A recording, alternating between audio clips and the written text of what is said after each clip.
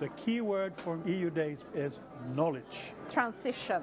Values. Sustainability. Dialogue. Democracy. Openness.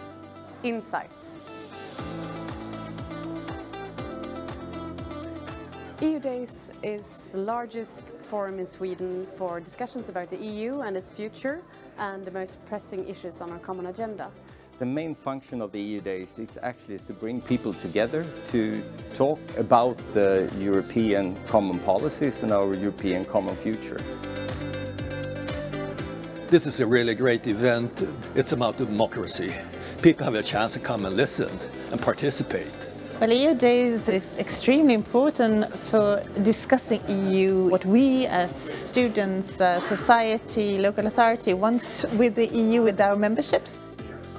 EU has an extremely important role when it comes to the global challenge. And we need platforms to discuss it and to make people involved and meeting each other with their experience. The way the discussions during 2 days here are organized gives everyone who participates an excellent opportunity to be much more knowledgeable afterwards. I was surprised about the level of the discussion. The discussion was very in-depth and very detailed at some points. We have the dialogue between different people with different backgrounds. It's always important to keep the conversation about the EU alive. I believe too that the very nice thing to be in these kind of events is to network, to meet other agencies, to meet people from cities, to meet youth and to meet politicians. So the networking aspect is very important for me.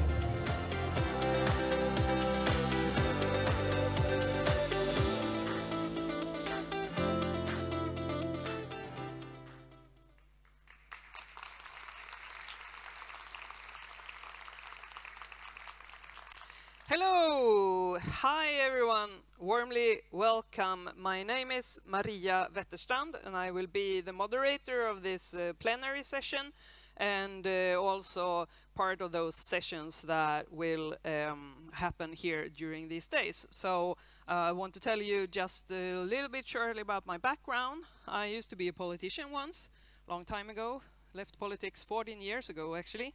But I was 10 years member of the Swedish Parliament and the spokesperson for the Swedish Green Party.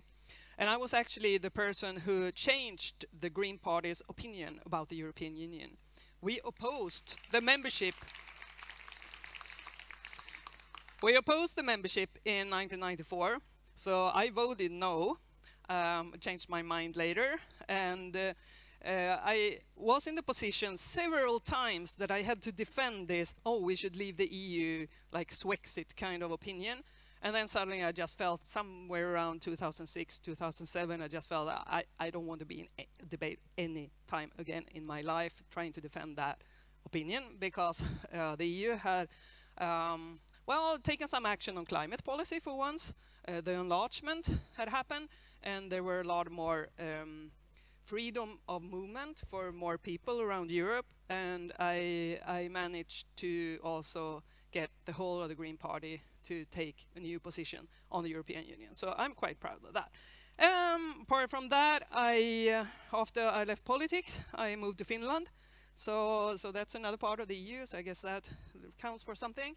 I lived there for almost 9 years, and then I moved to Brussels. So I worked as a consultant in Brussels. I headed the offices of Milton in Brussels, a Finnish consultancy, and stayed there for 3 years. My ex-husband is a member of the European Parliament, Ville Niinistö, if someone knows him. So let's get that off the table as well. And well, what is there more to say? I love Korean pop music, science fiction. Don't know how I will manage to weave that into the discussion today, but we'll see, we'll see. I am also very, very interested in EU policy, especially the things that has to do with sustainability, but I'm interested in more or less everything that's around politics. So, well, warmly welcome to the City Hall and these EU days in Lund. And you saw the film already, so you know a little bit what you can expect from this. And also welcome to all of you who has joined us digitally. And let's hope that you will find these sessions interesting as well. This is an annual open forum for dialogue. And the point is to exchange ideas between people from different parts of the society and about the future of Europe and Sweden's role in Europe. And this is the 5th time that EU Days is held here in Lund, and it's organized by the City of Lund, Lund University, the representation of the European Commission in Sweden, and Europe Direct Lund, with several co-organizers that I think we can get on the screen so that you will see who they are. Maybe? Or maybe they will come soon. The word for EU Days is knowledge. Transition. Oh, yes, that's great. Sustainability, did you see that? Colleagues and friends. It's an honor to join you, even if only virtually, for the 5th edition of EU Days Lund. I wish that I could be with you. Over the years, this has become a leading platform to connect Swedish perspectives with those of our European and international partners. And those of you who know me know how important this is for me. This year is especially meaningful. We mark 30 years of Swedish membership in the European Union. Same as Austria and Finland, both countries I had the privilege to visit last month. Over these 3 decades, Sweden has benefited from the opportunities of membership. Sweden has also actively helped to shape the union we share today. From research and innovation, strengthening our international market, advancing gender equality, to the green and clean transition. Sweden has helped to make sure that European cooperation delivers real value for our citizens. I don't know how you traveled to Lund, but most likely you have seen the Öresundsbron. And this year we also celebrate the 25th anniversary of the bridge. For me, a real symbol of connection, collaboration, and the opportunities that open borders bring. It reminds us that Europe is strongest when it is united. At the same time, we face pressing challenges. How do we secure sustainable prosperity for future generations? How do we build a clean and competitive industrial base? How security in a more uncertain world?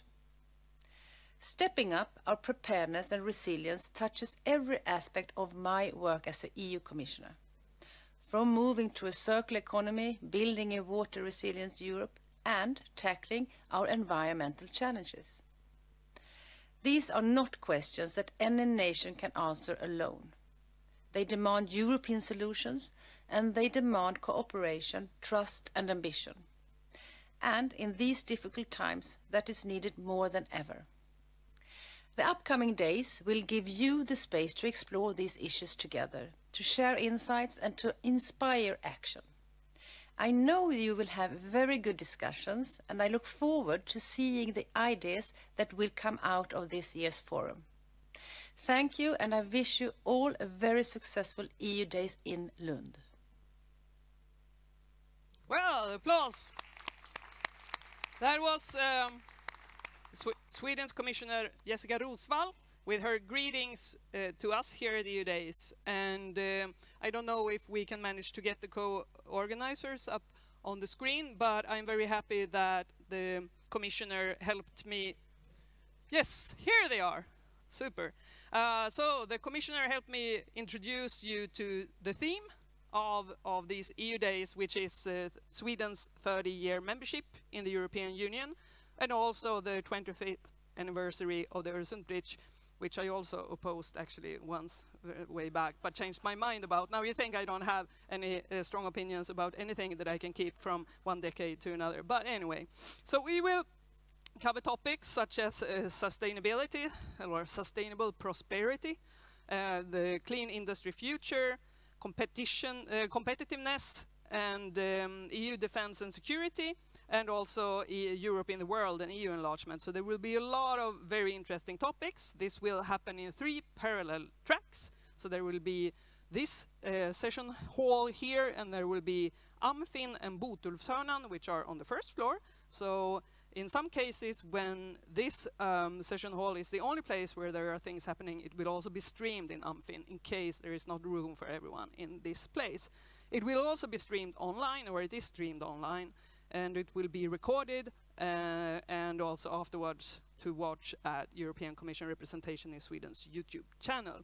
And one thing more, there is a photographer, and if you don't want your picture taken, please let someone in the white t-shirt know, the ones with the EU Days Lund logo. They are the people who you can ask for help also during these days.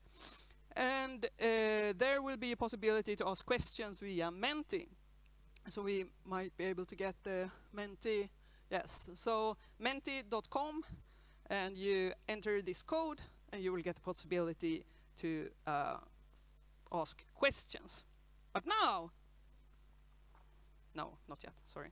If you want to share anything on social media, please use #EUDaysLund, not to forget. And there are a lot of exhibitors here outside this hall and also on the first floor in the foyer. So please take a chance to talk to them during breaks. Yeah, so I think that was all the practical issues, except that there are some emergency exits here and in the back. So now it's time to invite to the stage the organizers, the main organizers of this event. It's Anders Almgren, Mayor, City of Lund. It's Annika Weppling-Korsinek, Head of the European Commission Representation in Sweden, and Erik Renström, who is the Vice Chancellor of Lund University. Please.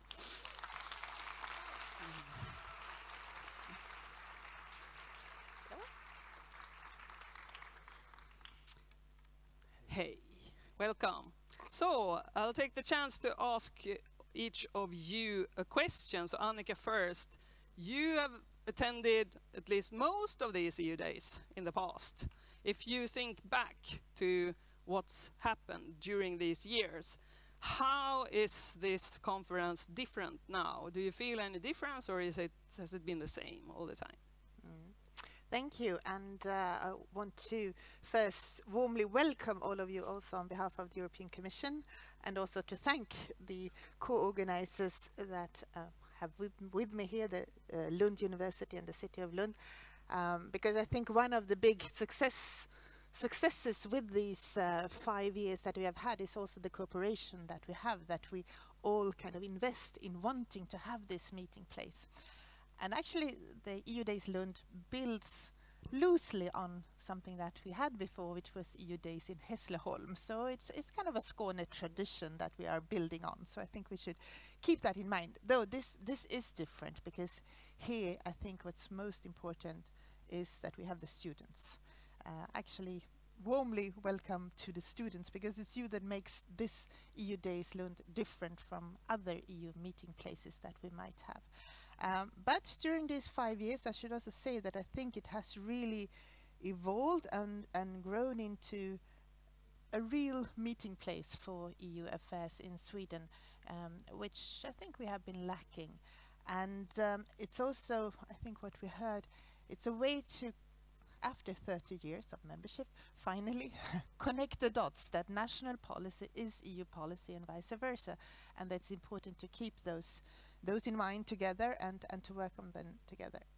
And the second strength I think we have is that EU Days Lund is evolving with the geopolitical situation. You mentioned the topics that we will discuss. Well, that's what we all are concerned about: security, preparedness, sustainability, technology, etc.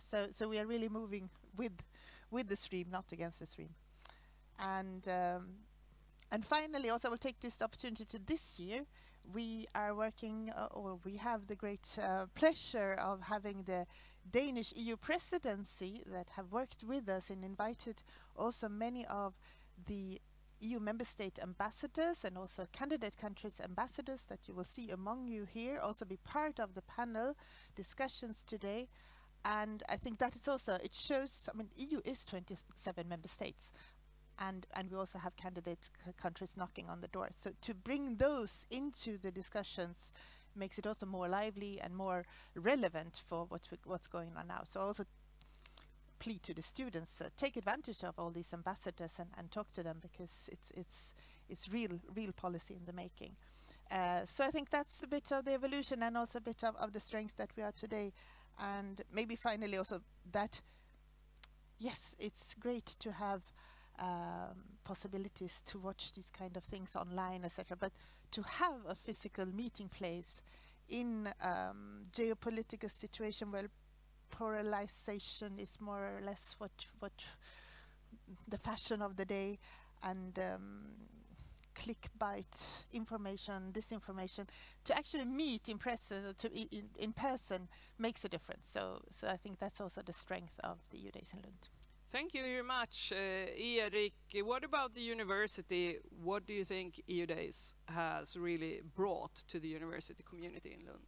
Well, the EU has always been a very strong and tangible presence since our entry. The network programs that we all have been part of, I can't count how many I've been to. But I have to say, it struck me, in particular last summer, when I was supposed to have vacation, that there's no vacation, because I spend the summer vacation, because that's the most hectic time in Brussels when things should be full together. So it struck to me that I think I spend as much time following European policy as Swedish policy, and that is something that has evolved over time. It is difficult for us because we have to work indirectly in rapport with our own government, and this is at least three-party engagement that makes it difficult at times.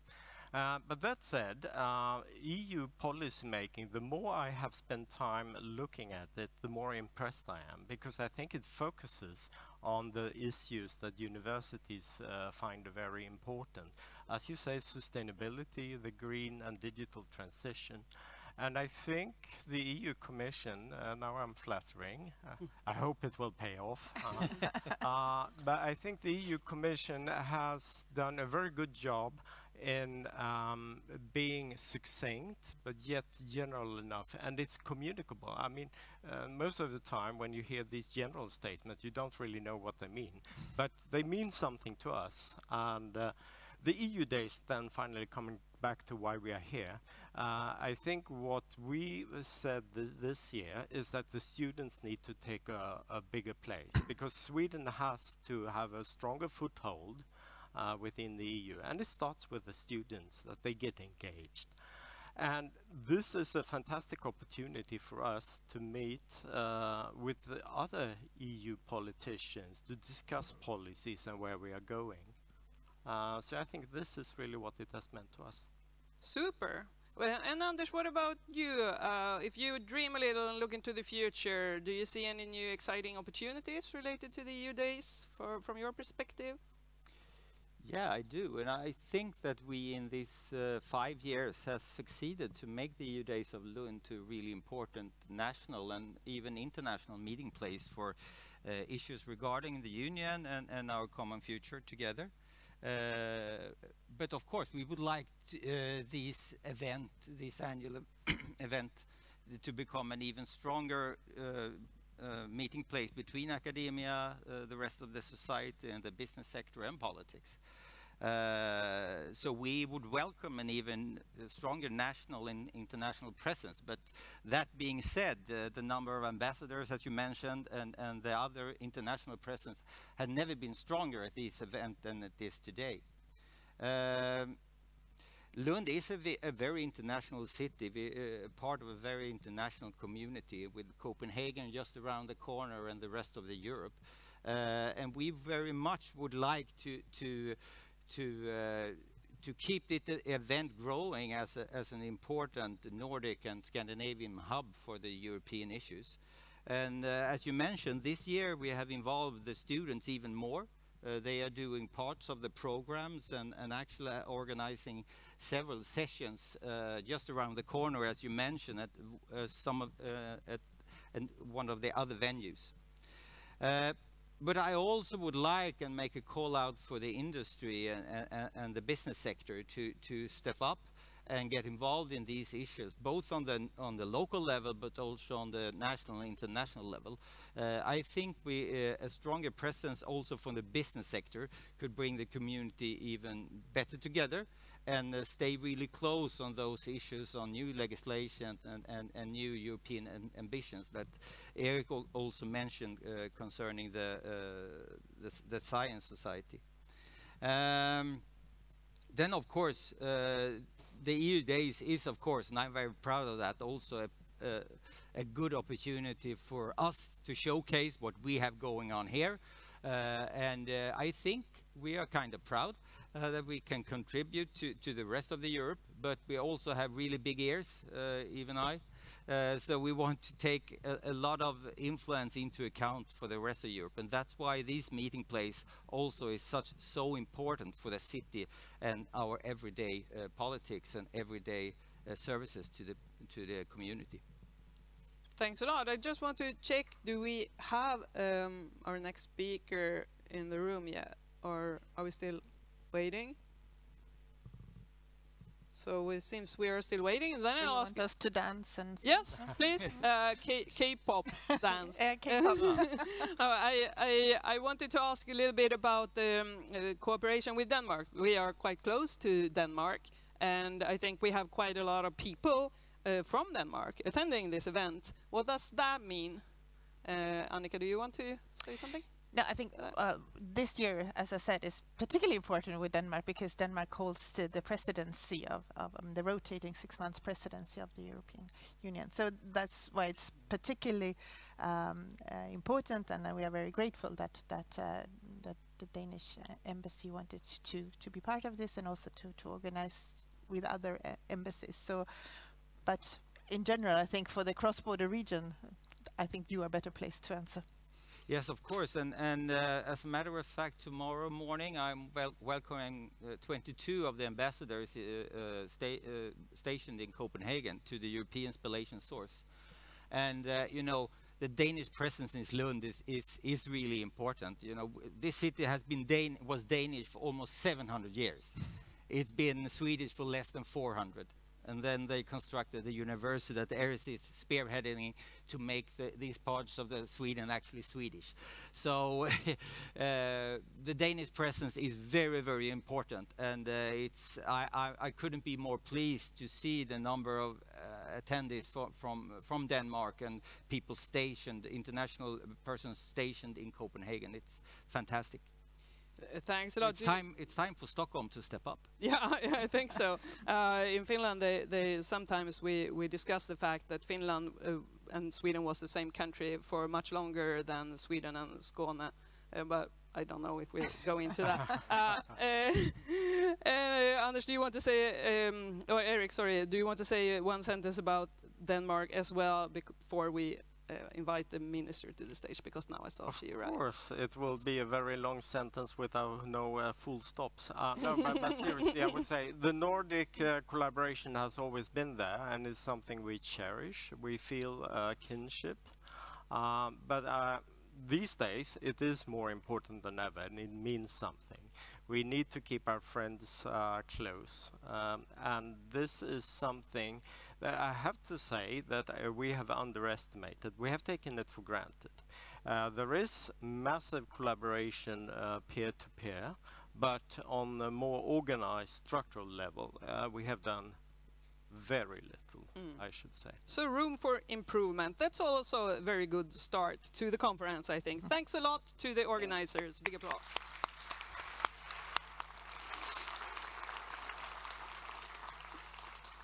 And now I want to especially warmly welcome our first keynote speaker, which is the Swedish Minister for EU Affairs, Jessica Rosenkrantz. Please, very warmly welcome.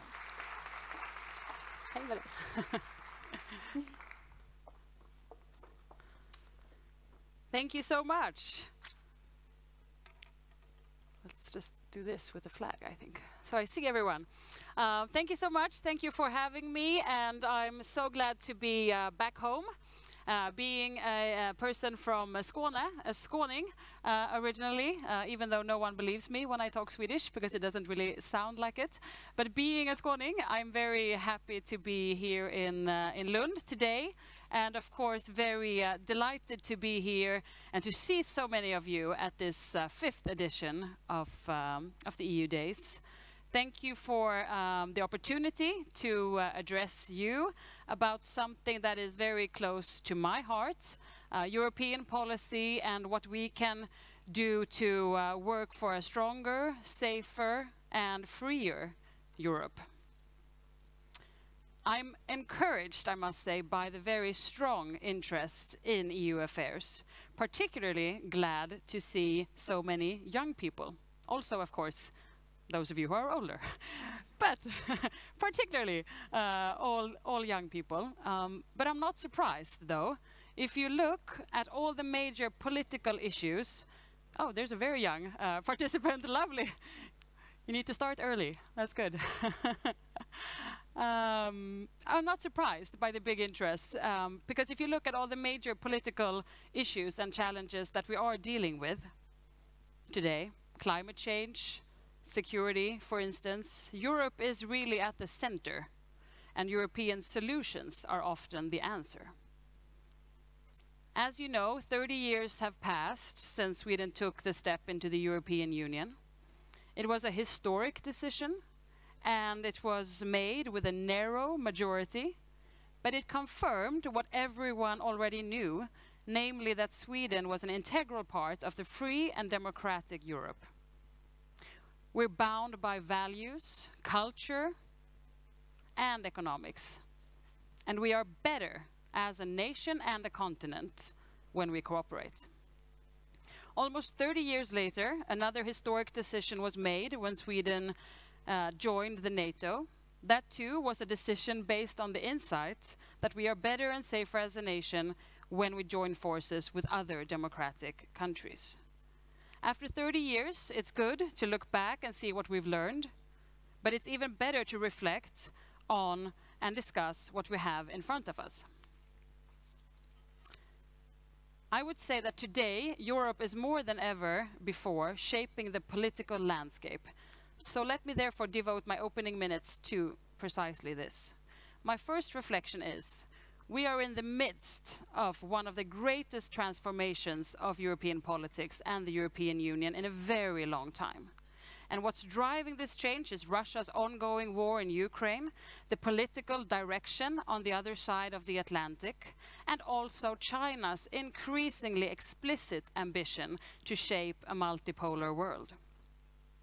As a result, the European project has seen a renewed purpose. Or perhaps it's more accurate to say that the Union is returning to its roots, which is peace and providing security.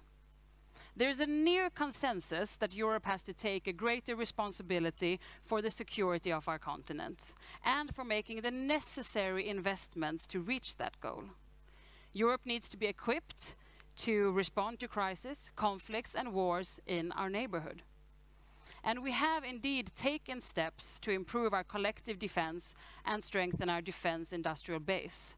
Steps that I don't believe would have been possible for just a few years ago. Going forward, I'm convinced that the EU will play an increasingly important role in enabling defense investments and rearmament, much more than has been the case in the past. The Swedish government is taking our part of that shared responsibility. We are making the biggest investments in our total defense since the Cold War. In early summer, the Swedish government, together with all 8 parliamentary parties, presented an agreement to make the investments required to achieve NATO's goal of 5% of GDP. That is 3.5% of GDP in defense spending and 1.5% of GDP for broader defense-related investments. This is good, both for Sweden and NATO. When speaking about European security, a strengthened and continued support to Ukraine is absolutely central and a top priority for the Swedish government. We will stand by Ukraine for as long as it takes. Our support will continue to be strong on all levels, politically, militarily, and economically. Because what we are witnessing is a struggle between good and evil, between the corrupt and oppressive nature of dictatorship on the other, and on the other side, democracy, the rule of law, and the right of every nation and person to live in peace and prosperity. Therefore, supporting Ukraine is our duty as Europeans and citizens of the free world. Ukraine's victory is our victory, their defeat is our defeat. The EU has now overtaken the United States as the largest donor of aid to Ukraine, including military aid. Sweden, together with our close allies in the Nordic and Baltic countries, are among those who give the most. Since February 2022, Sweden has contributed to equivalent of approximately 95.8 billion Swedish kronor to various efforts to support Ukraine. We should be proud of that, and we are, but it also means that the rest of Europe can and must do more. Ukraine's financial and military needs for the next couple of years are immense. More countries have to step up. In parallel, we need broader and tougher sanctions against Russia, including by using the Russian central bank assets that have been frozen since the start of the war to support Ukraine. So far, we have used the proceeds. We believe that we can do more. Last week, the President of the European Commission announced the Commission's intention to do just that. The Swedish government welcomes these efforts. The war in Ukraine has also made it very clear that enlargement is a geopolitical necessity. And enlargement, this is my second reflection. It is essentially our main tool for securing prosperity and stability in Europe. We need to enlarge if we want our political agenda to have a larger impact in the world, whether it's about economic growth, migration, organized crime, or climate change. And let us remember, in the European Union, if the European Union does not provide a credible path towards membership, other actors will step in and fill that void. This is why enlargement is such an important policy priority for Sweden. Ukraine submitted its membership application just days after the full-scale invasion in 2022. It was signed from a bunker, with missiles raining down on the city outside. That says something about what the European Union means for Ukraine. What they ultimately fight for, the freedom to choose their own path, to be part of a democratic Europe, free from corrupt and malicious influence of the Kremlin. European Union represents that path. Shortly after Ukraine had submitted its membership application, Moldova followed. Already in the process are the countries on the Western Balkans, namely North Macedonia, Albania, Montenegro, Serbia, and Bosnia and Herzegovina, with different levels of progress and political commitment, I shall add. When I meet my colleagues and when the Prime Minister attends the European Council, there is nowadays a broad consensus around the table that we need to move towards an enlargement of our union. Because Ukraine, Moldova, and the countries on the Western Balkans belong in the European Union. Having said that, let me briefly address the elephant in the room. 26 of 27 member states fully support Ukraine's accession path. Hungary does not. That is deeply regrettable. EU membership is built on a spirit of solidarity and mutual trust. Right now we're seeing very little of that coming out of the Orban government. I have said it repeatedly, also directly to my Hungarian counterpart. It's time for everyone to step up and start acting in the collective interest of Europe. The process of joining our union is rigid. Our standards and expectations are high on those seeking to become members, because we are not only a union by geography, we are a union of values. As such, safeguarding rule of law and defending our shared values within the union is at the core of what our union is about. This is another key priority for the Swedish government.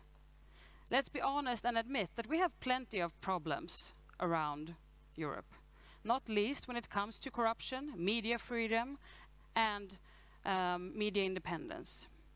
The most obvious case is Hungary, where the situation, unfortunately, has been deteriorating for a long time. We've seen threats to media pluralism and independence, obstacles affecting civil society, and serious backsliding in LGBTQI rights. So let me be very clear, the Swedish government is exactly where we want to be, at the forefront of defending democracy, rule of law, and equal rights. And we do not shy away from using all available instruments to achieve change. For instance, in the newly presented long-term budget, the Commission has introduced an even stronger link between EU funding and the respect for rule of law. This is what Sweden, also together with our Finnish counterparts, have been pushing for a long time. And we're going to continue to fight for a strong rule of law conditionality.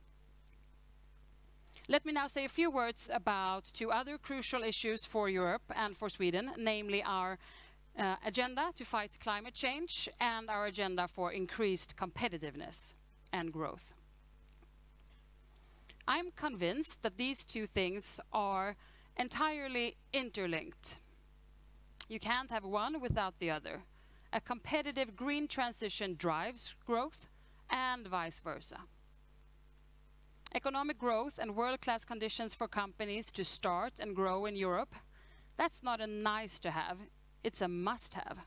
It's about ensuring that Europe will be a continent to be reckoned with in the future. We have for a long time seen an economic shift in power in the direction of Asia, in China in particular. Europe's share of global growth is significantly smaller today than it was a couple of decades ago. The US and China are dominating in many key sectors, especially new technology-driven sectors. Now, we can't go back and be where the world was 30 years ago, and we don't want to either. But we have to make sure that Europe is fit for this new age, that we are attractive in the eyes of global companies seeking to invest, and in the eyes of innovators who have ideas they want to develop. But securing growth is also about making sure we are able to finance the necessary investments in defense, in rearmament, and of course the green and digital transition. Access to raw materials and components, clean energy and capital are crucial components if we want to be successful. It all comes together And I believe that we have to step up and deliver. We know what we need to do. We need more trade agreements with the rest of the world. Let's remember, around 80% of global trade is not with the United States. Europe needs to offer the world a stable and predictable partnership based on open and free trade, not tariffs. We also need to invest heavily in research and innovation. We need to make sure that we have functioning and effective capital markets in Europe, like we have here in Sweden. And we need to continue making European legislation simpler and less bureaucratic. Some people like to paint the black picture of Europe, in which the train has already left the station, and we stand no chance when it comes to competing with giants like the US or China. I would like to see it from a different perspective. Now, finally, we see the situation for what it is. This is our chance to either do what's necessary and get rewarded for it, or sit on our hands and become the world's biggest museum of yesterday's innovations. And I said a minute ago that the green transition and economic growth is interlinked. This is one of the necessary things we need to do, to continue to push for an ambitious climate agenda powered by new green technologies and innovation here in Europe, to stay on course towards becoming the first climate neutral continent by 2050. Now I will wrap up shortly, but before that, let me do a bit of advertising. As you know, Sweden is not doing tremendously well in terms of representation in Brussels. In fact, we're among those countries least represented in the EU institutions. This government is making a great effort to reverse that trend. We're doubling resources for education, training and coaching to those applying for EU jobs, and we're increasing funding for scholarships to College of Europe, which we know is an important gateway into the EU institutions for young people. This semester, 17 Swedish students are studying at College of Europe, compared to only 3 a couple of years ago. So, if you want my career advice, here it is. Do yourselves and your country a favor. Go to Brussels.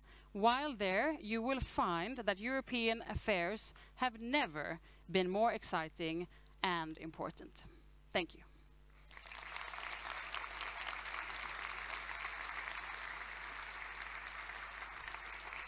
Thank you. Thank you. Thank you. Thank you very much. Super interesting, and you managed to cover a large variety of areas in your short speech. But there was one thing that I wanted to ask, and it's about the situation right now with the EU and the US and China, and whether that brings us more together or if creates more conflict within the EU. Within the EU, what would you say? I think if you talk about the situation with the US, perhaps first, I think one big risk that we all saw with the new Trump administration was that the US was going to try to divide us and to strike different trade agreements with different countries. I think here we managed to preserve unity within the EU, and now it seems sort of obvious, but it wasn't the case earlier on. So that was really good, and I think we need to continue to make sure that we have the EU unity. Here lies our strength as a global actor. But of course, we regret the situation with the US, and the Swedish government is probably the most pro-free trade government in the world, so we especially regret the situation. But now we have the deal with the US. I'm glad that we had a unity behind it. Now we need to work to have sort of a continued good trade relations with the US, but unity was sort of that, it brought us together in that sense. I would say China to one extent is more complicated because there are countries who have different interests in China and want to sort of meet the situation in China in different ways. But I think it's really important also here, if the EU is going to be a geopolitical actor, we need to have a united position also on China. Although it is complicated, it's about trade, it's about human rights, it's about various topics, climate also. But I think it's important that we seek to find a common ground here. Yeah, well, usually they say that enemies bring you together, and I don't know if we can call both of those enemies in like the sense that we might do with Russia, but hopefully it means that we can at least find some joint action. Let's check if we have some questions from the audience. We have two people here with a microphone who will check Menti and give us the questions, please. Yes, we have a question here. How can the EU be more competitive and not lose its place as a leading economic power? What are the biggest changes that needs to happen? Good question, and I touched upon it in my speech. And I think I think basically we know what we need to do. Now it's about doing it. I think one is about trade relations, especially with the situation in US. We need to find new export markets for our companies, and we've seen good initiatives with trade agreements with. The Mercosur agreements with Argentina, Brazil, Paraguay and Uruguay as one good example. Mexico as well, Indonesia. The Commission has the ambition to reach a new agreement with India before the end of the year. So that would be one point, new trade agreements and not working with tariffs, but with free trade. And the other thing would be to do our own homework. We need to be competitive ourselves. One is deepening the single market. We know that is our competitive edge. That's really a possibility for Europe. But we know also that, for example, IMF has numbers which show that the barriers on the single market correspond to tariffs of 40% on goods and 110% on services. So there's a lot to do in reducing barriers on our single market. Reducing bureaucracy. There's a huge push now for simplification, which I really think we need to push for. Capital markets, you know, especially in Sweden, we have actually quite fairly good capital markets compared to many other European countries. But also here, we see that innovations and new startups they start here, but when they need more capital, they go to the US. So I would say also capital markets is crucial. Research and innovation being another point. So there's a lot to do. These are perhaps the main points, but I'm especially want to highlight to my colleagues that we also have to do it, not just talk about it. I mean, you mentioned, and it was also mentioned in the Draghi report, which was published, I think, 1 year ago, something right now, yeah. That innovation on clean tech and the green transition could support European competitiveness. At the same time, we can see that the Commission seems a little bit hesitant on where to go on these topics, and a lot of the simplification measures has actually been on sustainability-related initiatives. So how do you weigh those two? You say that they go hand in hand, but do they really always? Well, we think they do, and we think that competitiveness and the green transition, one makes for the other, so to say. But you're quite right. I mean, we see among member states that there is an increased tension between these things, and some want to say that they are opposites. And that's, I guess, a real challenge that we are facing now in the discussions about also agreeing on new climate targets for 2040. We see, countries being hesitant. We will push for this new ambitious target that has been put forward by the Commission. But of course, we see that there is also a necessity to create good preconditions to do this transition. We will push for seeing Swedish forestry as the part of the solution, also in substituting fossil materials, for example, not just seeing the forest as a carbon sink, so to say. A technology-neutral energy policy, all fossil-free alternatives, increased convergence. That is, not only a few countries should do the transition, but all countries need to do it. So, I mean, also we will have sort of points to make in this process, and there is room for creating better or simpler reporting, but still sticking to the fundamentals of the goal and also our emissions trading system and sort of the foundation for our work. So you're not really worried about that? I mean, the Nordics, we are in the front line when it comes to green transition. A lot of investments already made, and let's hope that you succeed in bringing all the other EU member states on board on that. Do we have more questions from the audience, perhaps? Do you believe that Sweden has a bigger role to play in today's EU? If so, in what areas can we make the most impact? Well, you know, we tend to say sometimes that we're a small country in the outskirts of Europe and, well, our geography we can't do so much about, but we're not really that small. We're actually the 8th largest economy in Europe. So we're medium-sized, we usually say. And working also together with the Nordics and the Nordic Baltics, this is a cooperation which has really become stronger, I would say, also after the war, since we have so many common positions on security and on Russia, on security in the Baltic Sea, in providing support for Ukraine, but also actually to a large extent on competitiveness and climate as well. So I would say that Sweden has a strong voice, but also when we work closely with allies in Europe, we can really make a difference. Then, of course, it's 27 countries that has to agree in the long run. But we also see, for instance, countries such as Poland and Germany actually cooperating also quite closely with the Nordic Baltics, since we also have a lot of common positions. So absolutely we can have an influence, but that's also one reason why I want more Swedes in general also in the institutions, not because everyone is walking around with a national flag, but because it's good to have also a good representation among, well, within the Commission and other institutions, so as to make sure that also the Swedish perspective is not only in my sort of council formation, but also in different institutions. But yes, I believe we can make a difference. On Ukraine, on security, we really walk the talk, and I think we walk the talk also when it comes to competitiveness and climate. And those, I would say, are some of the main areas where we're really pushing the agenda. So the employees in the EU institutions, they are supposed, of course, to represent the EU, but they can also bring the knowledge from the country they know best, which is quite important as well. So, and I usually say that one of the strengths of a small country like Sweden is that we can create these kinds of meeting places. Yeah. Where we can meet between policymakers and academia and the industry and NGOs maybe and students in this case.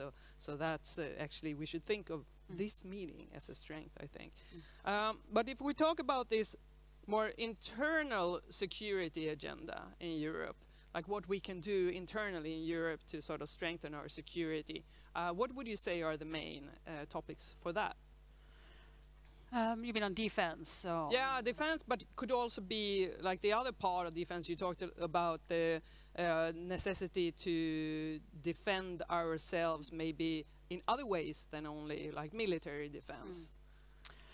So I think it's really important that we step up on security issues in general, and I think what we see on defense is quite historic, both what countries are doing, of course, and the new NATO targets, but also the role for EU to play here. We know it's a national responsibility to invest in our defense, but Europe or the EU can facilitate, and we have a lot of new programs, initiatives, common procurement, joining together on standards, things that can boost our defense industry and also make sure that we can produce what is needed. So here I think that's an important role for the EU to play. But of course, and especially Sweden, I think, brings this perspective sort of a whole of government or whole of society approach when it comes to defense. You know, we're quite used to this folder coming into our households when the war or crisis comes.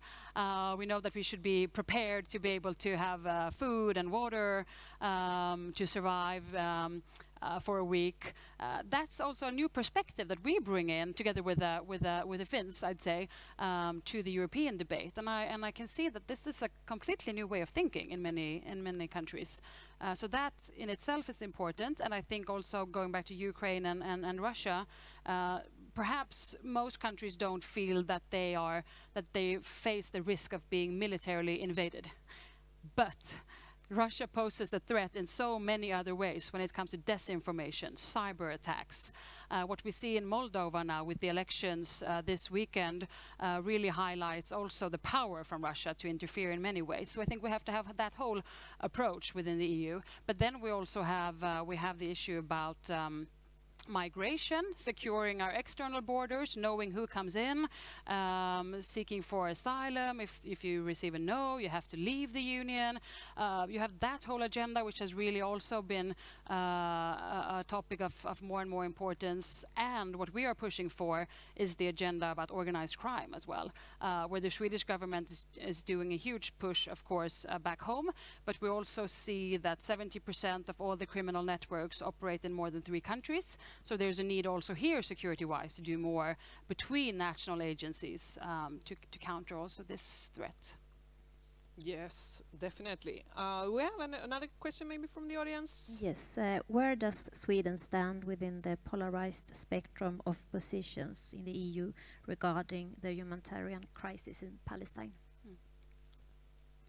So the most difficult question to ask. Yeah, important though. Sweden is one of those countries pushing for tougher actions against Israel. And I mean, we remember how it started on October 7th and what Hamas did. And Israel has the right to defend itself. But Israel also has the obligation to act within international humanitarian law. And what we see right now in Gaza is heartbreaking. It's awful. All of us seeing the images, and Israel has to allow for more humanitarian aid to enter into Gaza.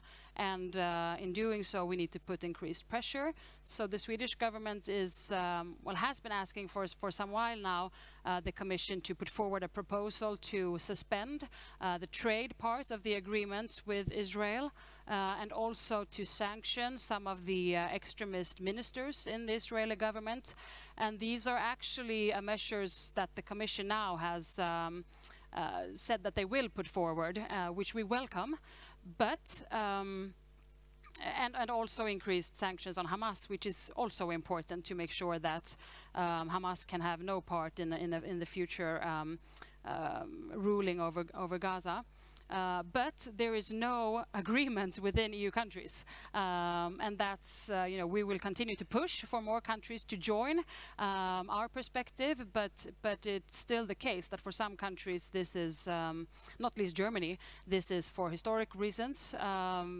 Very, very complicated, but we will continue to push, and simultaneously we're also providing extensive support for humanitarian relief in Gaza. I think we are the 3rd largest provider in the EU of humanitarian support to Gaza, so that is good, but of course we also need to make sure that the money and the help can reach the people, which is now very difficult due to the Israel position.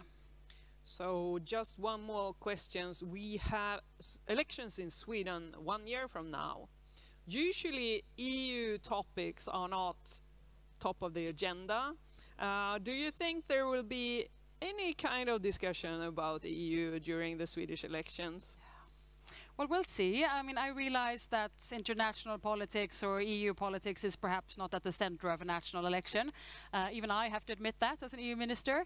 But I think there will be a room for some kind of EU-related issues. I mean, one point would be that the world is very turbulent, and of course security, support to Ukraine, our defense investments, all that I think is very important to a lot of voters and to the public. It also of course depends on what happens in the next year. My other point, which I often stressed and which I heard that the panel before me also stressed, was that a lot of EU policy is also national policy. I mean, things are interlinked, migration, security, climate. So in that sense, not least on climate, I often refer to what's happening in the EU as a good example of making a change if 27 countries can agree on something. Yeah, because I mean, the EU Parliament elections is super important, of course, but the government takes a lot of EU issues on the table as well. So thanks a lot. Big applause to our Minister of EU Affairs.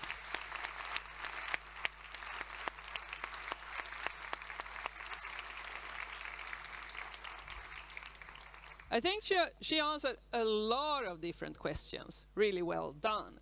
Now we are heading towards a coffee break, but we will say a few words about what will happen after the coffee break. I at least believe that there might be there will be different sessions, I think, after the coffee break, and one of them will be in here. That's the one. And then there will be another one downstairs, or yes, this one. No, what? Yeah, okay, both of those will be in here. Anyway, you can look at the program and you will see what will happen after the coffee break, and that will be 10:30 when it ends, and you will be back somewhere. Thanks a lot so far.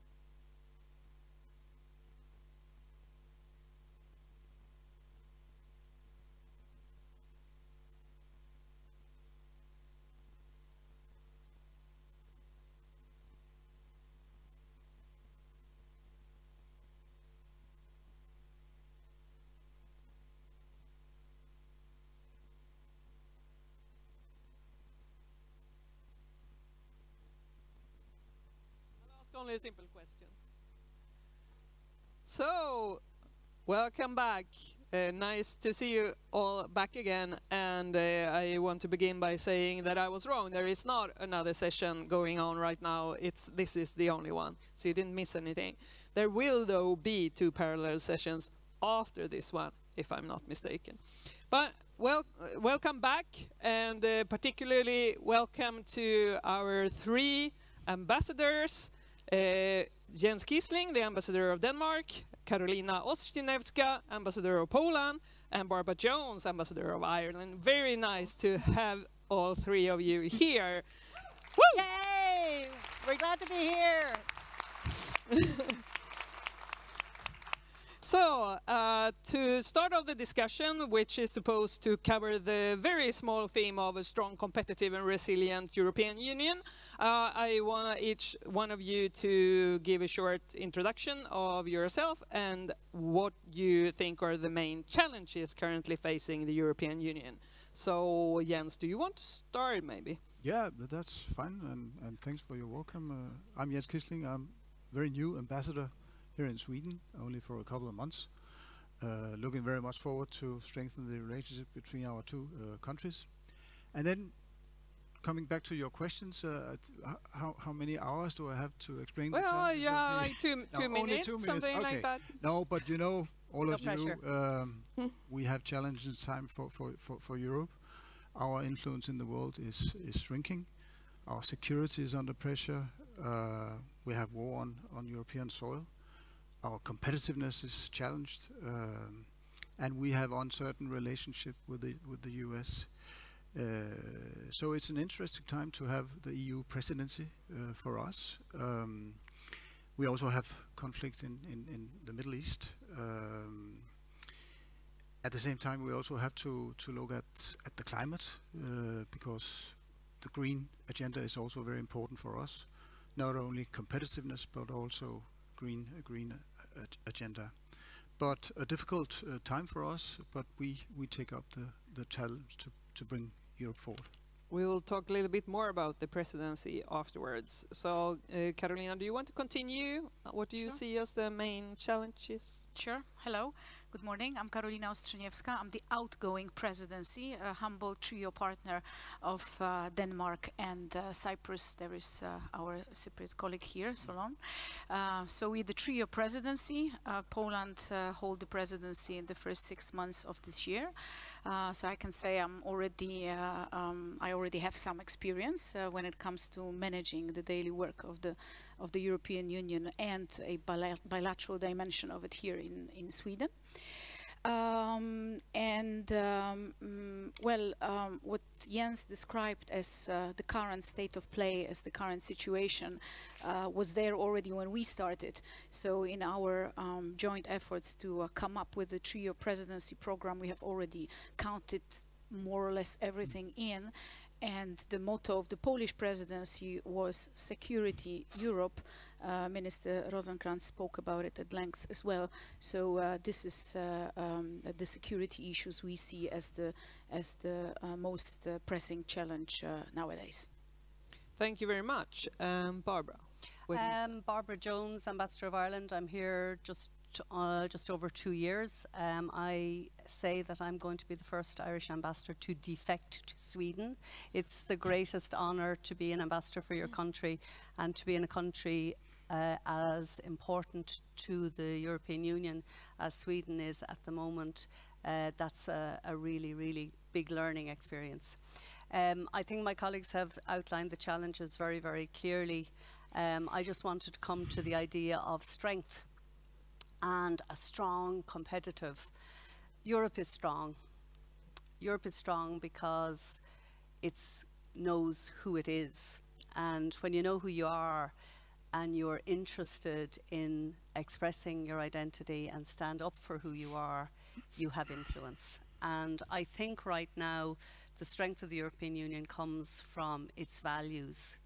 And our values are around peace and freedom and solidarity. They're the same values that inspired Schuman in the original Schuman Declaration.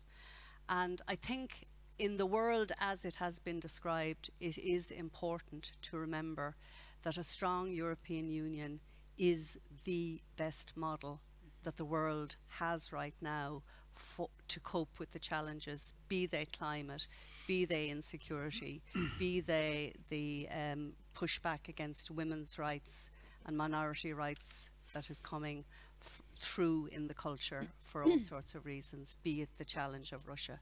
Europe is strong because of our values and our working methods led by Ursula von der Leyen and the European Council led by Denmark. I think we can have great optimism in the future.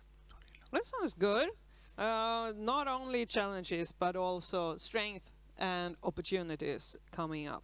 I just want to remind all of you in the audience that we have the Menti still active, so you can join Menti with the code that you can see on the screen, and you can ask your questions, and we will try to be able to get a few of those into the discussion here. But let's start with this presidency thing. It's a huge thing in the European Union, like who holds the presidency, and there's always a lot of highlights around that. But what does it mean in reality? So Denmark holds the presidency now. Can you say something about what sort of stands out in the way you are handling this presidency? Yeah, thanks. I don't know whether it stands out, but I think we talked about the challenges, and we have some priorities. But first, let me say that our work built on what the Polish president has done, and actually Carolina and I, we were colleagues in Brussels. Long time ago. But you had the presidency in what is called Coreper 2. That's a working group just under the ministers, and she's one of the toughest negotiators I've ever met. And she did excellent with the presidency. And your country has also done that this time. So just thanks a lot for that. No, our priorities is, because of the challenges, is overall we say a strong Europe in a changing world. Then we have two things under that. One is a secure Europe, and the other is a competitive and green Europe. Just a couple of words on these two priorities. Secure Europe highlights, among many things, that we have to be able to defend ourselves. Of course, EU is not NATO, but EU can do a lot in industrial policy, in financing things and research and stuff like that. So that is a priority for us. And also to build partnerships, comprehensive partnership with third countries, for example, through trade agreements. Mercosur was mentioned by the European minister. And then to the competitive and green Europe, there we have to look at the burdens on the enterprises, bring that down. There are some negotiations on that. We have to strengthen the single market. We have to look at the capital market, as also mentioned by the minister. We need to be able to bring the money to the enterprise. We're not able to do that in Europe, so we have to step up there as well. And then I also want to say that the green, as I mentioned before, green agenda is important for us. We are trying to have a higher target now for bringing the CO2 emission down, 90% compared to 1990 in 2040. There are some negotiations on that. It's not as easy as it was, but we are continuing to have focus on that. So that is what I can say for the moment. I hope I can tell you about a lot of results at the end of the year, but work is still going on, and it takes some time. It takes time, and I mean that's one of the reasons why usually presidencies work in trios, so to say. So what about Poland? How did you handle your presidency, and is there something you are particularly happy that you managed to do? Yes. One has to be always relieved and happy after the presidency. So, I mean, this was also the case with Poland. The first presidency, which Jens mentioned, took place in 2011. And we were, let's call ourselves a new member state then, and it was a big responsibility to manage the works of the European Union.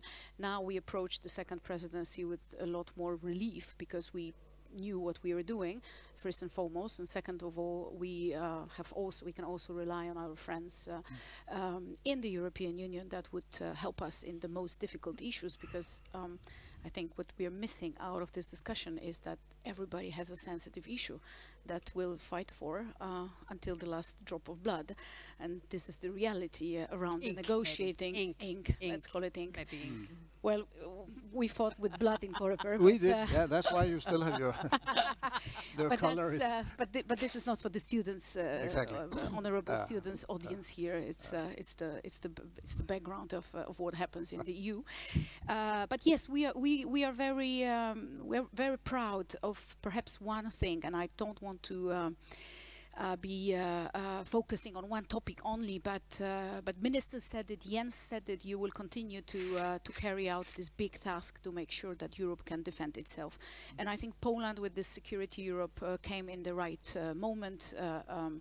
After the Hungarian presidency, we decided that this is something that should now be focus of attention, given the very serious geopolitical situation which we should not ignore, and this is the the most diplomatic way I can put it. I mean, we can choose to speak a lot here about unity and all of the big words, but the reality is very brutal on the ground, and I think Jens have experienced that yesterday when not being able to leave Copenhagen airport to come over to Lund, and you're far away from the Russian border. We are closer, so we know and understand. Ukrainian, I should have said. Yeah, when I moved to Brussels to work as the head of the consultancy, where I worked for 3 years, I was a bit confused about what is it really that a presidency can do. That's a good question. So Barbara, can you explain that to me and to the audience here? What is it really? I mean, you're head of the council, but what can you actually do with the agenda yourselves? Well, I think part of the beauty, and maybe for the students here, it's part of the great curiosity of studying the European Union, is to understand this blended, complex, sort of pooled, concentric governance, you know, different points. And you're right, it's hard to get it. Because it is on paper, it's complex, and of course, shall we say, in the current normal political debate, it gets dismissed as unwieldy or hard to manage or ineffective. But in actual fact, the brilliance of the presidency is that in addition to the absolutely stellar work of the European Parliament, our democratic institutions, where our politicians meet and challenge the Council and represent our voice as citizens very clearly, the governments, when they gather, are supported and inspired by the work of the European Commission, which is a magnificent organisation.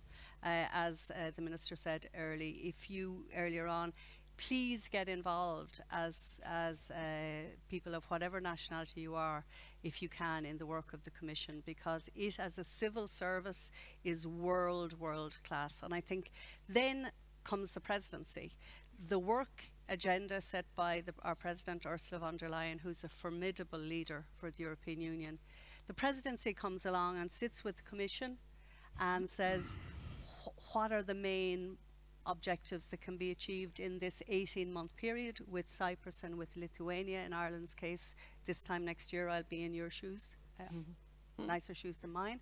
And what it is the political nous of our governments, the leadership of Poland, President Tusk, the leadership now, it adds to the voice, to reassuring, I think, the governments in the European Union that their voice is being factored in to the agreements that are being chiseled out. Because what fundamentally the European Union is about chiseling out a very dirty word these days, compromises. And that's our strength. One of the things I learned, if I may just make one small point, I learned as a young diplomat working on Northern Ireland years and years ago, when Margaret Thatcher was Prime Minister, there was no basis for a structured dialogue between Britain and Ireland at that time, and people were dying in my country. And we sat down as a group of officials, British officials and Irish officials, and we came up with a principle. And the principle for those negotiations was that governments would agree, quote, to make determined efforts to resolve differences. To make Article 8 of the Anglo-Irish Agreement just an agreement, but the first since the war, the truce in the War of Independence. And ever since then, when I look, and I'm an avid supporter of the European Union, why wouldn't be? I'm an Irish woman. We've grown up 52 years. I've grown up as a European thanks to our joining 52 years ago. But that principle is alive and well in the European Union. The determined effort to resolve differences, because we believe in the idea of agreement and give and take. So yeah, that's great. Determined effort. Yeah. So it has like the point of rotating the presidency. I think it's twofold. One is that all the EU member state needs to at one point take responsibility for what's happening in the European Union, which is important. And the other part is that the European Union has to listen a little bit extra to that country for those 6 months. Do you agree with me, Jens? Yeah, I agree with you, but I have to say one thing. It might be a bit technical, but compared to some years ago, actually we have the presidency for the Council of Ministers, whereas there is a permanent presidency for the summits, that is the Portuguese Costa. So one has to realize that, and the overall direction of the EU is set by the leaders, but still there is a lot to do for the Council of Ministers. And actually when we talk about the European Parliament, what the Council is also doing is legislation together with the Parliament. Yeah. And there you have to find a position between the countries first. That's not easy. And then afterwards, you know that, then you have to negotiate with the Parliament to find a solution and then adopt some legislation. I think it's important to understand that.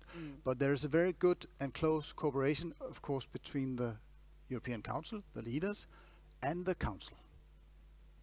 Yeah, so that's of course very important. I was going to change the subject a little bit now. You are all diplomats, so that's your profession. So from your point of view, how should the EU respond now to the US politics with the tariffs, trade tensions and those things? And how can the EU, if you believe that it should, remain like an open trading bloc in this world where everyone is sort of more protectionistic than earlier? From like diplomat viewpoint, what would you say? Katarina. Carolina, well, Carolina, we have responded, and we have been responding as these negotiations with the US were advancing. So I think dialogue and unity is the right response. We have a joint agreement which we are on the side of the EU trying to implement. It's not that easy to implement the 15% tariffs on most of the goods exported to the United States. We have to make it operational. It's complicated. It requires negotiations among member states.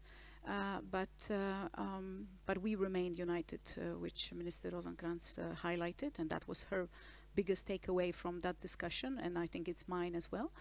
And then, well, we have to strategize. The US is our big, if not biggest partner, and there are some political choices to be made. I think Ireland is one of those countries who stand with Sweden for quite positive about free trade, right? And how do you see this possibility of sort of safeguarding Europe's own interests, but still remaining more open to the world? How to handle that? I know it's a difficult question. No, it's a difficult concept, isn't it, to stand up for what you actually believe is. It's not that hard to really stand by what you know works and what is essential for the common good of Europe, which is the European model, as I say, is under challenge. And Caroline has explained the correct approach there we've taken, led by the Commission, because the European Commission has competency in matters of trade policy. And here, once again, every time there's a crisis, what happens in the European Union, we don't fall apart, we get stronger, because we realize that by coming together, it's our best chance to defend our own interests and to get a good outcome for our young people and for people and the vulnerable people in our societies. So what I feel is that Ireland and Sweden and many like-minded countries on the trade agenda, we didn't seek this. We were the zero tariff. We want free trade. We believe in it 100%. But here I do think that the tariffs are going to cost, they're going to be costly in both directions. They're going to be costly for jobs and investment in Europe, and they're going to be costly on the US side. And I think the moment at which we're at now, when you read the commentary, is there's the beginning of a narrative of the cost being now passed on from the companies in the US into the consumer. And you know, nobody wants to see that happen, but that's the point of the cycle. And hopefully we will evolve, and the negotiations, which Carolina said are ongoing, will come up with an outcome that will not cause too much pain in either society, because I think it's always the poor that pay in these situations when the cost of living goes up. Definitely. Jens, what's your viewpoint? I would say what is challenging for Europe for the time being is that the US is looking at security policy, economic policy and trade policy as one. That makes it very difficult for us. I think it was a fine deal that von der Leyen made with the president of the US. I think we were also, and we are still, very positive when it comes to free traders, but still, we also changed our trade position before Trump in a direction we shouldn't be naive. I also think Biden, he had some initiatives that was challenges to be very challenging for us, to be very frank. But we have to be even more not naive now, I think. And then we have to, as I mentioned earlier, also the minister mentioned, diversify our trade. And we also have to become more resilient. That comes trade, but also when it comes to democracy and things like that. So not as naive as we might have been before. And that leads us to the question on the single market and the competitiveness.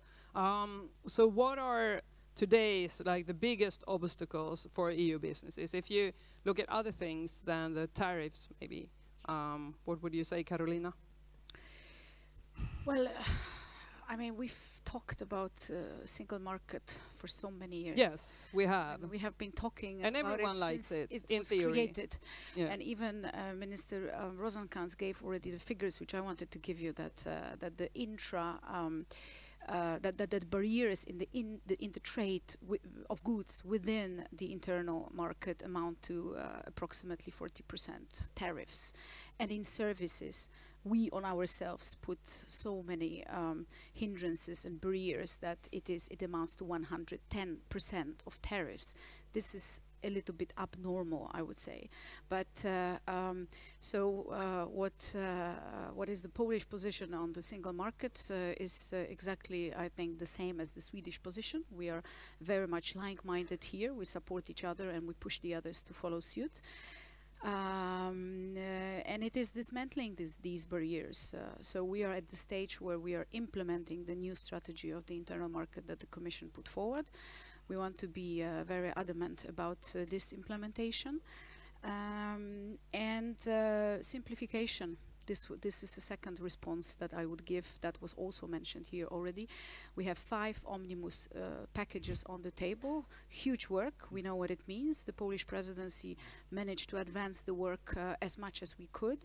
but the Danes are following suit very strongly. Well, there has to be less administrative burden on our enterprises, especially small and medium enterprises.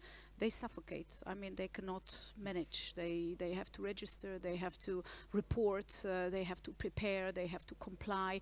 They are not focusing on making money and making our lives easier and cross-border trade, but they focus on dealing with excessive EU legislation. So without compromising the policy objectives, this is the nice EU jargon, we are trying to simplify. Which means that we would still protect the environment and keep the climate goals, for example. Yes, yes. Sort of simplifying. Well, you know, yeah, of course, we will. This is the official line. What happens you know, in the negotiations, we'll see. One of the great benefits, Ireland has rejected twice large treaty reform on the first time. We've had twice we had to go to have 2 referendums to pass. And in the Lisbon Treaty referendum, all back that while ago, one of the major concerns that came through on disaffection of businesses with the European Union was this issue of regulatory burden, red tape and all of that. And it has consistently been used by opponents of the European Union project, namely those who are well, not just people who have a pro-Russian perspective or policy, but it came through again and again. And I want to give credit to the Commission for leading on this, because it does point to a EU level of activity, but actually it's also up to member states. In Ireland, we've just adopted our own simplification agenda, and it's amazing when you look at how you over-interpret directives at national level. So it's not just the Commission's work, it is the work of member states themselves, as Carolina says, to make it easier for people to do what businesses do best. And if they're competitive in our societies, they'll do well. Witness Spotify, ladies and gentlemen. You know, a unique offering. But I think it's important that we recognise the role of member states, in that it's not just on the Commission or on the Parliament to lead on this, to ease the burden on our businesses. Yeah. We had a minister in Sweden in 2006 when I was a politician, actually, in the Parliament.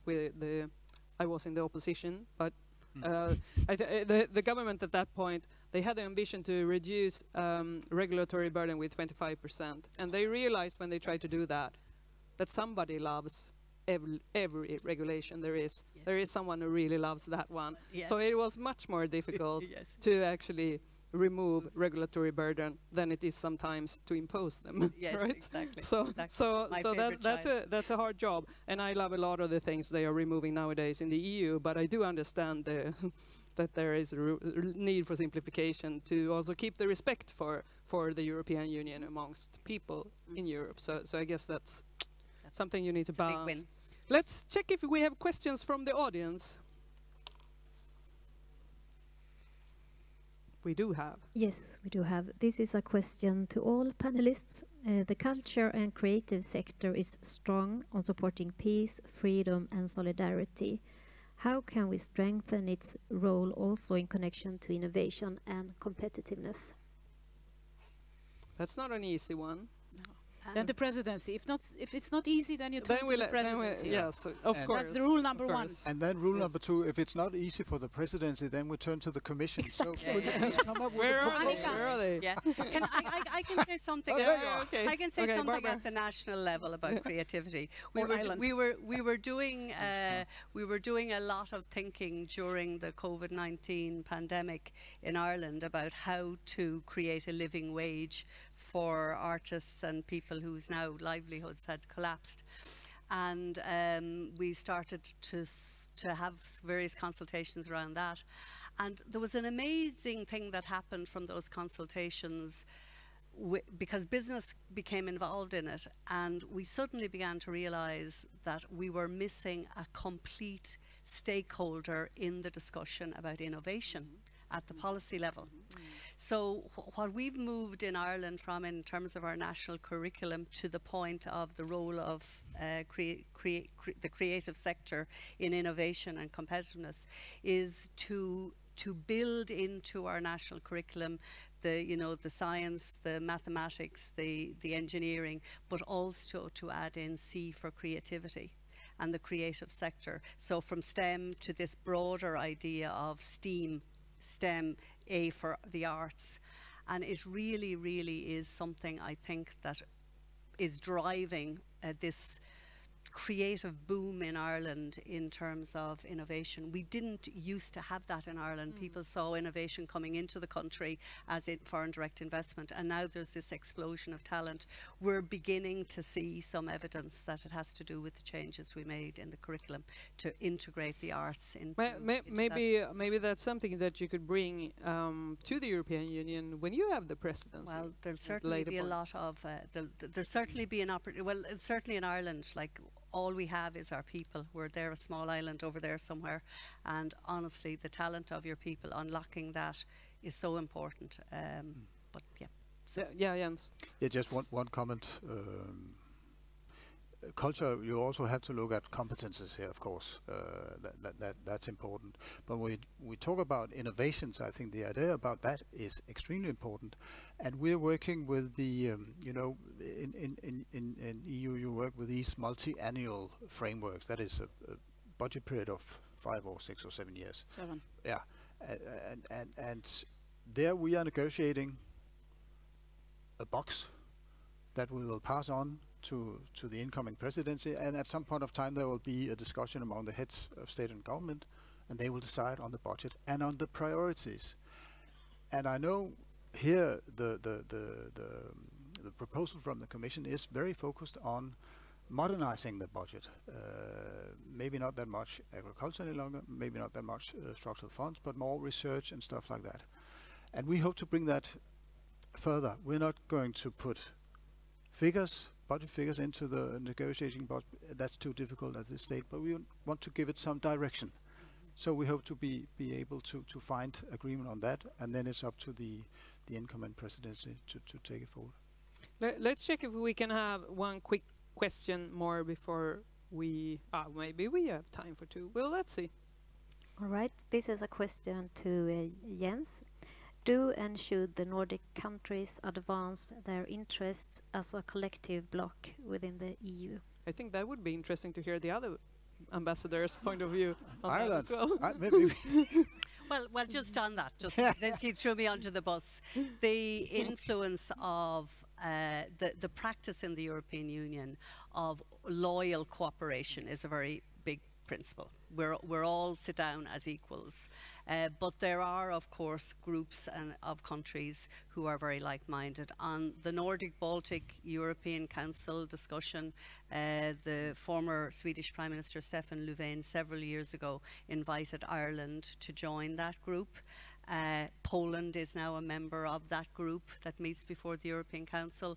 So the Nordic voice and the Nordic-Baltic voice adds so much value to our discussions. It's a great honour for Ireland to be part of those discussions and to learn and to contribute to that. But once you go into the big room, then you're not really behaving like a bloc, because if we started to behave like blocs at the council, so much just at the council of the prime ministers, I think there's a risk in finding the right balance. I think we have a really good balance around that. And Carolina, what's your viewpoints? Well, no new Nordic plus. Well, let me perhaps quote my prime minister, current prime minister Donald Tusk, who, when invited to Harpsund to the Nordic-Baltic summit, plus Poland, said that he will not dwell about the formats and whether this should be called the Nordic-Baltic plus or the Nordic-Baltic plus Poland. He said that he himself feels invited by the prime ministers, all of them, and he will appear every time he feels there is a necessity to discuss issues that are pertinent to this region. And as long as there is war in our proximity, a serious war that has consequences on all of our member states, and we see it daily, yesterday in Oslo and in Copenhagen, perhaps, we don't know. But certainly in Poland, certainly in Estonia, very recently, with the drones attacks and with the fighters, and Romania, yeah, a little bit some time ago, then we should ourselves encourage our leaders to be in places where they feel there should be, that where discussions are taking place that are vital. And for us, this region, the Nordic-Baltic region, is exactly that place where we want to be, and we will come even if you don't invite us. And now, Jens. Poland and Ireland, you're always welcome. Thank you. Oh, wow. But I must also say the Nordic cooperation is stronger than ever before.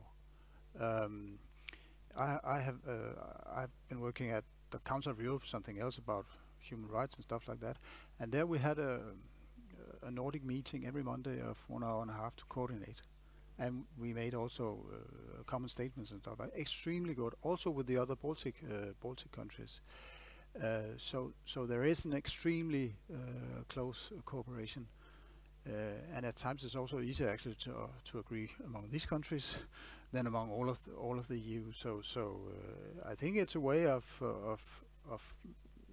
having more influence together, but that doesn't mean that we shouldn't have other countries on board. We talk about NB8, Northern and Baltic, but we have NB8 +2, and we have many formats. So and I also think Denmark, we are ready to have to cooperate with a lot of countries, but I also have to say that we have some common ground with other Nordic countries, same values. I mean, what the minister said here today was music in my ears. So we are close, and we are also using that in the EU. So diversity and inclusion. Exactly. Good thing. Do we have one question more from the audience? Yes, women's rights regarding Poland's regression in democracy, specifically in regards to abortion rights. What are the Union doing to secure women's rights? What is the European Union doing securing women's rights? Yes. I mean, I was prepared to respond what is happening in Poland. Yeah, you can say a few words about that as well. To dwell about what the EU is doing in this respect. Well, I will respond to this by saying that every election that has taken place in Poland was a free election and an election free of interference. We have never we have experienced interference in the elections, but we have never stated that they had an influence. So this parliament has, the democratically elected parliament, has not decided and was not able to move on when it comes to the abortion in Poland.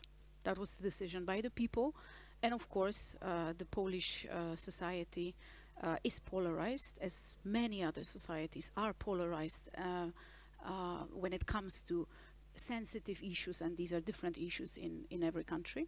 But the facts are that irrespective of the will of one of the coalition's partners in the current Polish government, that is the left party, the government itself was not in the position to put forward a proposal, and we know that the parliament, as it currently is elected, would not have been in position to adopt a law that could liberalize the abortion law in Poland.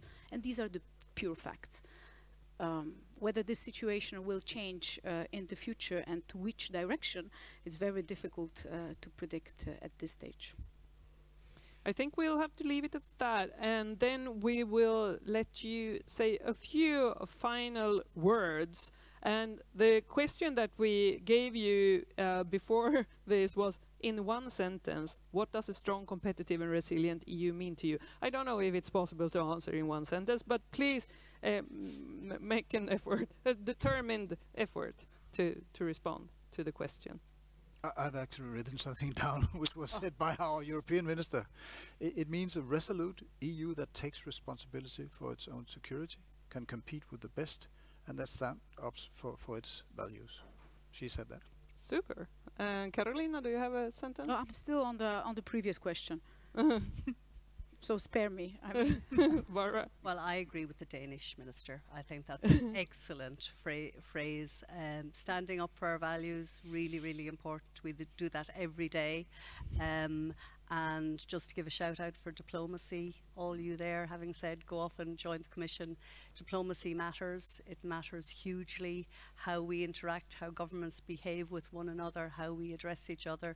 It's anchored in these two things: listening to the other side, showing respect, learning, and hammering out those efforts to resolve differences. So big shout out for diplomacy. Think about it, Sweden Foreign Ministry, amazing. Get involved.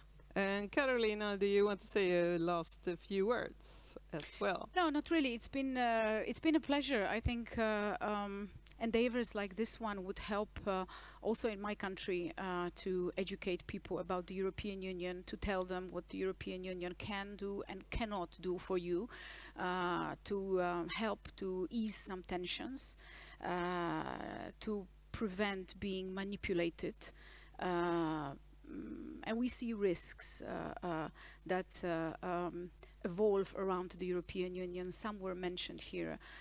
Climate change, that's a very complicated issue, and I'm very happy that this panel is already over, because if I was to dwell about climate change, that would have been a very interesting discussion.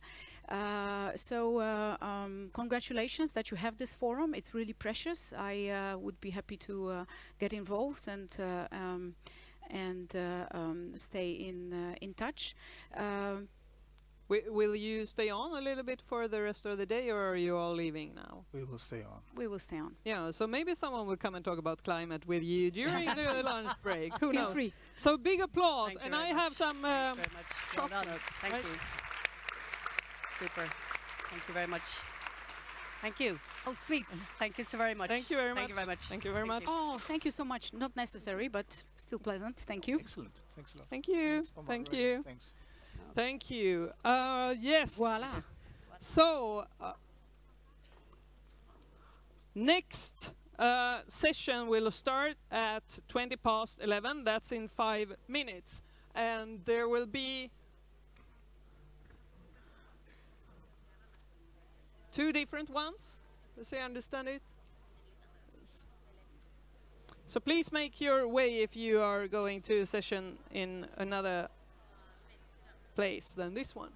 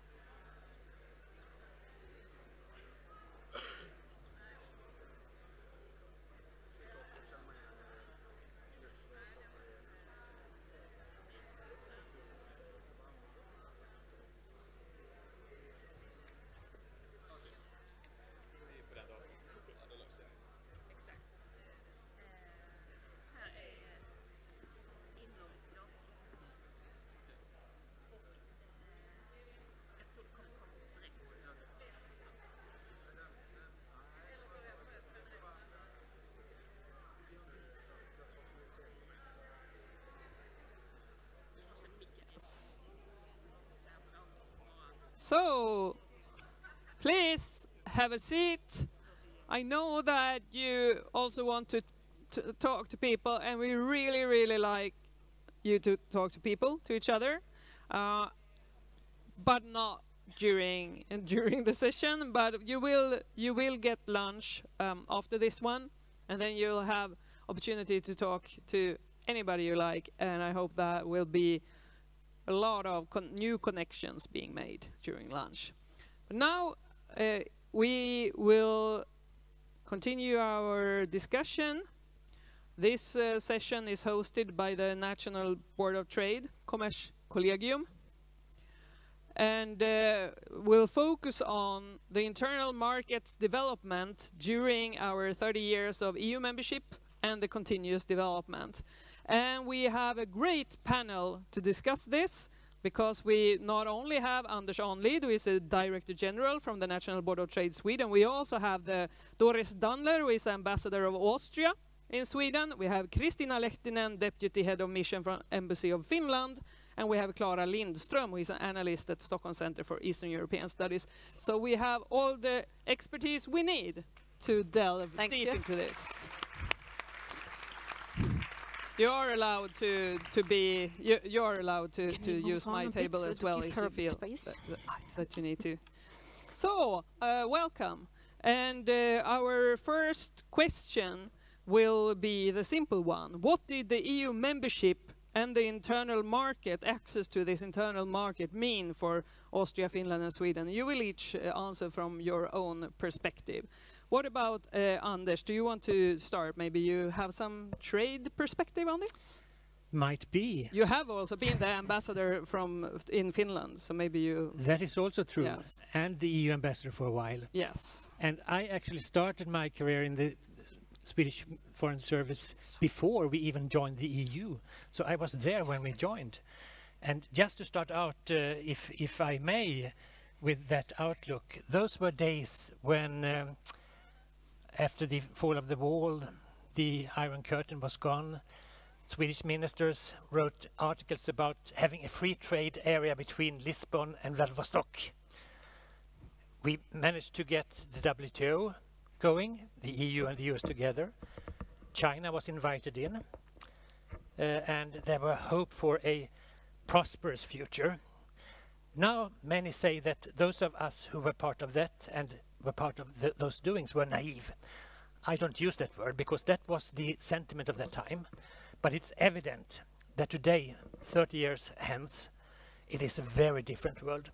And I think that's important for our discussion here when we look at how the EU and the EU internal market has served us and will serve us in the future, that we have a clear understanding what this new reality means when we not only have war on our continent and an United States that is no longer willing to trade on terms that we used to see being there, and an authoritarian China. So this puts us in our European Union in a very different context than before. And if we can have a lot of figures looking at how the EU internal market has served us, and looking at the fact that it has maybe improved European gross domestic product between 3 to 9%, depending on how you count per year. How we've had about more than between 50 and 60 million jobs being created by the internal market, and in Sweden 700,000 jobs. How we've seen that the Swedish economy reaps benefits from the internal market, 300 billion per year. It has been calculated that are 7 times the fee that we pay to the union. All these figures of course show that the internal market union has served us very well and has kept us in a good position. The EU is the second largest economy in the world. 17% of trading goods and services come from the EU. China and the US is below. We have a strong position. But it still, I think, remains to be seen to what extent our European Union can handle this new situation in order to do what we now should do so forcefully, act on the parameters where we can act without having taken into account what others do. And that is precisely what we could do in the internal market, and I will come back to that, what needs to be done. Yes, we will move to the future soon, so we won't stay in the past for too long. But we do want to hear the perspective from Finland as well, Kristina.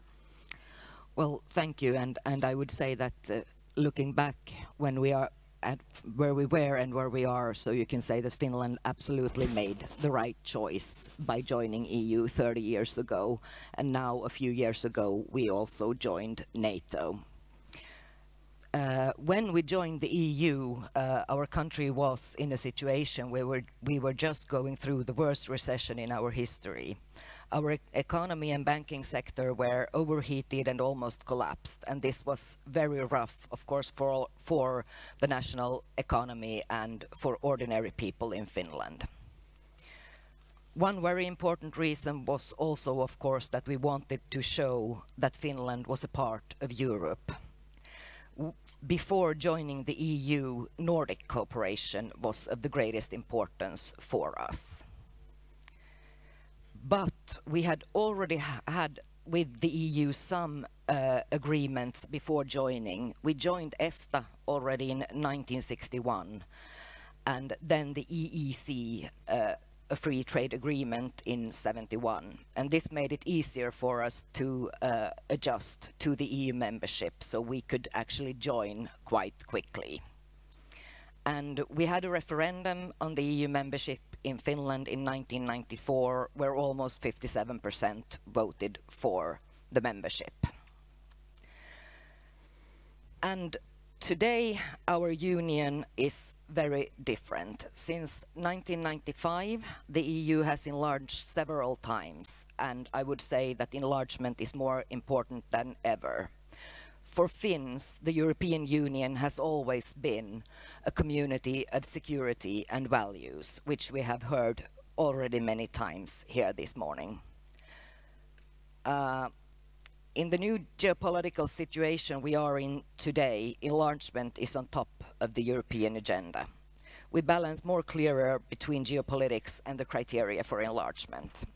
And I want to raise this issue already here because we see it very important that the EU continue to have a positive stand against the enlargement, which Finland has, based on the criteria and merits of the candidate countries. We strongly support the enlargement and the membership of Ukraine, Moldova, and also the Western Balkans countries. We see that every country should have the possibility to go forward according to its own merits.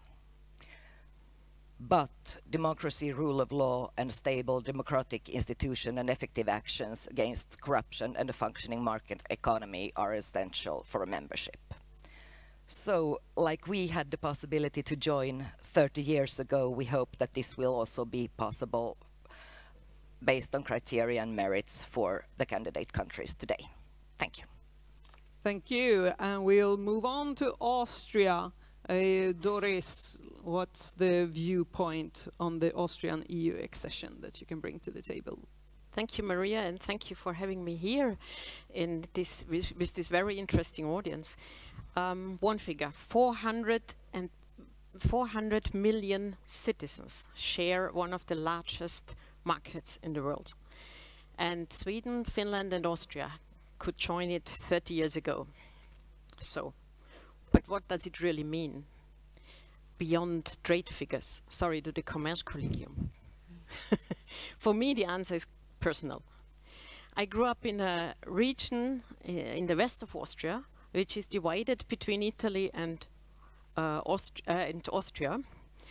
And when I was a child, this border was a real one, with border guards, with police checking passports, opening booths. To cross the border into Italy was not just a nice trip, it was an effort. And then came the Schengen treaties, and the border quietly disappeared. And today you barely notice when you move on from Austria to Italy, except the coffee is better in Italy. But so This is European integration in action.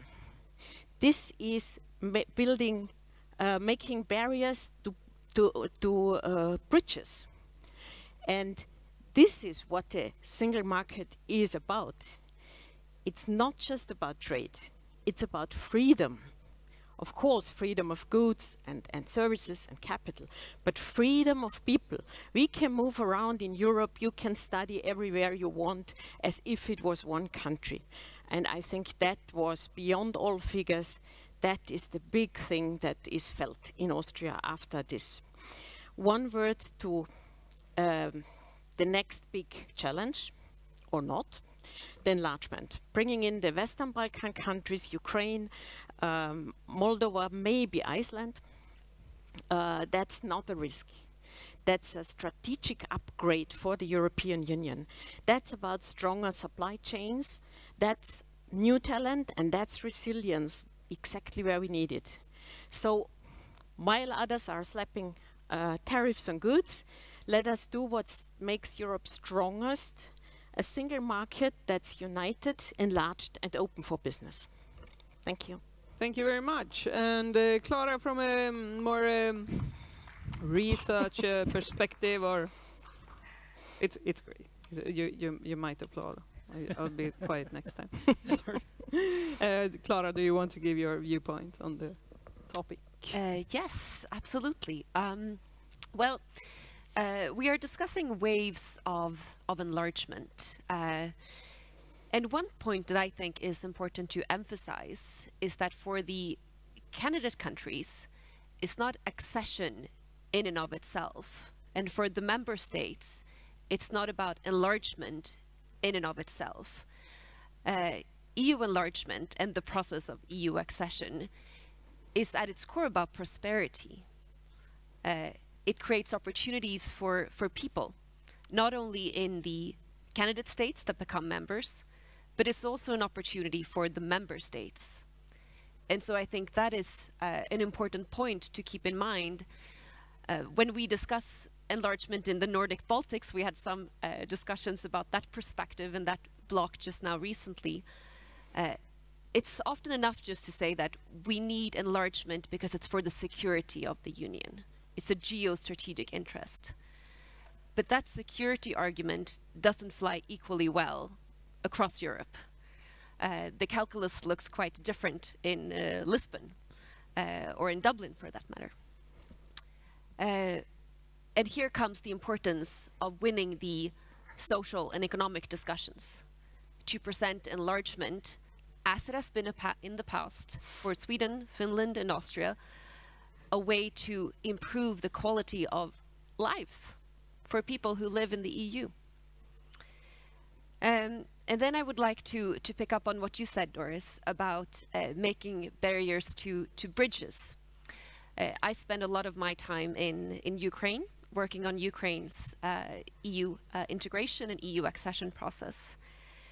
And I was recently in Zakarpattia, a region in western Ukraine. And there I had a discussion with one of the stakeholders working at a Bureau for European Integration. And she told me that, Clara, we are not joining the EU, we are coming back to Europe. Because this is such a European hub. It's an example of how different languages and different cultures are mixing together. So in a way, EU enlargement and the things that we are discussing and that many of you might write on and study or work on, it also touches upon deeper questions about what Europe is and our identity.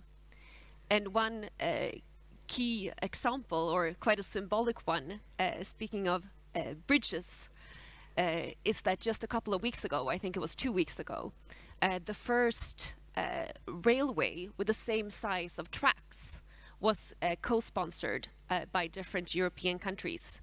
Before, when you travel by train to Ukraine, you have to stand for a very long time because you have to change the size of the tracks for the carriages. It takes a lot of time, both for personal travel, but of course for goods being transported. So just now that we are ensuring that we have the same size of rail, between Ukraine and the EU, and that will be created at more points. That's one of the signs of seeing that European enlargement, European integration, that is already happening for Ukraine and Moldova.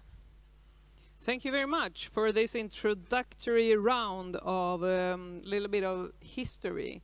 Let's now move to today, like the situation where we are. Several people have mentioned enlargement. We know there is a huge economic potential in enlargement, at least for those countries who join. But it isn't as easy as it sounds. I mean, everyone says, not everyone, but a lot of people here in the Nordics at least say they are positive about the enlargement. But what reforms, Anders, would you want to see in the internal market to be able to take in more members?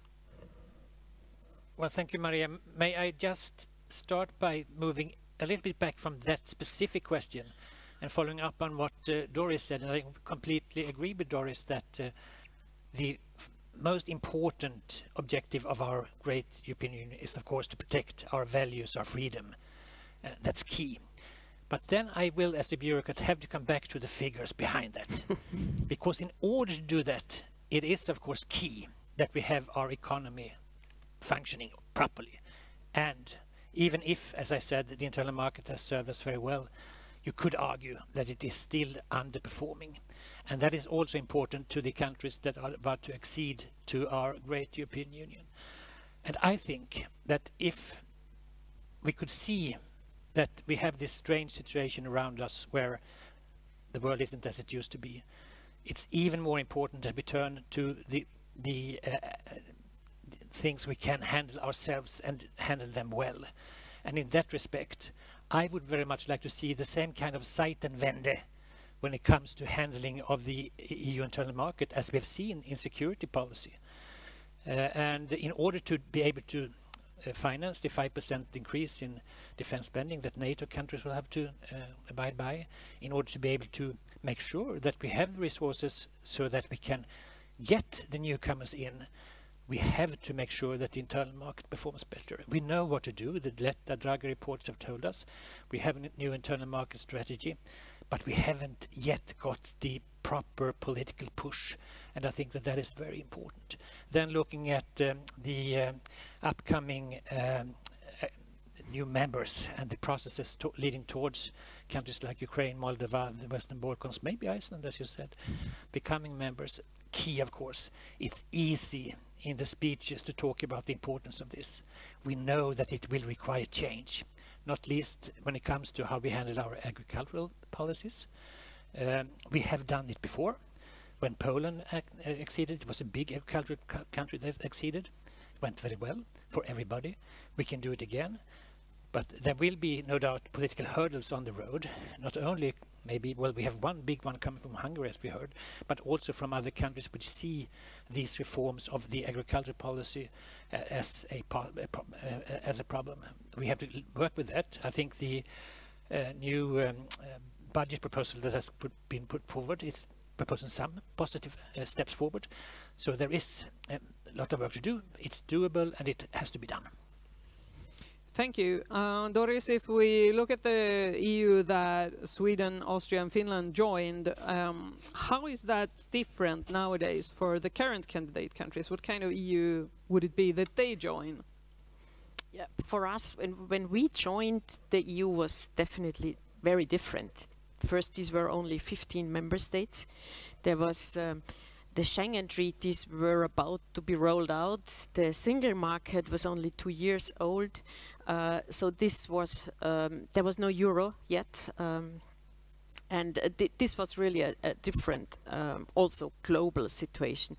The countries now join a very complex EU with, of course, 27 member states, but also a functioning Eurozone, the Schengen area, shared rules on climate, on digital, you name it.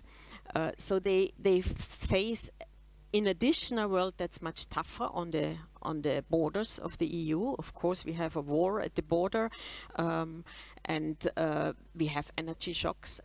So that's a difficult situation. But we need to bring them in also for strategic reasons. As it was said, it is of course about the globe geopolitics and security, but it's also about European stability, the supply chain stability, and it builds resilience, grows our workforce. So it comes with challenges, as you said. We need to work on decision-making processes in the EU. We need to find ways how the EU can stay efficient and effective with 30 or more member states. But if we do it well, we will succeed in that, and it will at the end strengthen the EU. But of course it asks a lot from the countries who come in now. Thank you. Christina, I was thinking, what kind of EU does that mean that we'll have in the future? Like more than 30 member states EU might need to reform, those countries might need to reform. Can you give us a picture where, in your view, what will this look like when we're done? Well, first let me say that what Anders and Doris here said, that the EU has the capability to change, which we can see. What we joined 30 years ago is not the EU we have today. So there I would like to take a kind of a positive stance on that the EU has the capability to change when it's needed. And what's needed for the future, I would say that we would need to have a globally strong and functional union that enhances its member states and citizens' security, well-being and financial advantages. And as I already said earlier, for Finns, the EU has always been about peace and security and values. And today these issues are even more important in Europe. We have war back to Europe. So security is one very important issue for EU. It will be that now and for a long time in the future. We don't know what the European security structure will look like a little ahead. And then, as I already said before, we need to have a union that can absorb new member states, and as already also was said here, the union need to change to be able to have new member states. Thank you. Thank you, Clara. Do you believe that first, can EU handle that? The other thing, will it make EU a stronger actor on the international arena? Well, to pick up on what you said, Christina, the EU has the capacity to change when needed. So I think that's two important words to add there. Having the capacity is one thing, having the political will to actually do it is another. But when you look back on the development of European cooperation, at least in my analysis, it doesn't always come out so much out of a desire to do more and to deepen the cooperation, but more a sense of, oh, there's no alternative than us coming together to do this.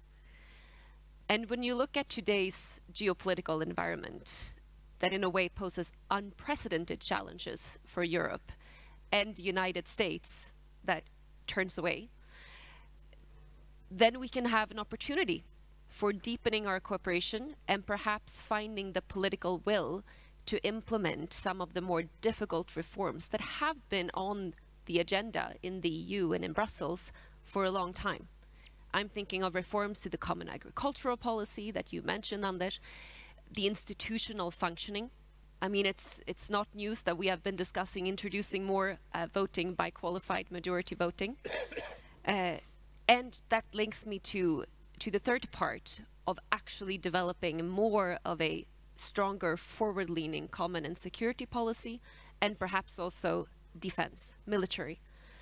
Because having Ukraine as an EU member state without being part of NATO, that poses new and in some ways uncomfortable questions for what an EU membership entails when it comes to collective defense. There are such writings in the treaties, Article 42.7, but what it says in words, it's something else from what it actually means in practice. And so to come back to the second part of your question, Maria, about whether this is in the interests of the EU, absolutely. I think we can't afford not to enlarge. So uncomfortable questions. It sounds when I listen to you that you all agree more or less, but what do you disagree on? Anders, Doris, Kristina? Is there something that you disagree on when it comes to these enlargement priorities, for example? Maybe there is a bit of a difference in perspectives, not a disagreement, but for Austria, we look at the enlargement, we look geography is important. We look at our neighborhood. So stability at the Western Balkans means a security at home. So therefore, we have, of course, a stronger focus on the Western Balkans and on the enlargement with them. And it's not an altruistic reason as well. It's about trade, it's about investments. Our banks are there, our insurance companies are there. So this is a very important market for us, and we want to anchor these countries in the EU. And as far as I understand, in Sweden and in the Nordics, it's about security. It's of course about deterring Russia, looking into Ukraine and Moldova as important stability factors in the eastern flank, bringing them into the EU.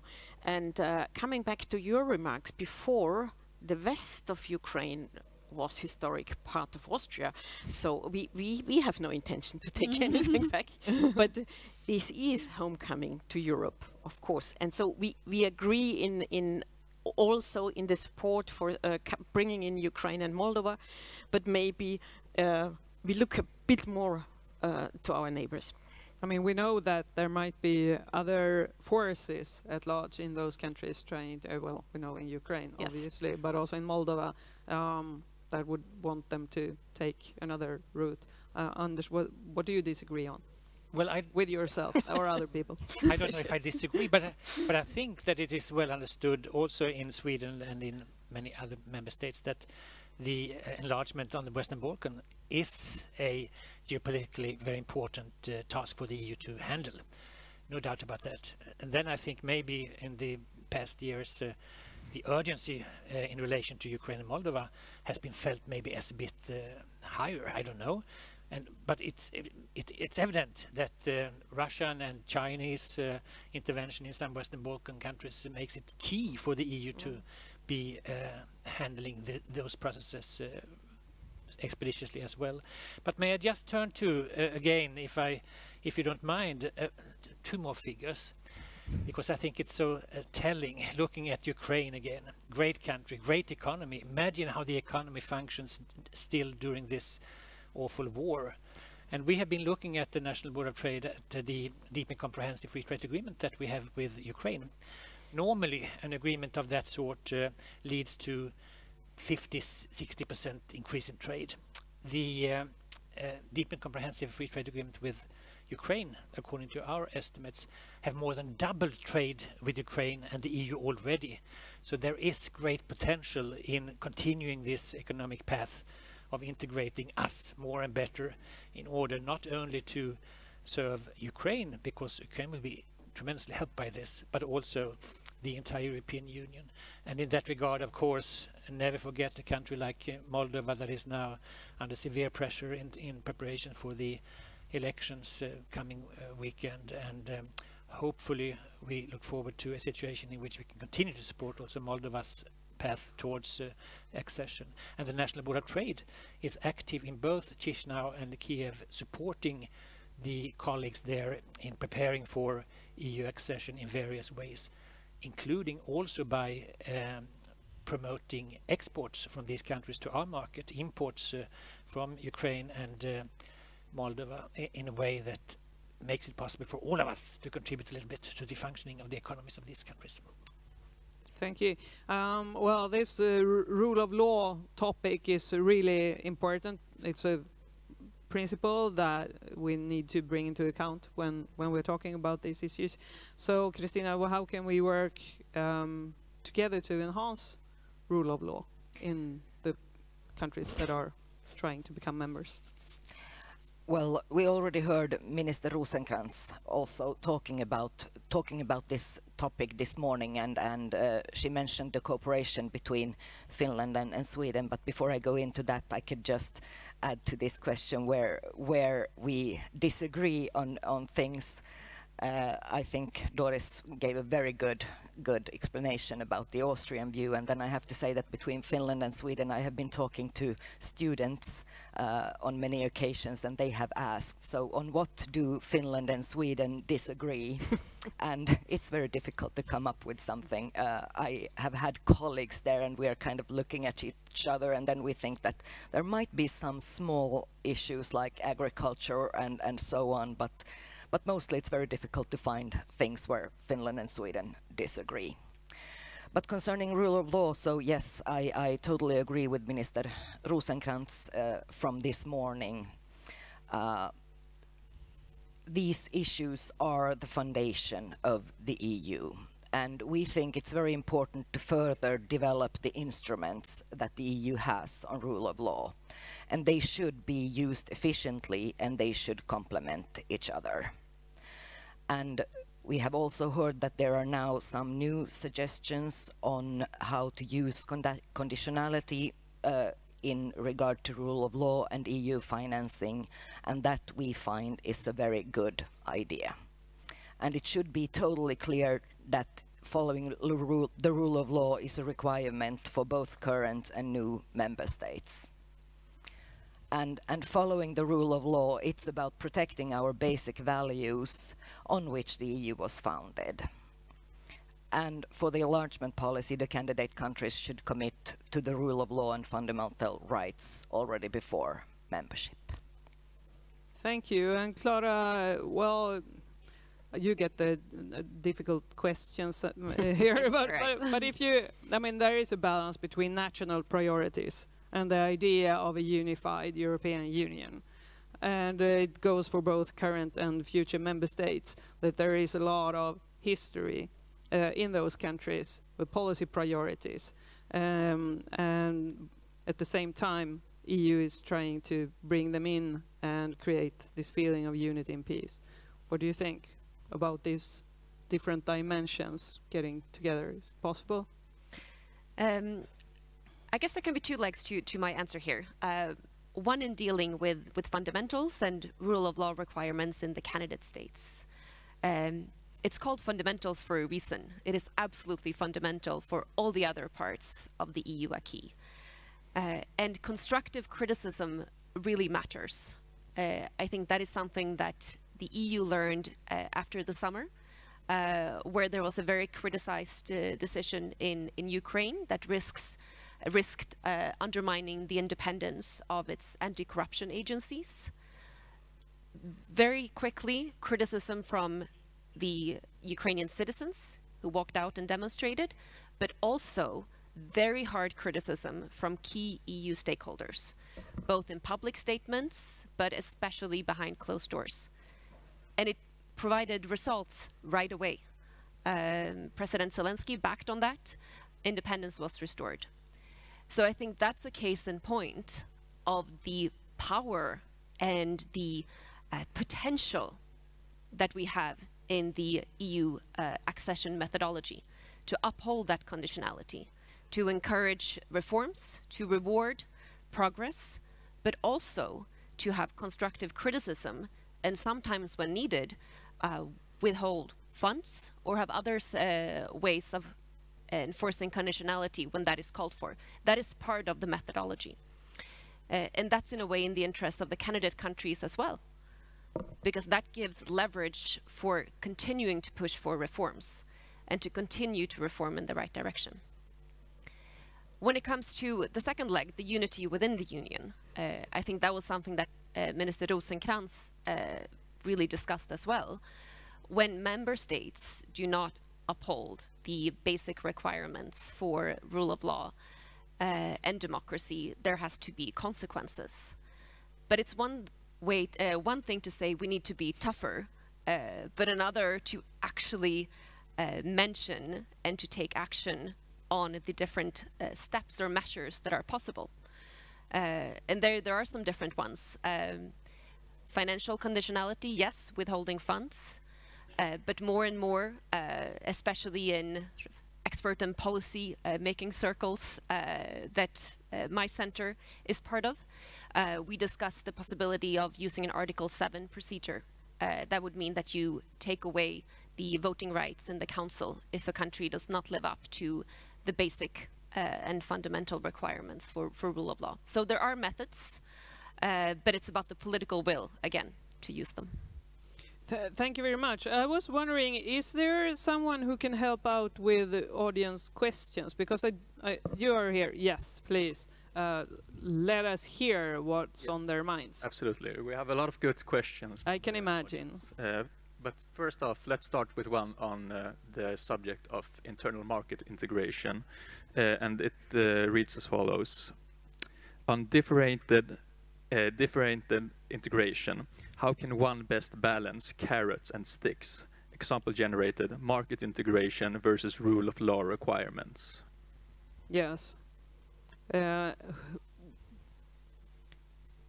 won't give you, all the four of you, a possibility to answer, so maybe one or two persons. So if you feel eager, let me know. I feel eager. Yes, Clara. I think differentiated or gradual integration is a very important concept that is already used in practice. It's a reality that the path to reforms can be thorny, and just applying the acquis, I mean, that in a way also takes time. And so to have concrete results in the accession process is really key to uphold political will in the candidate states. And I think we have some examples that we see already. I work mostly on Ukraine, but there we see Horizon projects, Erasmus Plus, to just have mobility and opportunities for young people, which really makes a difference on the ground. The projects for connectivity that I mentioned.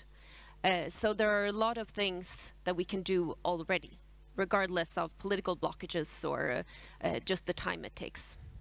Mm-hmm. Because I worry sometimes that, you know, some other actors around the world, they will come and, you know, bring a lot of carrots, and the EU will only come with the sticks. So that might, as you say, affect the political will in the candidate states. Anders, what's your view on this? Just briefly, I think we have to look at carrots and sticks internally as well, because I, for one, would like to see the Commission much more forceful in terms of making sure that the rules that are already there are followed. We know that if the rules for free movement of goods and services would be followed completely by all member states, we would have GDP per year that would be 3 to 5% higher than presently.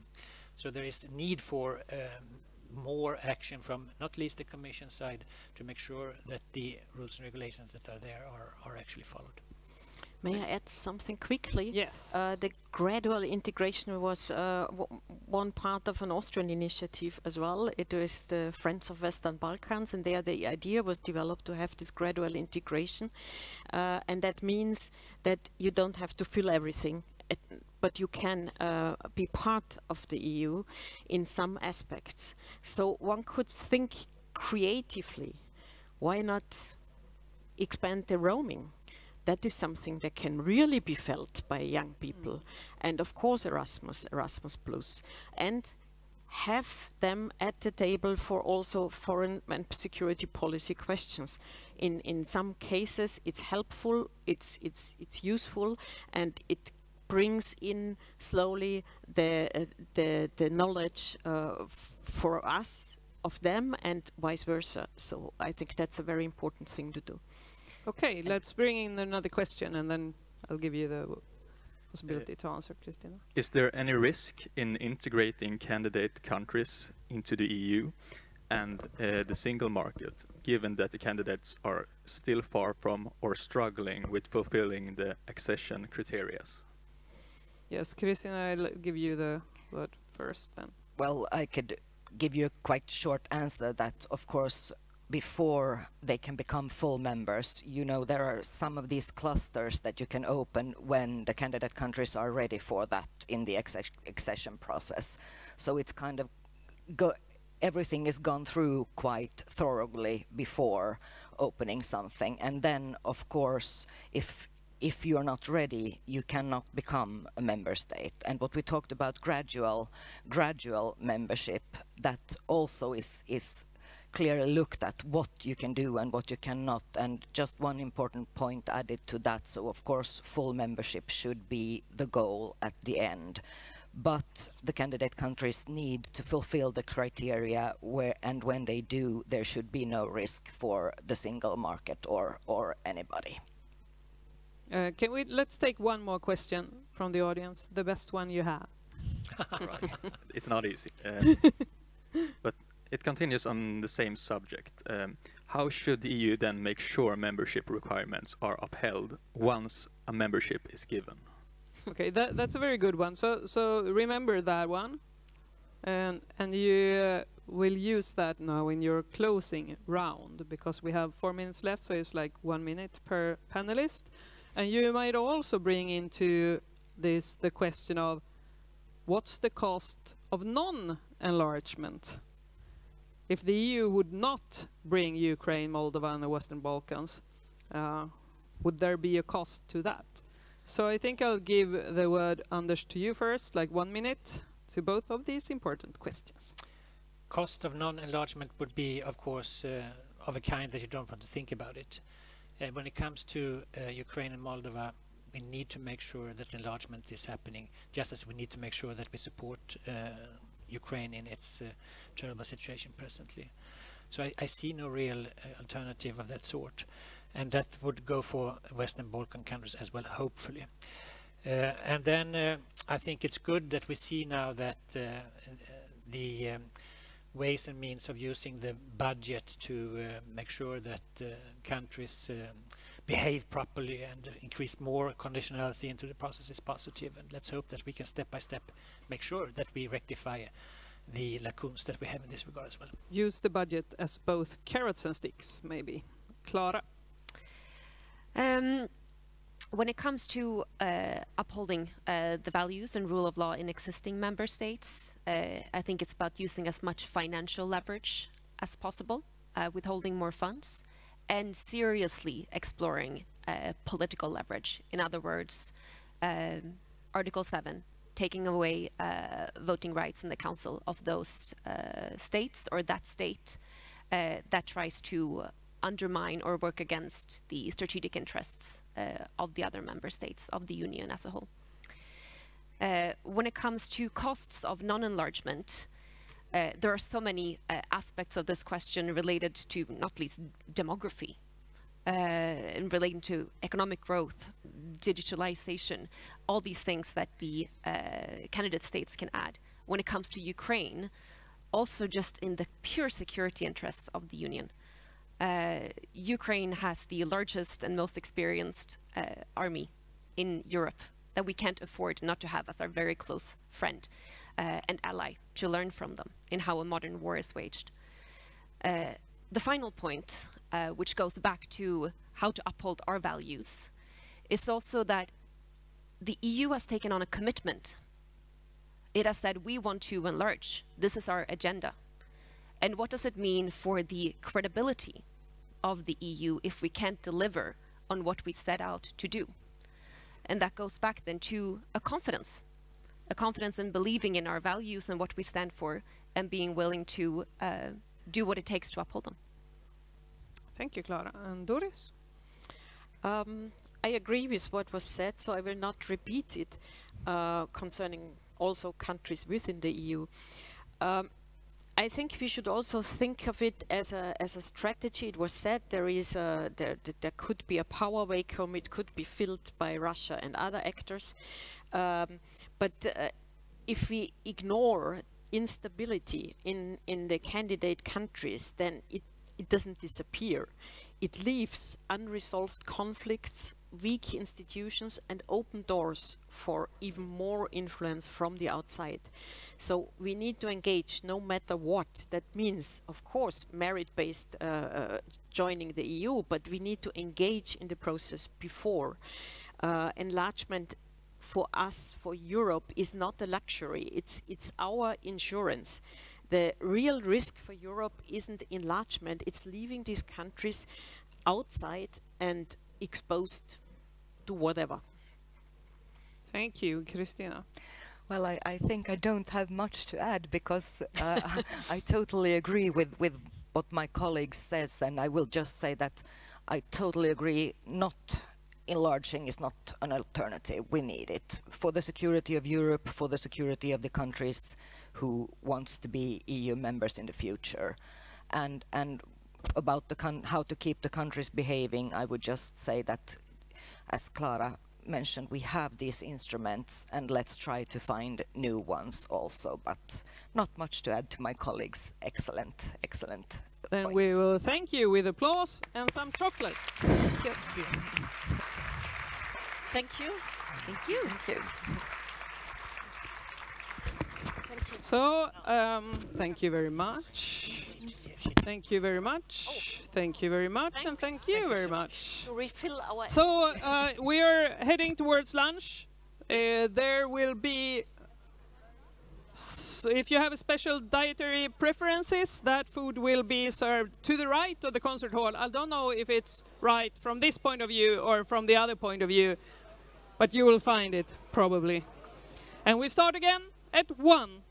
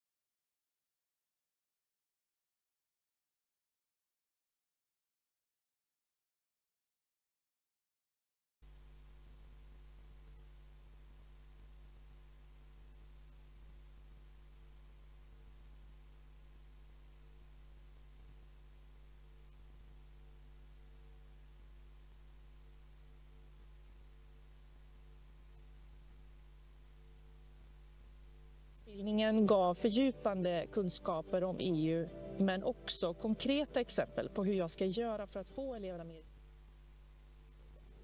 Jag vill väcka elevernas intresse för EU och förklara för dem vad vi får ut av medlemskapet. EU-samarbetet ger oss fantastiska möjligheter, från spännande praktikplatser i Bryssel eller på andra ställen i Europa, till fria tågresor med Discover EU, till utbildningar på Europas bästa universitet. Men viktigast av allt, EU står för frihet. Att tycka och tänka fritt och röra sig hur man vill. Så har det inte alltid varit i Europa.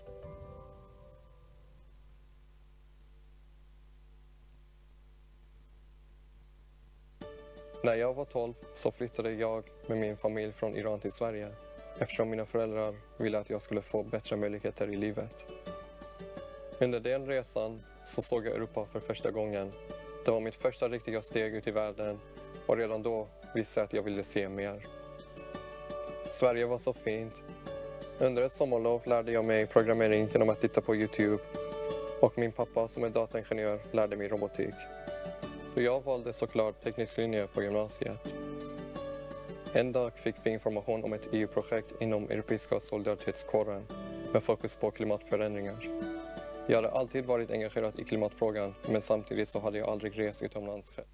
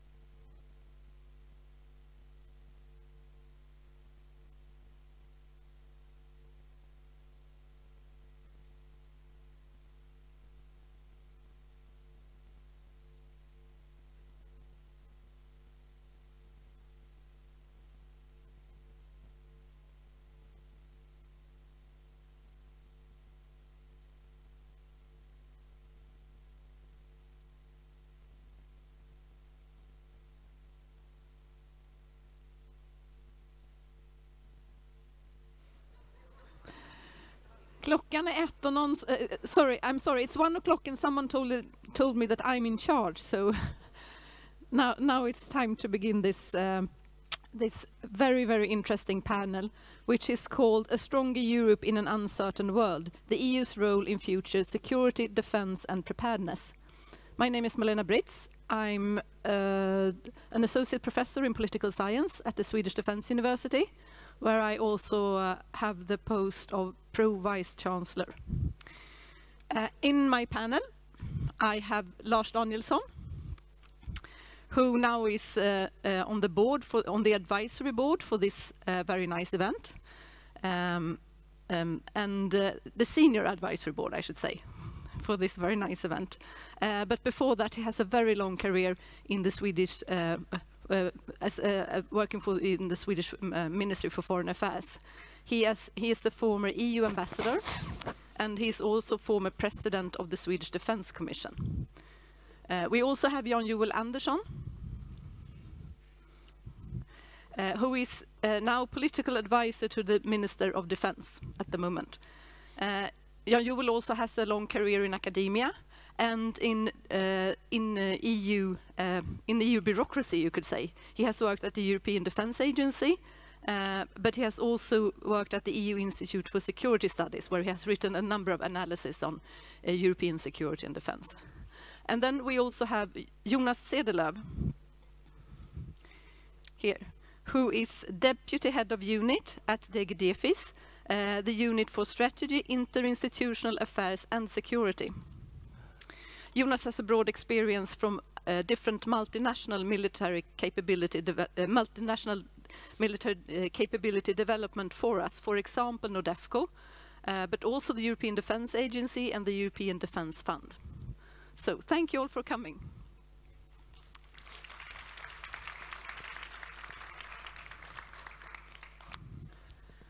As we can see today, Russia's war of aggression against Ukraine, rising global tensions and hybrid threats against critical infrastructure. You can see some of the results from that yesterday in the airports of Copenhagen and Oslo, but also cyber attacks against airports, for example. All these trends have rapidly reshaped the EU's security and defence agenda. So we have a very important question here today to discuss: how EU can strengthen its collective ability to respond to complex threats. How can it do that while respecting national sovereignty at the same time? This is a delicate dilemma. I'm a political scientist, and at the heart of political science are issues of how politics is made, how democracy works, and the role of the state. Should it be big? Should we have large states, or should we have small states? And what are actually the core competences of the state? And what I find really, really interesting when the EU starts doing things that are defense and security related is that all of a sudden, or very immediately, you come to these interesting borders for the role of the state. What should the state do? What is the role of the member states? What is the role of the EU? So you can't avoid those questions when you discuss the EU, how the EU works in security and defense. When it comes to the EU itself, there has a long time among scholars and students of the European Union been this idea that the EU is an economic giant, but a political dwarf. It seems that the developments in the last decade, you could say, have shown that this is something that has to change. But the question is, where do we start? So, my first question, which is one question that you will all answer respectively, one at a time, is from your perspective, because you have different perspectives, working from member states or for the Commission. What is the most urgent for the EU to deal with right now? And I think we will start with Lars, furthest away from me. Well, thank you very much. I think you have already in your introduction highlighted what is most urgent. I think there are two things. Well, you could in a way simplify things. We need to do everything better in order to be more, so to say, realistic as a global player. So that's the starting point. But we have tried to do that. You said we are starting now. I think we actually started a number of years ago, but it's quite clear, of course, that the Russian aggression against Ukraine has underlined the importance that we now, so to say, multiply our efforts in various fields, and we're doing that. But basically, I think we need to do two things. One is what you exactly pointed out. We need to find a reasonable balance between member states' sovereignty and what they want to do, and what we can do on a multilateral basis. I think so far we've been reasonably good at handling this balance. But having represented a member state, I think the most difficult discussions we had in the beginning, just after the attack from Russia, was that the Commission wanted to have more of European competence in various areas where member states basically thought that it was their thing to do. They were okay with coordination, but they were not so happy with decision-making capability inside the Commission. I think now we've adjusted that in a way which is reasonable, but I think this is a constant battle that we have to conduct. That's one element. The other element, which was more complicated earlier, it's easier now, is what should the European Union do? What should NATO do? And what should we do with those countries who are outside either NATO or the European Union? Also there, I think we've, of course, now we only have, 4 member states of the European Union who are not yet, maybe I should say, members of NATO. We have a number of important countries outside the European Union, such as UK, Norway, Iceland, that we want to be part of this.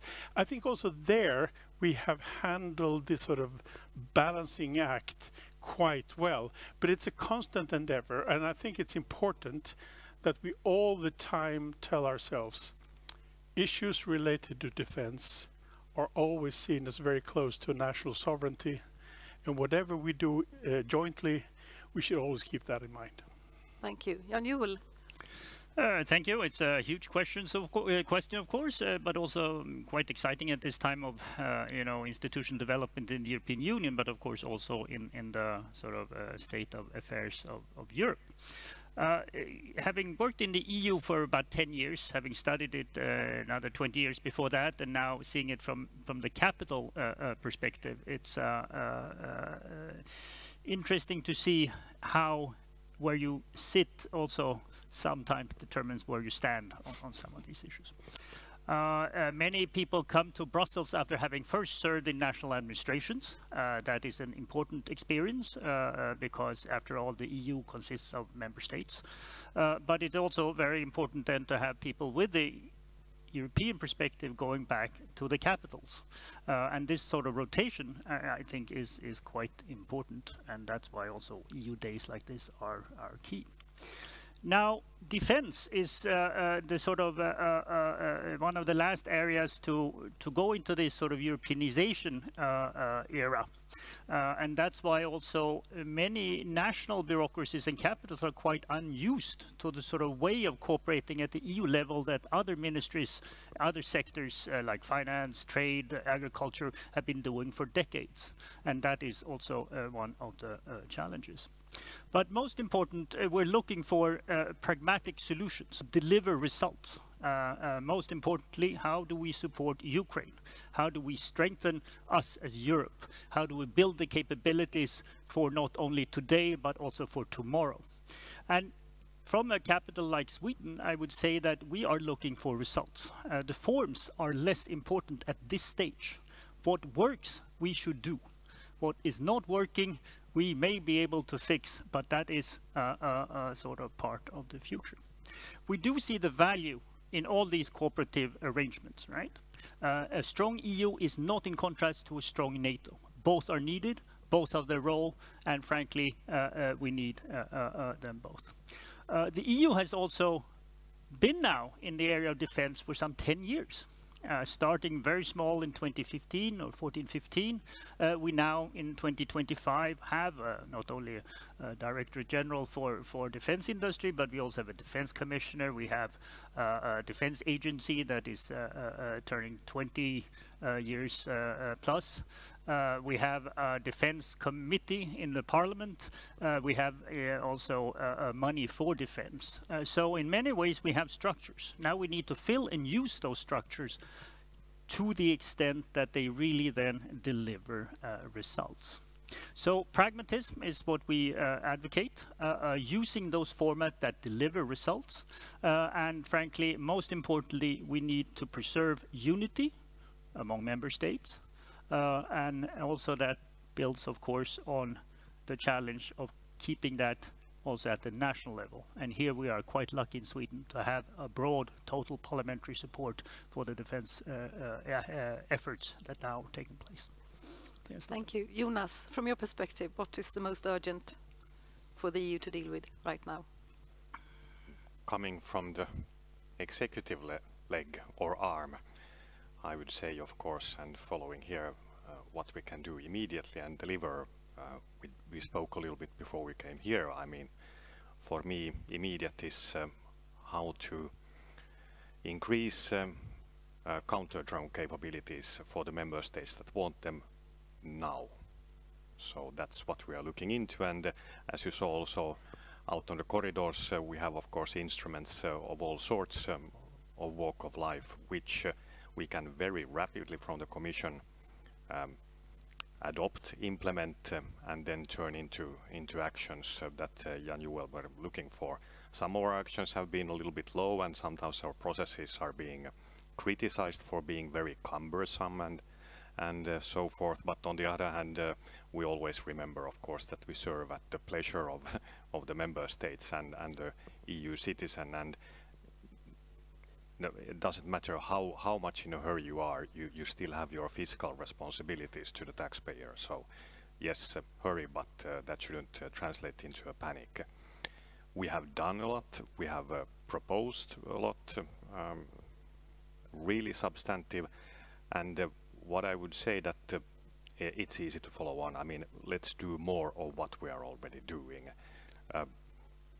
I'm not here to open up a discussion on the treaty, because that would not be for the Commission to open up. That's for someone else. We do as you choose to in the Council. But I do say that already what we do, simply by understanding it in a very Swedish manner, if you allow the expression, so in a total defense approach, we just need to continue on that path. The defense part, the hard defense part, has only recently stood up or risen up here in our work.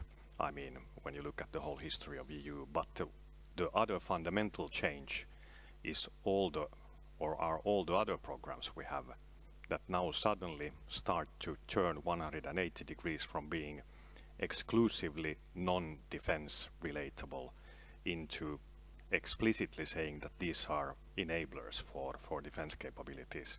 And this is of course something that NATO very much appreciates. So more of this, quicker and faster, and when we say quicker, we don't mean years, we mean, if not days, perhaps a number of weeks, but certainly within months. And this applies also for Ukraine support, obviously. Yes. Thank you. So you basically emphasize the role that the Commission has to support member states and when they rebuild their defense. Well, in this setting, this is the safe way to express oneself, because I'm not here to discuss on whether or not we should, well, not even change the treaties, but or the treaty, but to reinterpret what it already allows you in principle to do.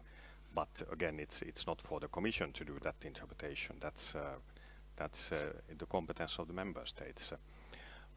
We could maybe refer to the report on military preparedness by former President Niinistö, where he kind of alluded towards that. But again, it was a report that was meant for a bigger audience, and I'm not the audience who would be reinterpreting. Having said that,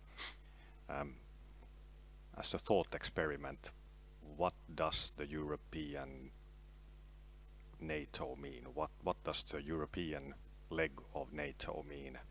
Who does and performs the enabling activities if we speak only of a European NATO? And I do agree that there's small thing to consider there if you look at UK also. So it's not only a question of what happens in the transatlantic relation, but indeed that's something for the member states maybe to think. What does it mean to have a European NATO?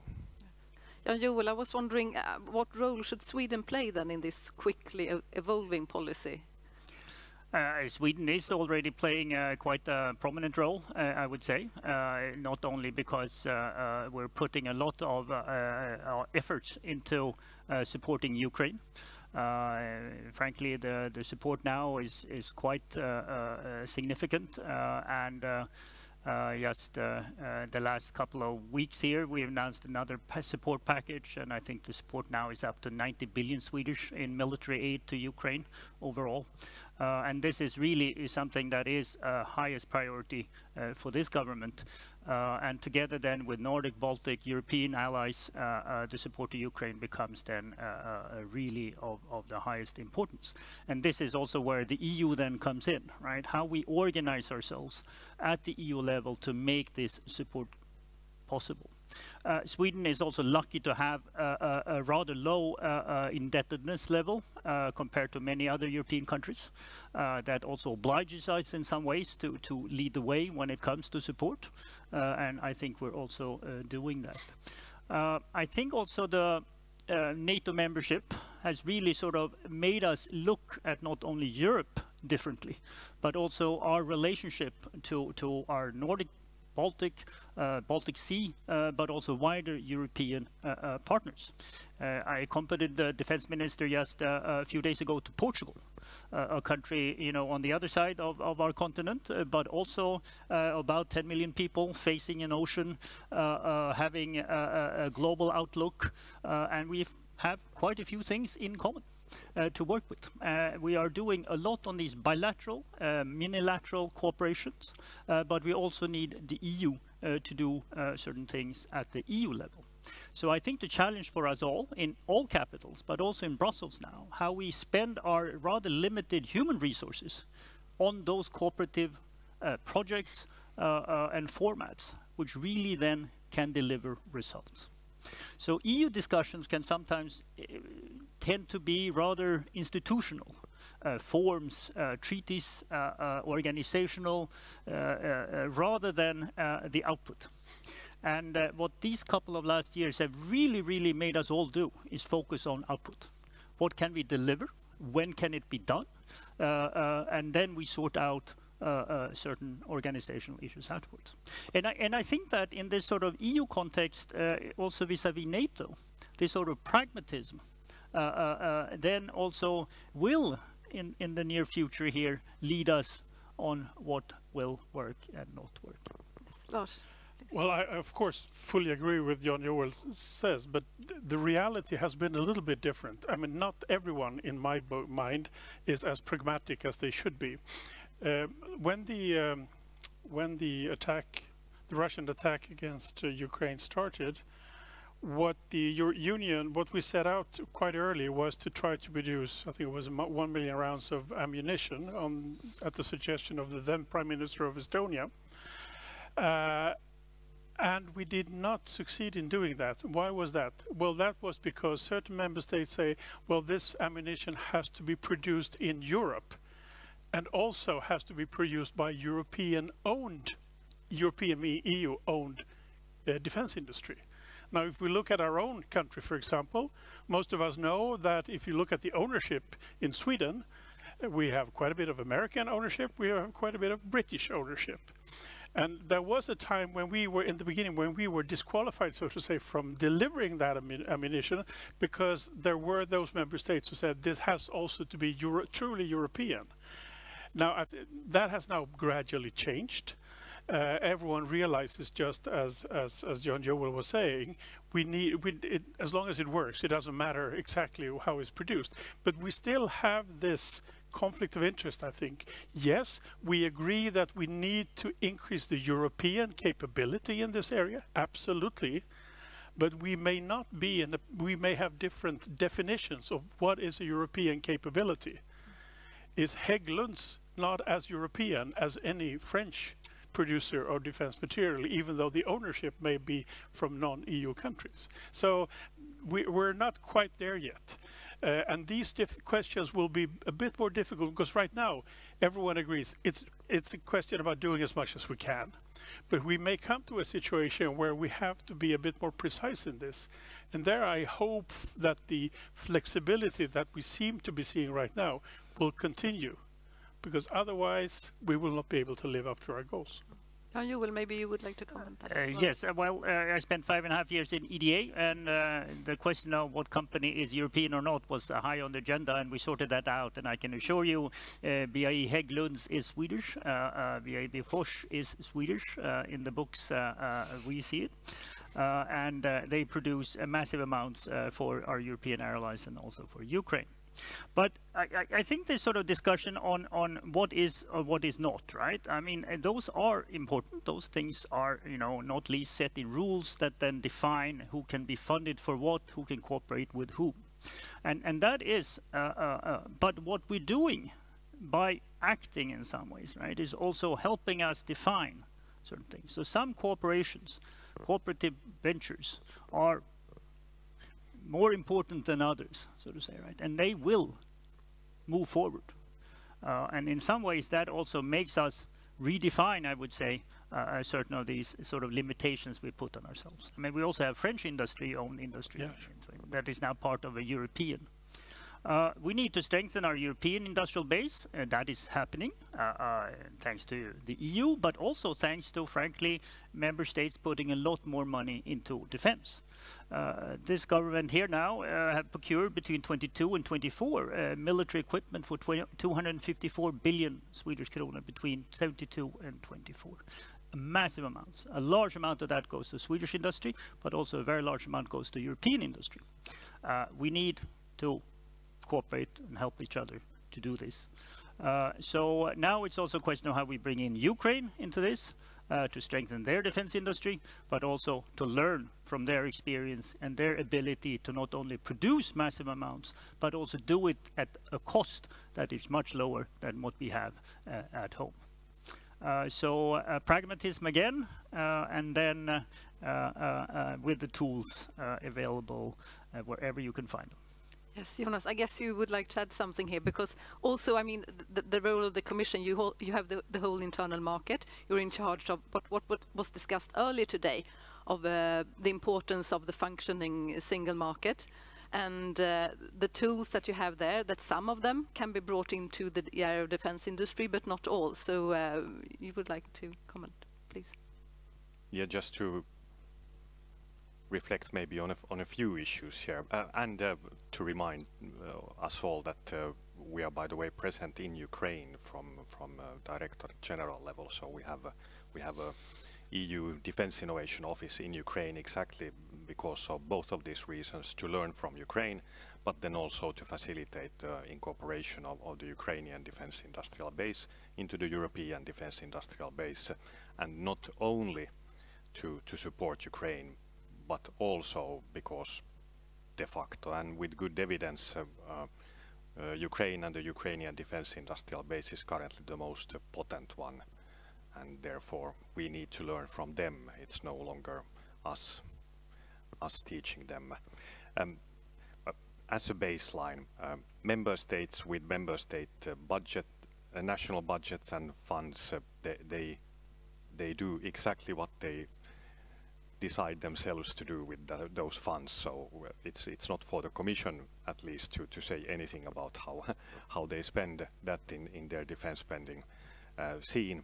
But then when we have the issue of having common funds, EU budget funds, there again the European taxpayer might appreciate the fact that then that part of our common resources that has to go back only to the EU entities. So it's true, there we have some issues and matters how we operate, and our dear friends Norwegians, you know very well that when they enter into our programs they come with a ticket themselves, so it's also that is very fair. Having said that, the Norwegians benefit greatly of being part of it. The defense industrial market, and Jan, you well would know much more about this, I mean,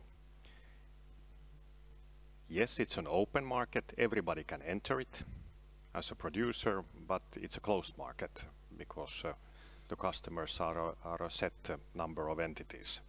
So it doesn't operate in the same way as other markets. It's a fact.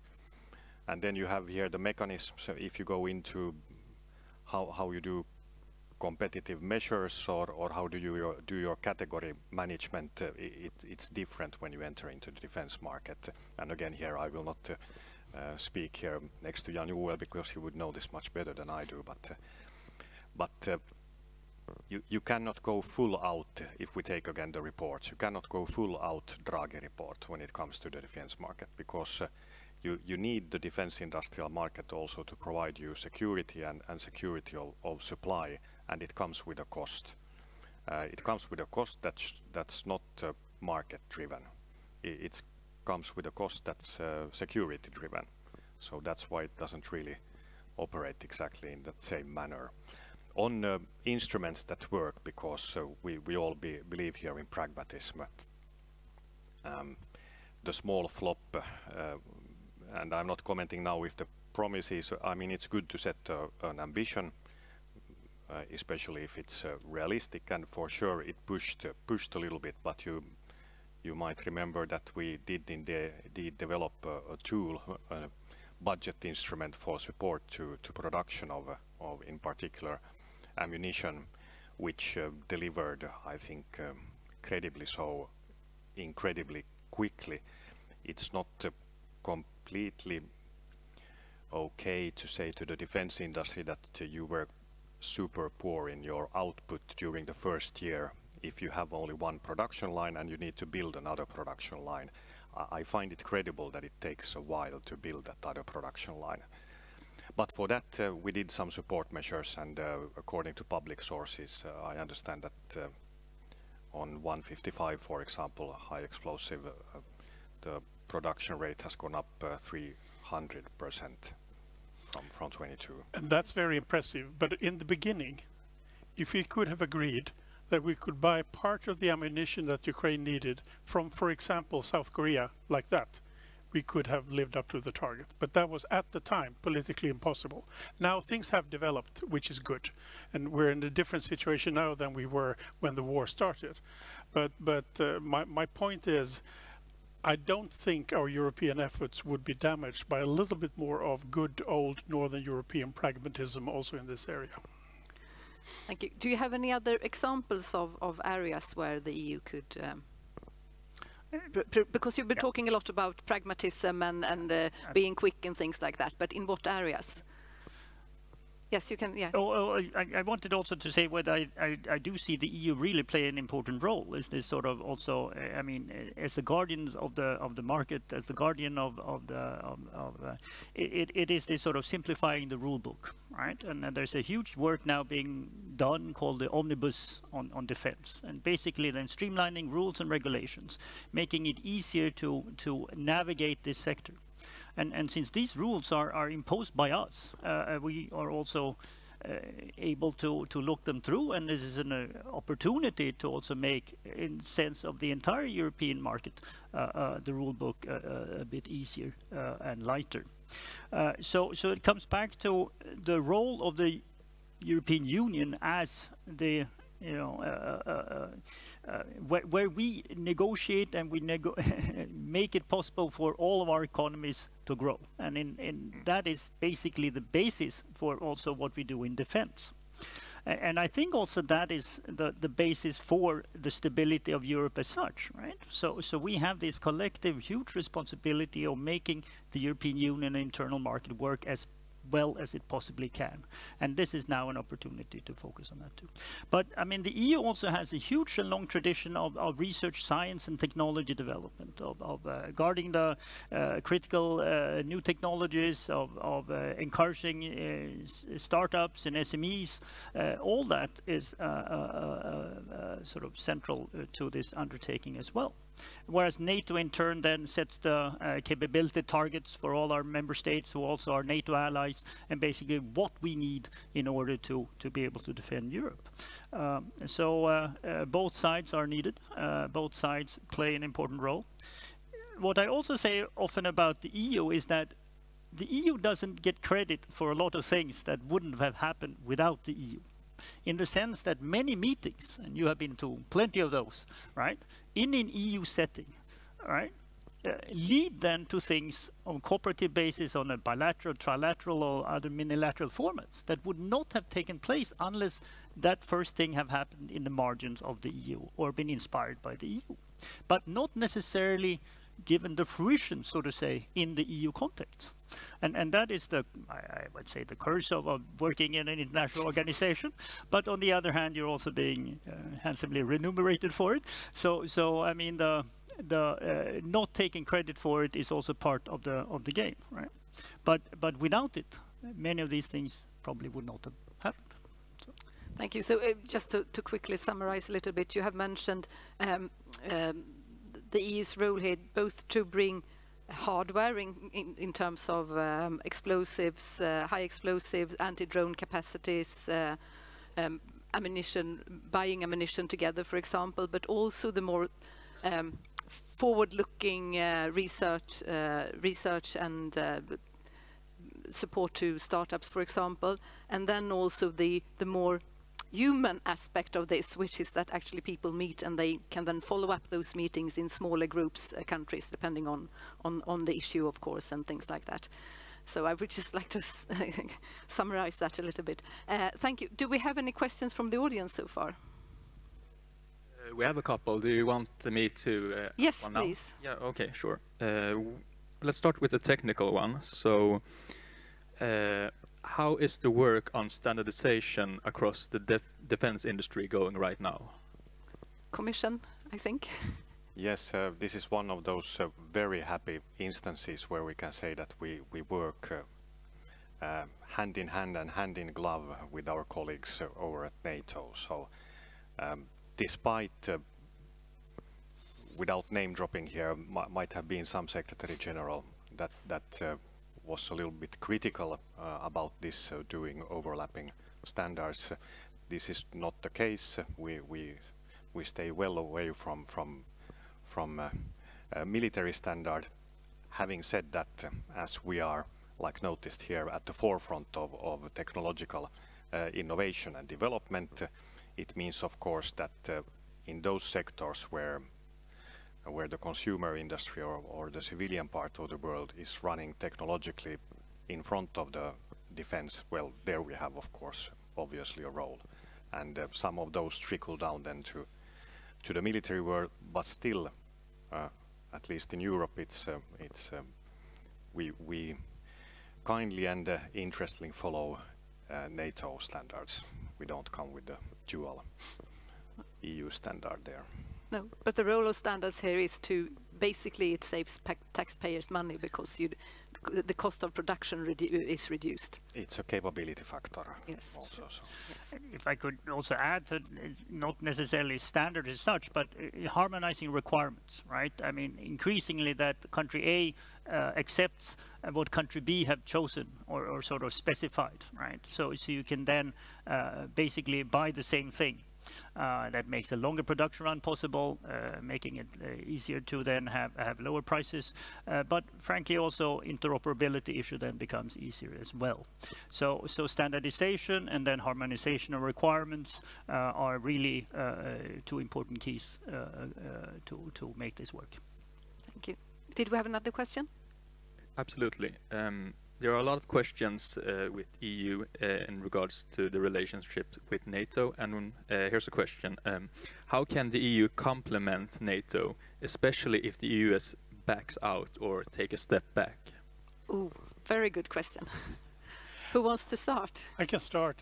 Yes. Well, I think we have witnessed for an extended period of time a very, very good cooperation between NATO and EU.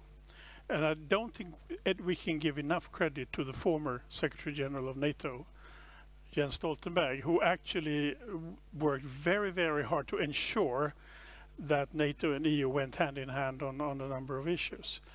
I think, and he did a great job. And also on the EU side, I think we really cooperated well. I mean, sometimes criticized former High Representative on this, in this particular area, I think Borrell did a relatively good job, but that's my personal comment. Now, I think the discussion in Brussels and in EU capitals has helped in the sense that right now, nobody is really advocating a position where the, so to say, operative responsibility of armed forces in Europe should be taken over by EU from NATO. I know that there may be other positions in the Commission on this issue, but basically this division of labor has been clearer now. Partly because, to be very frank, our French friends have toned down their rhetoric on this issue. You know, France, as those of us who are a bit older like I am, may even remember the Western European Union, where the whole notion was, of course, that at some point the EU should have its own operative defense capability. Now, given where we are, I think since that discussion has been toned down, it's been an easier cooperation between NATO and EU. Now, of course, things have become more complicated when Trump 2 started. That's very clear, because Trump 2 in this respect has so far been rather different from Trump 1. On Trump 1 we heard a lot of talk about reducing the American military presence in Europe. What actually happened during Trump 1 was that it increased. Not much, but still it increased. This time there seems to be, we don't know, because of the unpredictability of how this great friend of ours on the other side of the Atlantic is being managed right now, there may be a risk that we may see an American disengagement of some sort. I think the present situation is quite good also for Europe. That is that we are focusing the EU part on the defense industry and related issues, utilizing the capability of the European Union to also engage in other sectors than the hard defense, and we leave the operative capacity to NATO. Now, I agree, Jonas said very carefully, you said, well, nobody has really defined what the European leg of NATO is, and you're quite right, of course, but I think for the time being, it would be a mistake to try to take more of that operative capability over to the European Union, not least for cost reasons. It will cost an enormous amount of money. We don't have that money. We need to spend that in the defense area. We need to spend, in my mind, that money on other things. Jonas, did you have a comment as well? Yes, and I'm quite sure also there's a third comment coming here, but I mean, to tell it outright again, indeed, where our NATO colleagues come, it's no criticism, but it's a one-way street. When they look at Article 3 and what the allies do, they are fundamentally looking at what EU is providing in common programs. May it then be in space. I mean, we have 2 constellations up there, and the third one is coming, and the fourth one, if so is chosen by the member states, with I mean, extraordinary capabilities that really and truly serve for as a defense enablers also. Military mobility, energy supply, digital networks, on and on and on. And all these are things that fall completely into the Allies' responsibilities under Article 3. When it comes to the actionable items, I think that's a good way of saying it, that indeed NATO defines the aims, sometimes also the requirements, and NATO does the operation. In between there is a space where EU has a role when it comes to the purely military side of the coin. And then again, the question is, and absolutely no duplication. It would make no sense when we speak of such big systems. But the question again maybe would be that, okay, so if the US is not there and you still have an operational NATO, what does that mean? So is there a European NATO then that should do something?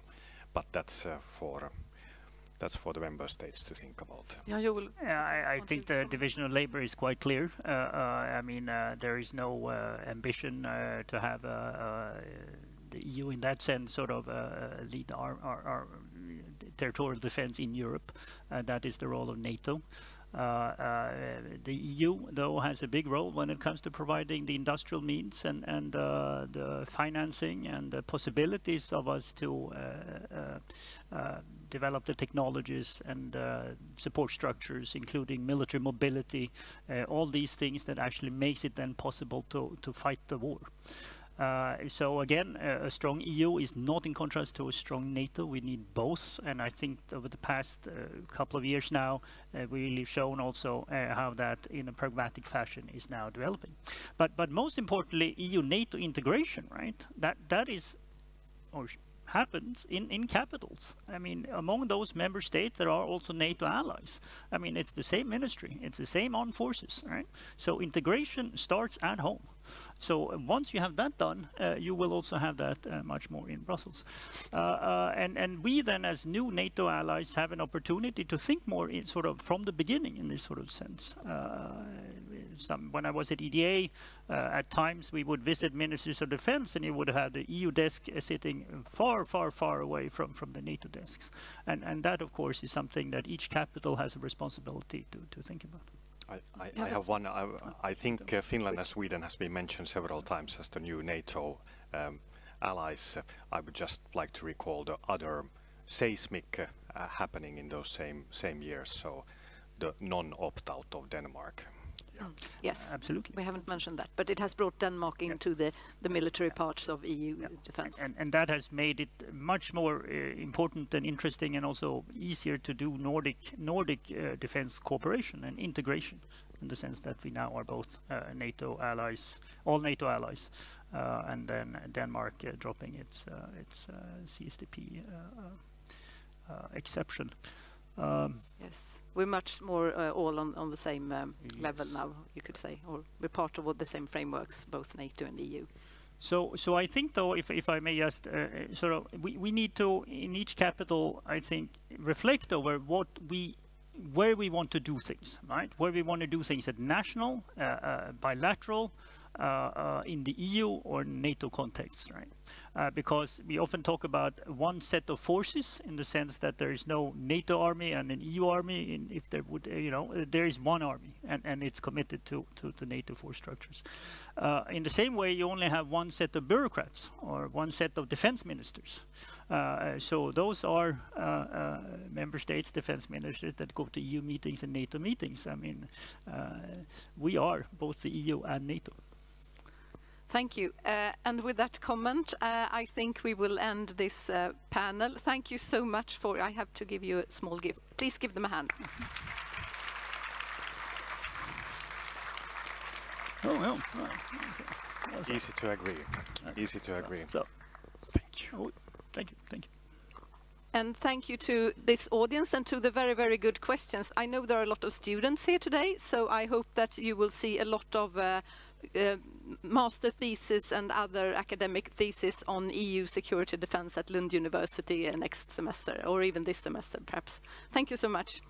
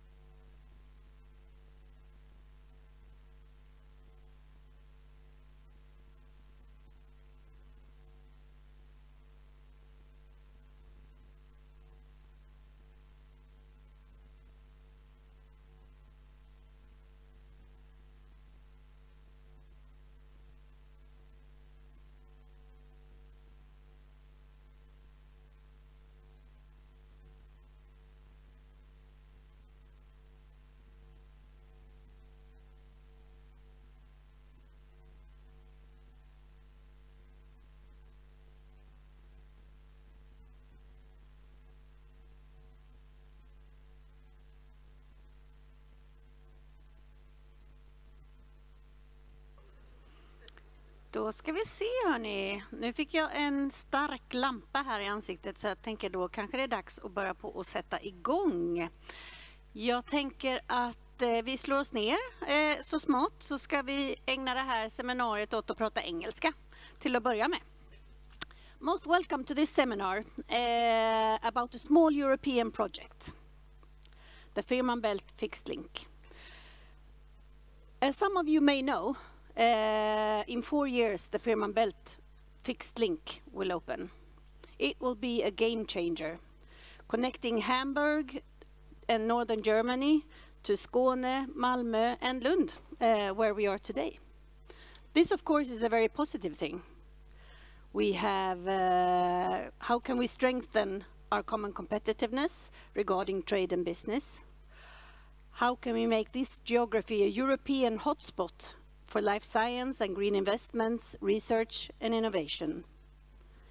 Is there anything that we would like to highlight when this massive European project comes into place? Are there things we want to address to the European or to the national level about or regarding how we can fully utilize this potential in these new cross-border regions? And of course, we have many, many more questions, but we'll try to sort out some of them here today, and I have an excellent panel to do this. My name is Karin Peters, and I work on a daily basis at Region Skåne, which is the regional authority here in the area. So this is, here's how it's going to work. We have 3 sessions in our workshop, so I will invite a bit by bit the panelists to join me here on stage. And I think if you have questions to the respective panelists, please save them and use Mentimeter, and I have Daniel here with me to collect the questions, and we will take them at the end of the seminar. But first, I think it's perhaps suitable to set the stage. What is the Fehmarn Belt Fixed Link? Well, the short answer is it's a tunnel. And when finished, it will be the world's longest immersed tunnel, 18 kilometers in total. What does that mean then? Well, it means that the tunnel will be constructed on land. It will be costed in 89 different segments on land. Takes about 9 weeks to cast every one of them. Then they will be sunk into the Fehmarn Strait and connected into a tunnel. And since the construction takes place on land, we can have a high degree of uniformity and quality, and that's very good, because the Fehmarn Belt Fixed Link we want to last for approximately 120 years. Would you believe it? This is actually a Swedish initiative. Some of you may shake your heads to say that no, this is a German-Danish project, but it actually started at the end of the 1990s when they built the fixed link across the Öresund waterway. Then we had a Swedish treaty in between Denmark and Sweden proposed that Denmark should inaugurate a study to see whether or not we should have a fixed link across the Fehmarn Belt as well. So in 2008, we had an agreement in between Denmark and Germany, and in 2020 all the obstacles were overridden and we started the construction of the tunnel. And here we are today. The tunnel is supposed to open in 2029, at least for road use, and perhaps a bit later when it comes to the trains. But in 2032, I think we will have everything in order. So why do we do this? Why do we go through all this hassle? Well, it's because the tunnel gives us a faster journey.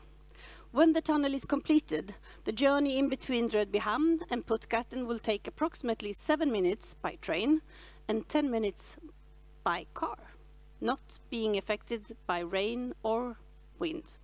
And this is saving approximately 1 hour in each direction compared to the ferry journey. The Fehmarn Belt also gives us a greener transport.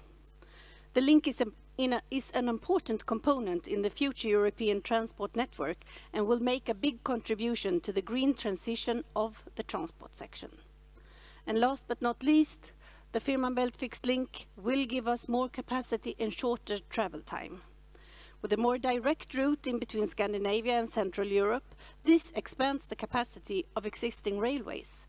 the journey time for train passengers will be cut from 5 to roughly 3 hours if you're taking the train from Lund to Hamburg. And all of this will be finished in 2029, they say. And before that, they will have used the amount of steel equivalent to 50 Eiffel Towers. And they will have spent 7,000 million euros. So that's a lot of money. And this is impressive. But what can we expect then, after we've spent all this time and money? Is it worth the hassle? Well, here today to talk about different perspectives, we have an excellent panel to help us with that. And first off, we have the growth and trade perspective, and I would like to invite on stage then Ellen Dahl and Thomas Becker. Please come up here and join me.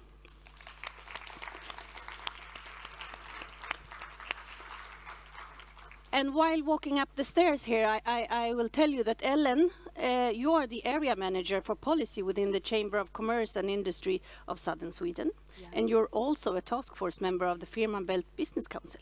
That's correct. I need a shorter title, I think.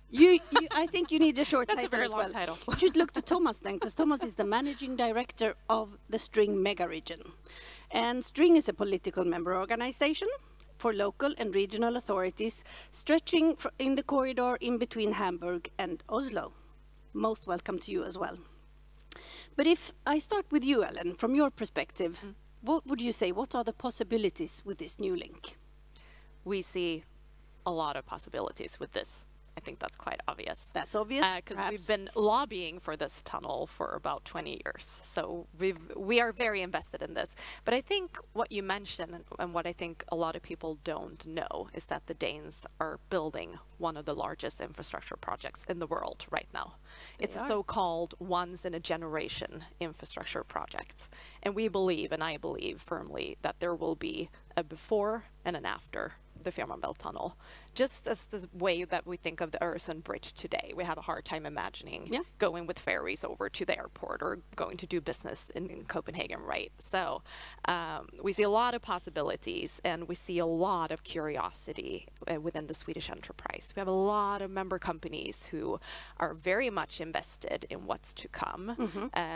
To only mention one example, we have Pågen, a very famous bakery in Sweden who make these really delicious cinnamon buns. And as of now, they can't deliver same-day fresh bread down to Hamburg. But after 2029, they can. They will be able to. So now they have invested in a very large, I think it's going to be one of Europe's biggest bakeries outside of Landskrona. So that's just one example from one of our member companies that are very curious in what's to come. Cool. Thomas, what do you think? What are the possibilities? Well, it will. Let's just dwell on what will it entail? It will the link will radically reduce the travel time. Secondly, it will, in my opinion, act as a productivity accelerator because of that logistical barrier taken away, and thirdly, I think it will lead to a market expansion. I mean, also relatively. There are other examples in Europe where you have created such infrastructure measures, and it has not only led to an, let's say, taken away barriers, it has also led to a relative higher investment degree. Okay. So the more the merrier. The more the merrier. Provided here it comes, that you treat it as one region and not 3 separate entities with 2 bottlenecks, namely the borders. Namely the borders and different rules and regulation. Correct. As well. Yes. Talking about obstacles, I know, Ellen, that you had a high-level seminar in the Swedish Riksdag, the Swedish Parliament, earlier this year. What were your main messages to the national level in Sweden? So we're a lobby organization, and we invite members of parliament every now and then to listen to seminars. And in May, we had one of them, and we invited them to shed a light on and to really get inspired by what the Danes are doing, basically.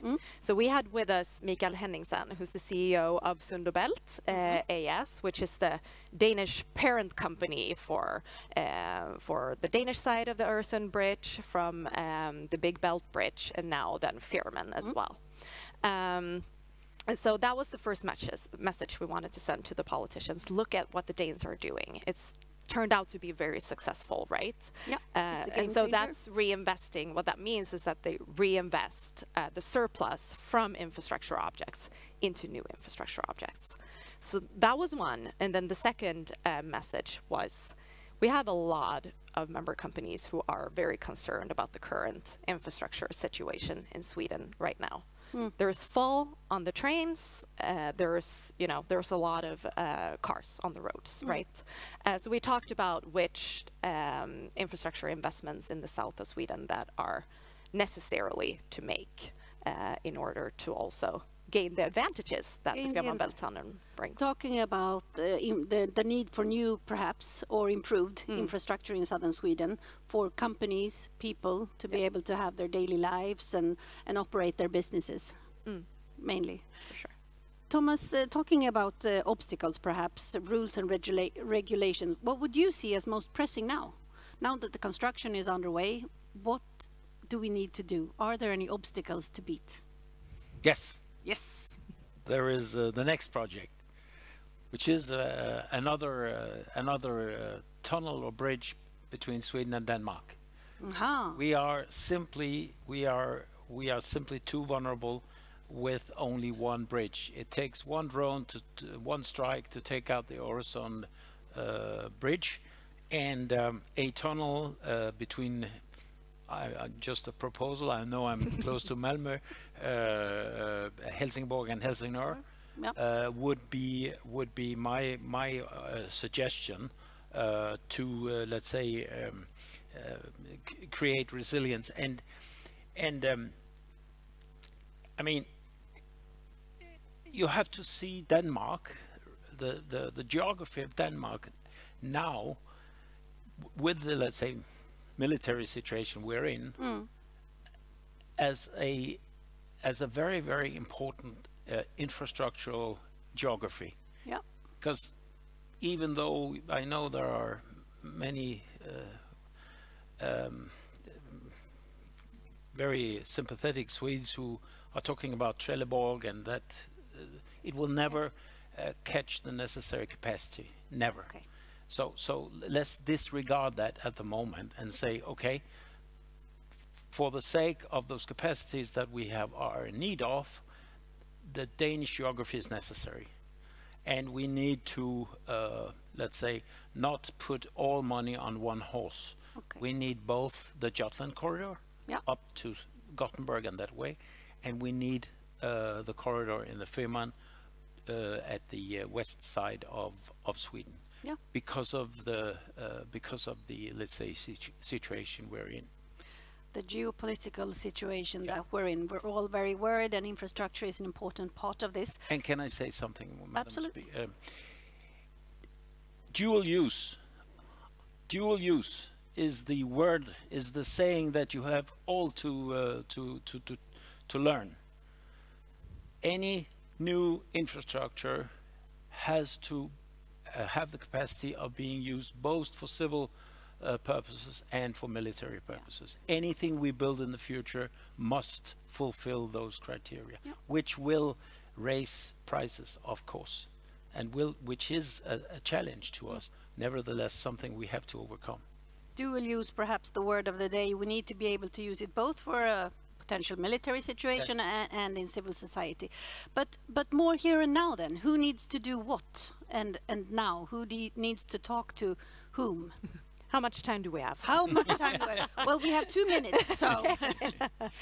I think a lot of the topics that we are raising are topics for national governments, right? It's not only Sweden, it's Denmark and Germany as well.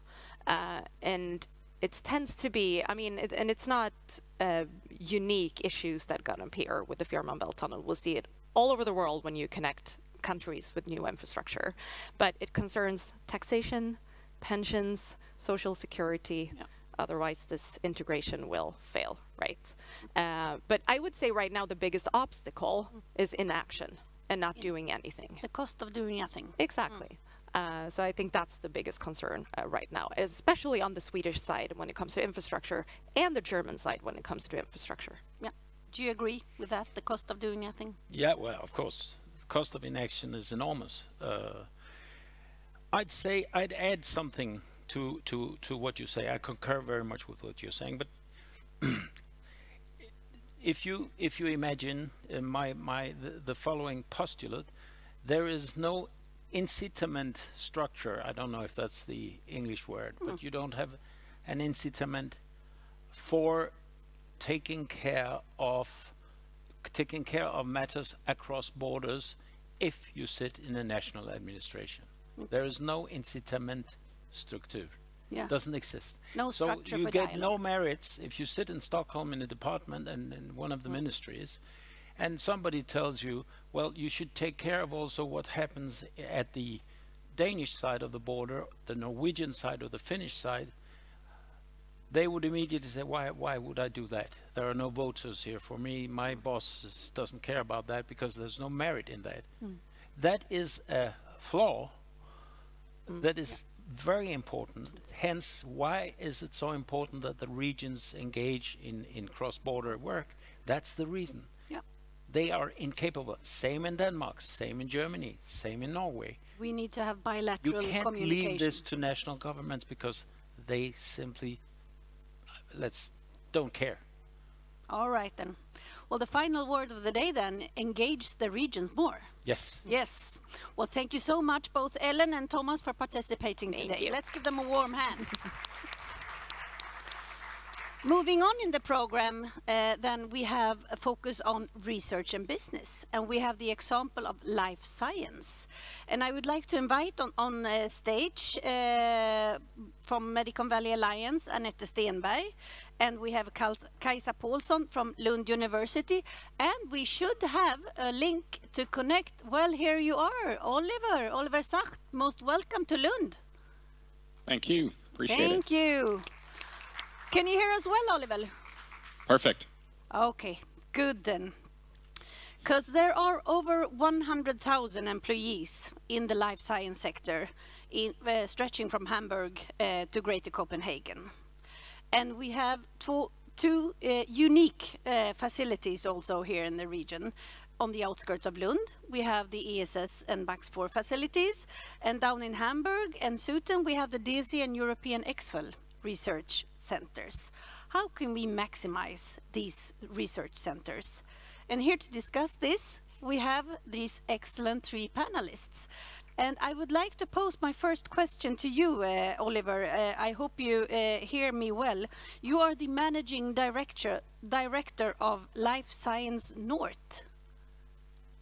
Yes. Yes, that is correct. That's correct. And I know also that you have a new life science strategy where you have several focus areas for future development that also includes the Greater Copenhagen, Skåne and the Baltic Sea region. Could you please tell us more about that? Absolutely. And first off, apologies for not being there. If the Fehmarnbelt link were already in use, I would be physically there. I looked at logistics and it literally would have taken 3 days to go there, then participate today, and then go back tomorrow, which unfortunately did not work. Yes, our new strategy, which was approved by the Life Science North board of both the states of Hamburg and Schleswig-Holstein this summer, has a very clear focus on internationalization of the whole life science ecosystem. And that focus is the Nordics. I always half-jokingly consider Hamburg and Schleswig-Holstein, so northern Germany, the southernmost province of the Nordics. I think we have, and we'll hear more about some of the collaborations we already have ongoing. I'm a firm believer in strategic collaboration in the life sciences. I've been an entrepreneur for almost 30 years. a serial founder of 8 companies, most of them in the life sciences, and I know that without collaboration there is no innovation, and that usually takes people coming together in person, because it's not informal PowerPoint sessions or Zoom meetings. I think it's really, you got to get people together and get creative, and that I think is going to get hugely boosted and enabled by that. So our focus going forward will be firmly on the Nordics, because I believe it as a total region in that northern life science ecosystem, we will truly be able to compete not with our European friends, but really with the US ecosystems and Chinese ecosystems that really strategically we all compete with. Oh, good. Well, apart then from, we'll be more competitive is what I hear you saying. And apart from that, you being able to be here, what will this fixed link mean? What do you expect from a life science perspective to gain when we have the link actually here with us? Many more collaborative meetings. I think the simplicity of leaving early morning, coming up there or coming down here, whichever direction, doing a meeting for a couple of hours and going back, and all that in the same day is going to massively increase the number of opportunities to bring people together from academic research institutions, from some of these research infrastructures, as well as the startup and industrial ecosystem, and investors. Again, as an entrepreneur, I've raised more financing rounds than I care to remember. VCs and investors are notoriously, and maybe I should say, they're notoriously opposed to traveling. So anything that makes their life easier, because if they make an investment, they know they'll have to be close to the company, sit on the board, attend multiple board meetings, and to the extent that that's easily doable with a quick trip, all the much more likely are they going to make investments across borders. Well, thank you, Oliver. More innovations then, and perhaps also more investments if we actually get to meet the investors here in the region. Hang on, Oliver. I'll turn now to Annette. Annette Stenberg, you are the CEO of Medicon Valley Alliance. What is the Medicon Valley Alliance sort of organization? Well, Medicon Valley Alliance is a non-for-profit organization that supports strengthening of Medicon Valley, which is basically the geography we're in right now. It's the southern part of Sweden and it's the eastern part of Denmark. It is a Swedish and a Danish organization, so we are already by birth cross-border. We were founded by Lund University, Region Skåne and Astra, and on the Danish side, Region Capital, Novo Nordisk and Copenhagen's University. And today we have about 350 members, by far most of them companies, but also more hospitals and regions. Yeah. So yeah. Okay. You're very active within this region. What does it mean for you when this fixed link will open in a couple of years? Well, the timing is actually a little funny because this happened before this invitation, and a few months back I actually had a dialogue with Oliver, and I did not know that Oliver just had made a new strategy exactly at the same time as we have made a new strategy. And this is a 3-year strategy, so it's quite coincidental. We both made it at the same time.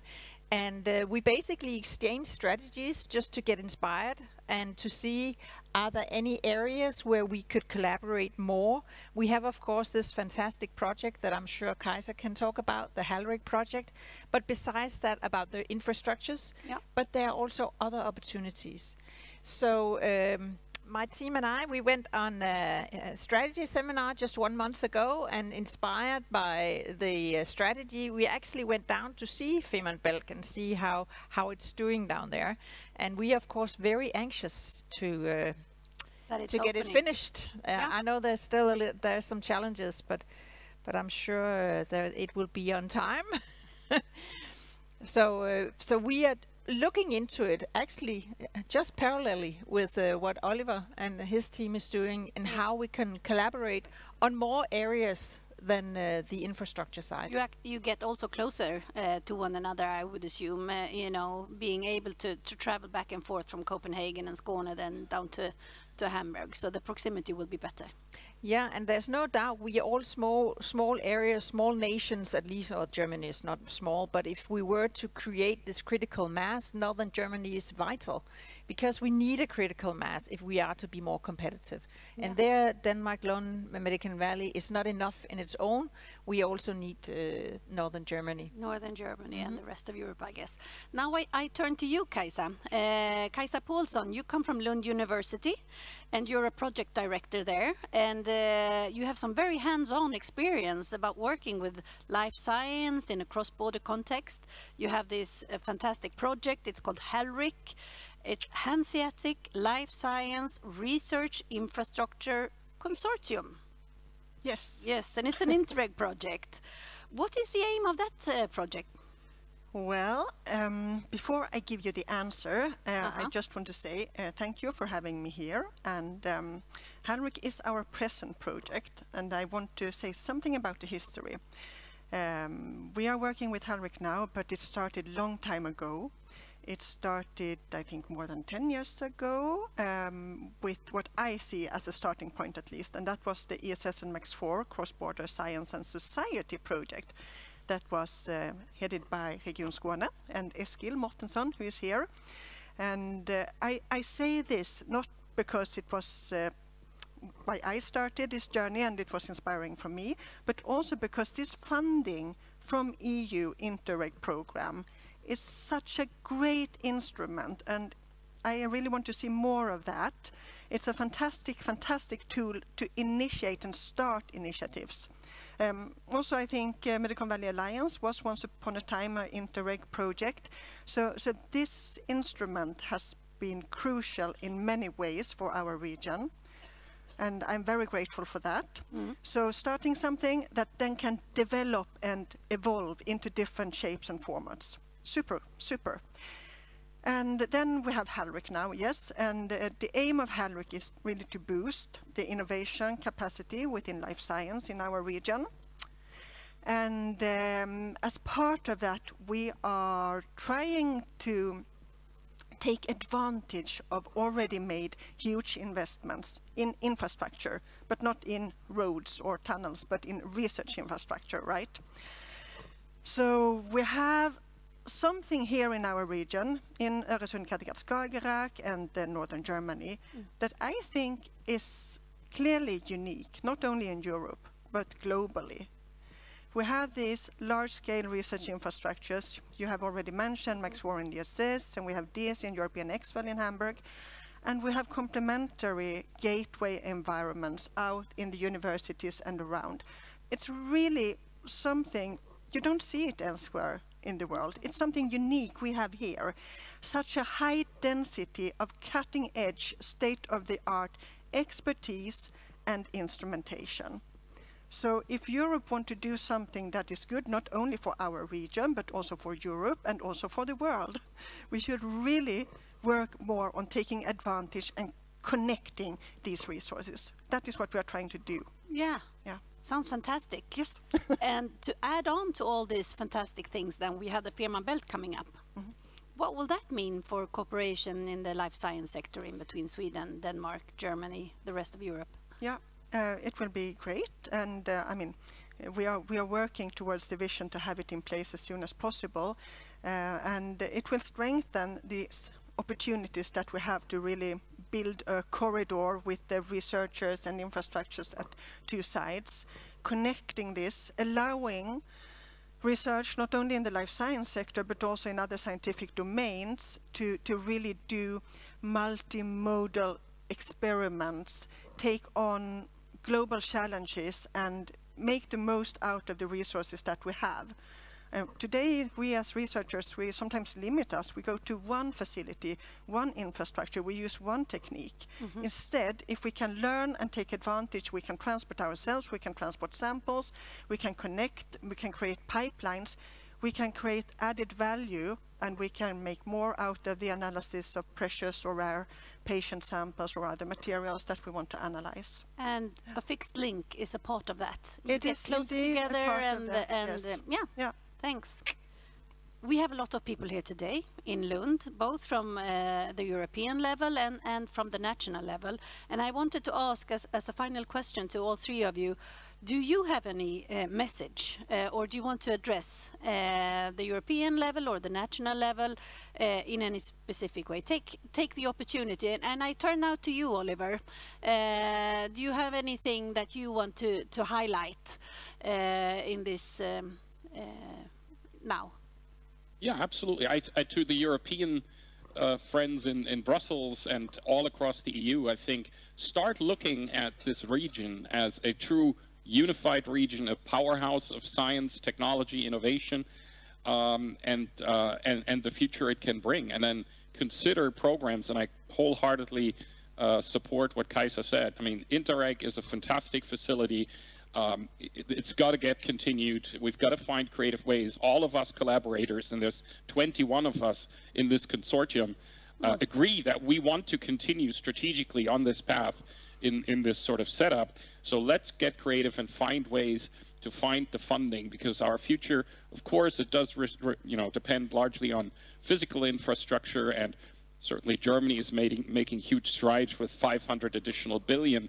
But let's not forget about the soft factor, the people and the innovation, and having an area like this to compete with the Boston area, the Bay Area, and some of the large research areas in China, I think is truly befitting of the best of what the European Union has to offer.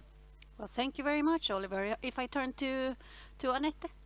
Yes, I would love to address the EU Commission, and I would love to address our ministers, the governments, and then I would love to draw their attention to the Draghi report, because what Draghi actually says is that we are not very good in Europe at collaborating.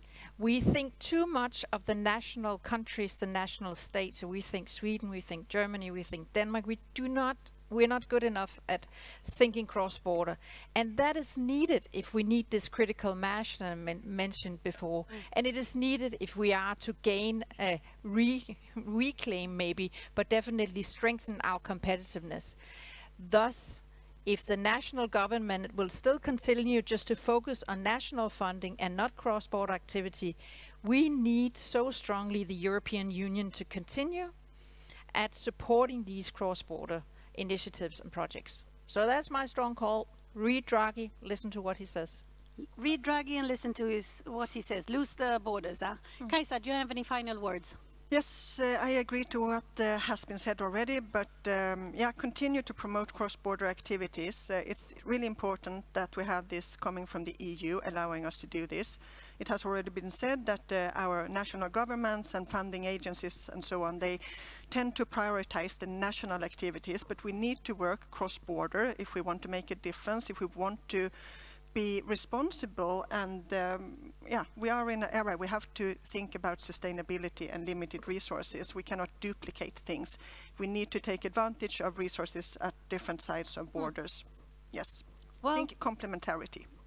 Complementarity. Yes. And also I think it was you, Kaisa, that said, let's not forget the instrument Interreg. Yes. We have here in the room, I know, Interreg ÖKS. Please use them at the heart of European values. Let's get together, let's work together and cooperate even more.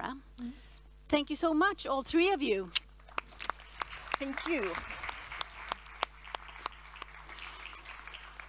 All right then, time flies and we have come to the final part of our program, and that's around maximizing the potential of this new cross-border region. What are the key priorities from a regional perspective? And last but not least, we've heard it many times, what is the European Union's role in all this? And our next speakers, please welcome on stage Anna Pettersson, Regional Development Director from Region Skåne, and Annika Weppling-Korsneck, Head of Representation in Sweden for the European Commission. Welcome to both of you. Thank you. Thank you. And if I may start with you then, Annika, this is a fantastic European project, right? Connecting not only land and countries, but also people and ideas. How can the European Union support this process even more? Thank you, and I think so much was already said, so I can agree with a lot of it. I think first of all, cross borders are not just symbolic. Sometimes we talk of them just some kind of, at least in the kind of EU discussion, that it's just symbolic. But it's where real life, daily life is happening for a lot of people. They cross borders for work, for education, for healthcare, even for social services, public services, and this is where EU internal single market becomes real and very tangible, because the single market is not just moving goods and services, it's also people, the freedom for people to move, and that of course becomes so tangible when you hear about these kind of projects. And now we have heard a lot about the Fehmarn Belt fixed link, and it is, as you said, it's the largest infrastructure project that we have in Europe for the moment, particularly in the Northern Europe. And it is what we call a project of common European interest, which also means that it gets a lot of funding actually from the European Union. Funding from, but the large bulk of the funding, 1.3 billion, comes from what we call the Connecting Europe facility. We are the trans-European networks. And here it's really crucial that it connects north and south, which also, if you want to go back to what I said on symbolic, it is, I mean, it's crucial for the people living there, but it's also symbolic in a way that we do connect the north and the south in a better way than we have today. And also what was mentioned before, more and more in the world that we're living in, this is strategic. This is strategically important. This week is Preparedness Week in Sweden. This is where we're supposed to start to think for real, not just military and defense, but preparedness. What do we actually mean by that? And in all kinds of crises that we can have. So this is really crucial. But then also, as was added when you asked about tools, what was mentioned many times here, the Interreg facility, which is not just, or very little actually, about concrete and infrastructure, but about the other glues that connect us, people. How to bring, as we heard, university and research together, how to bring cultural institutes together, people, young people, etc. And this funding is really, really important for this cross-border. And what we have seen when cross-border cooperation succeeds, there are a few things that have to be in place, and one of them is infrastructure. Well, yeah, that's logic. But it's not only the roads and so, but it's also digital infrastructure. It can be energy infrastructure that also there tend to stop at the borders that we heard before. Smarter regulation, mutual recognition across borders, shared services like ambulances and those kind of facilities that really makes people start to think, actually we are one region, it's not two. And then what I think was also rather important was said, also some kind of long-term vision, because if you only think in political terms, you get into trouble, because normally they are 4 or 5 years. So you have to have a stable governance that can sustain over time, a vision over time. Yeah.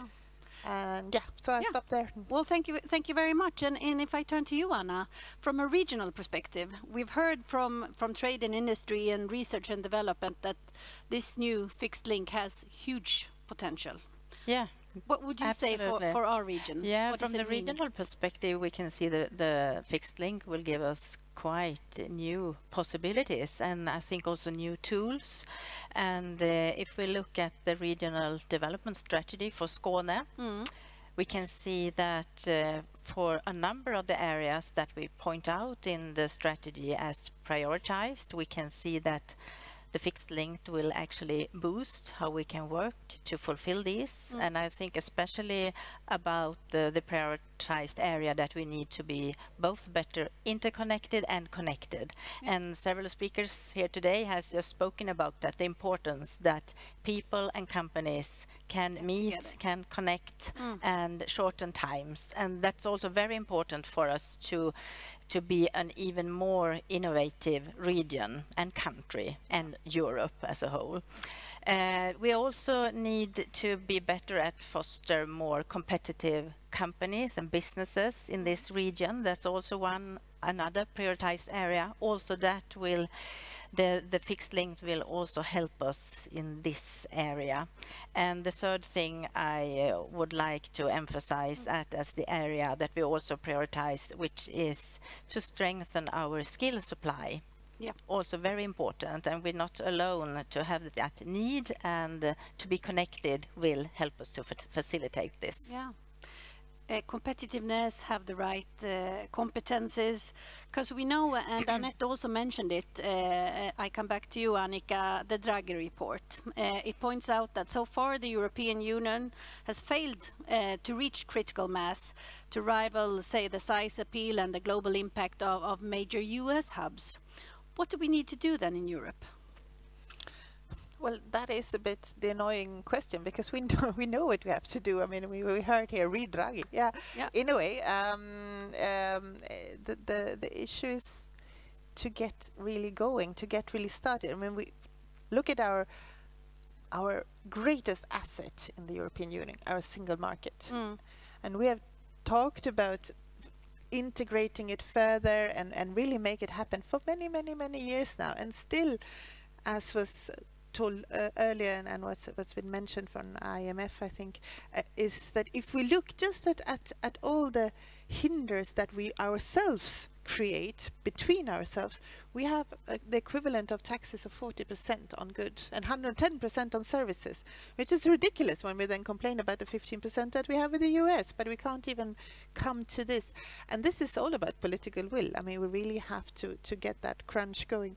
Yeah. And then many other things. I mean, I think you mentioned something really important, and that's skills, but also what you mentioned before here about creating the ecosystems of skills around these kind of hubs, that you start to think in many, not just, okay, we're going to build this part, but what do we need around it to build skills? I thought that was really interesting.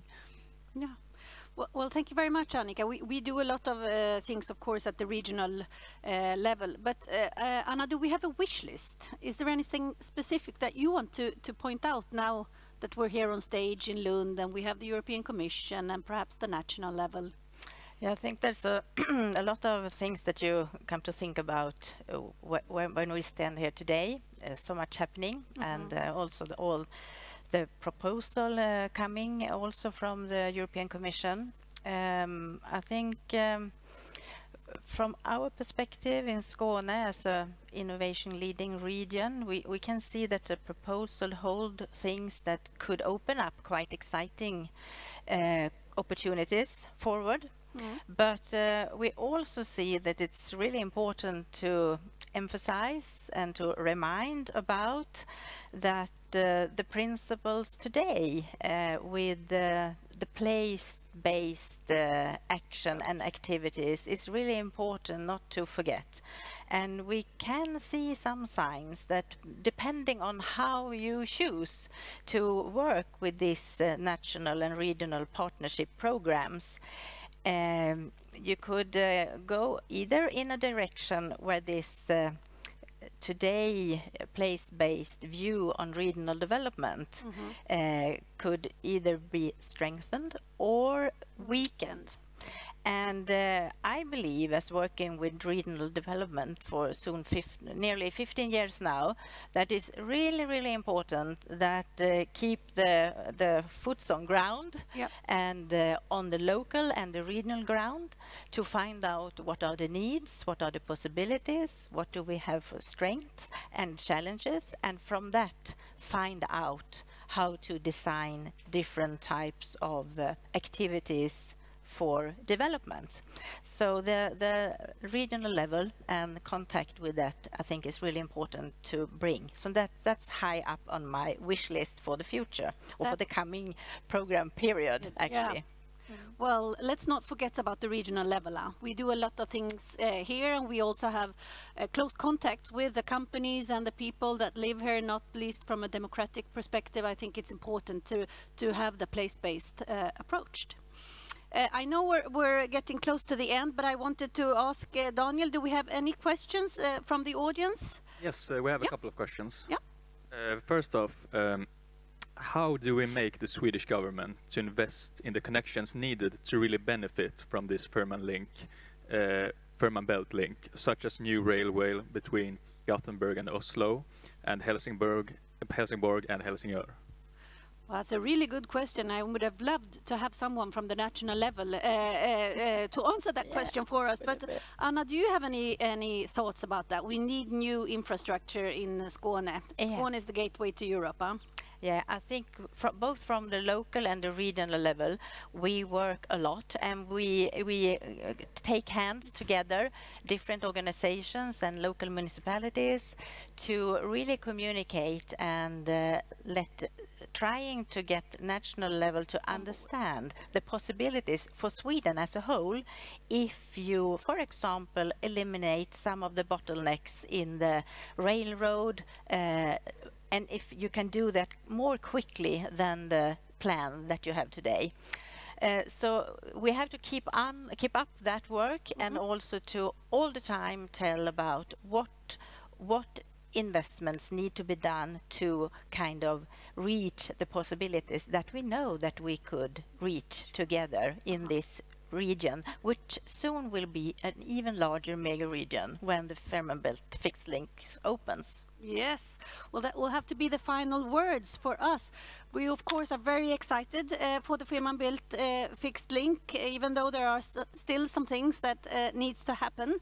And the dialogue will continue, not least in 2027, when Region Skåne, together with Helsingborg Stad, will host the Fehmarn Belt Days. So most welcome to that. But thank you for now for listening. Thank you to all the panelists. And we had fun. Hope you did too, and we'll see you in 2027. Thanks. Thank you. Tack så mycket.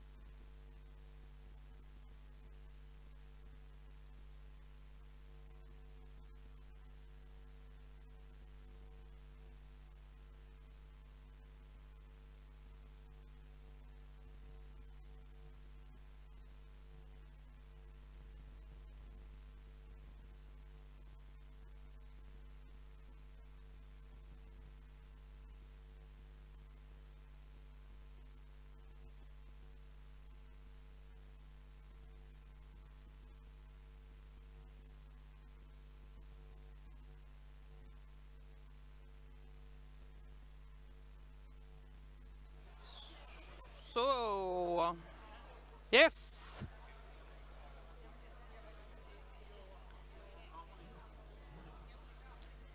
Please take a seat. I hope you have enjoyed the day so far. Now we are getting close to the end of the program for today. There will be a mingle for those who had registered.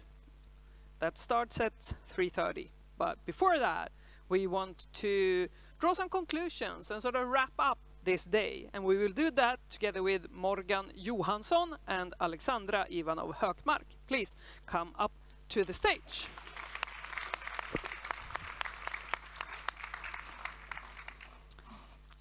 So, have you enjoyed yourselves? Yes, we have. I have.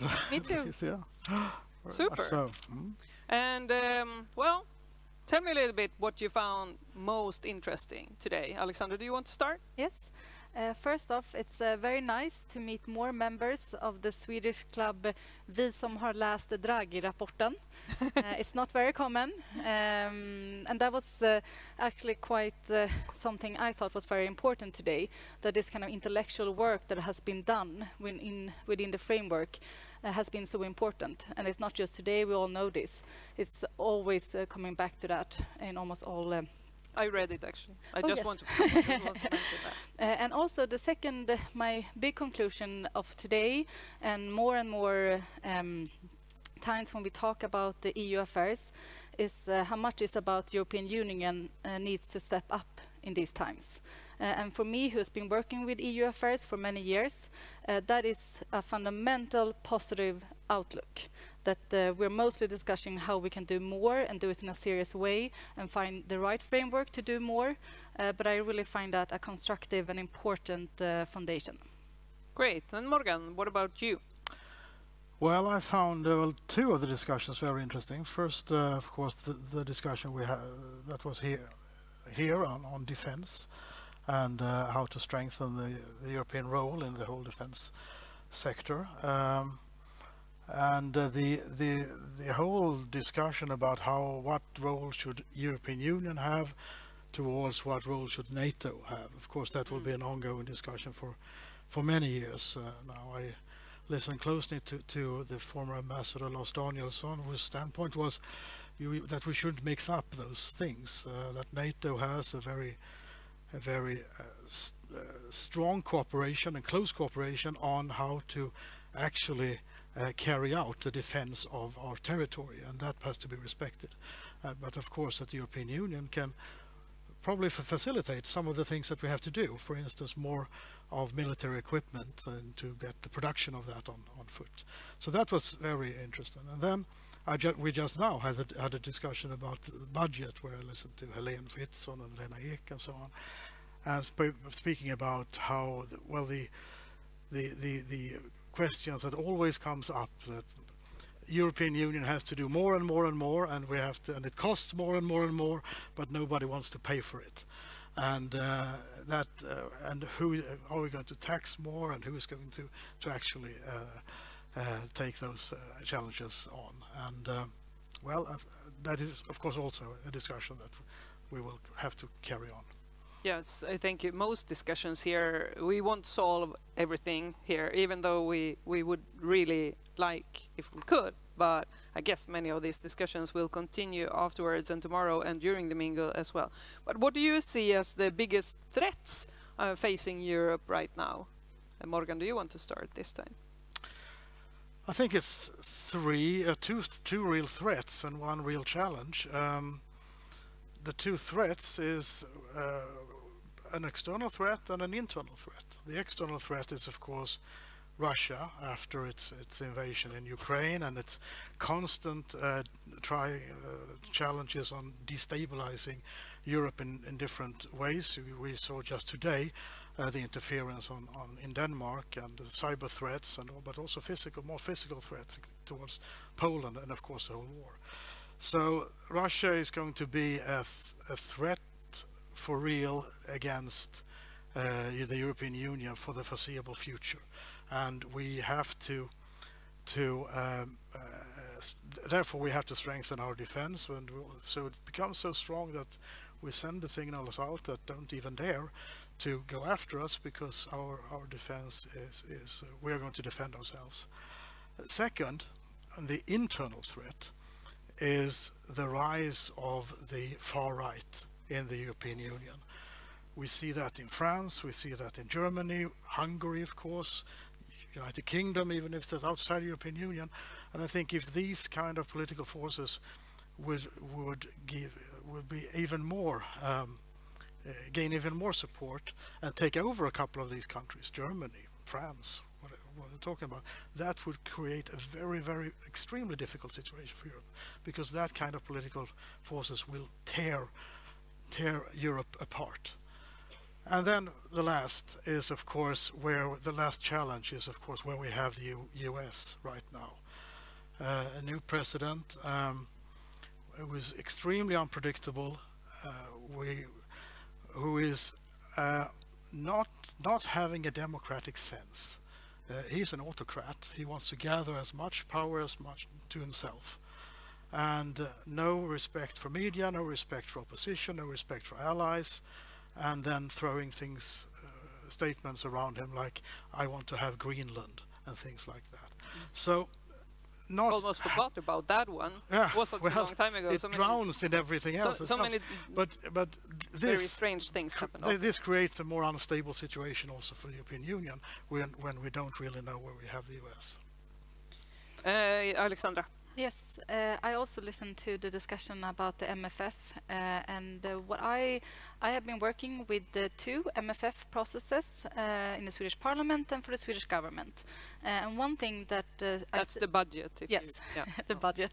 And I have found at least one constructive and important shift, because it really is, as you said, it's always been demands of more, and one of the problems sometimes from my perspective with how the European Union works with its different institutions is that no one really takes responsibility for example, cost reduction or thinking of how to do something in a smarter way. But I truly believe that this has changed the last few years. And this one important part, which was something Lars Danielsson and this current Swedish government worked a lot with during the EU presidency when it comes to the questions of competitiveness. This might sound like a certainty or just very obvious for a Swede, but I would say that there's been a mental shift in how the European Union in different parts of the institutions are thinking about the fact that it's not enough to demand more money or ask for more responsibilities. We have to think about things like growth and finding better structures for doing things. So I really find that as an important and fruitful addition to the current discussions.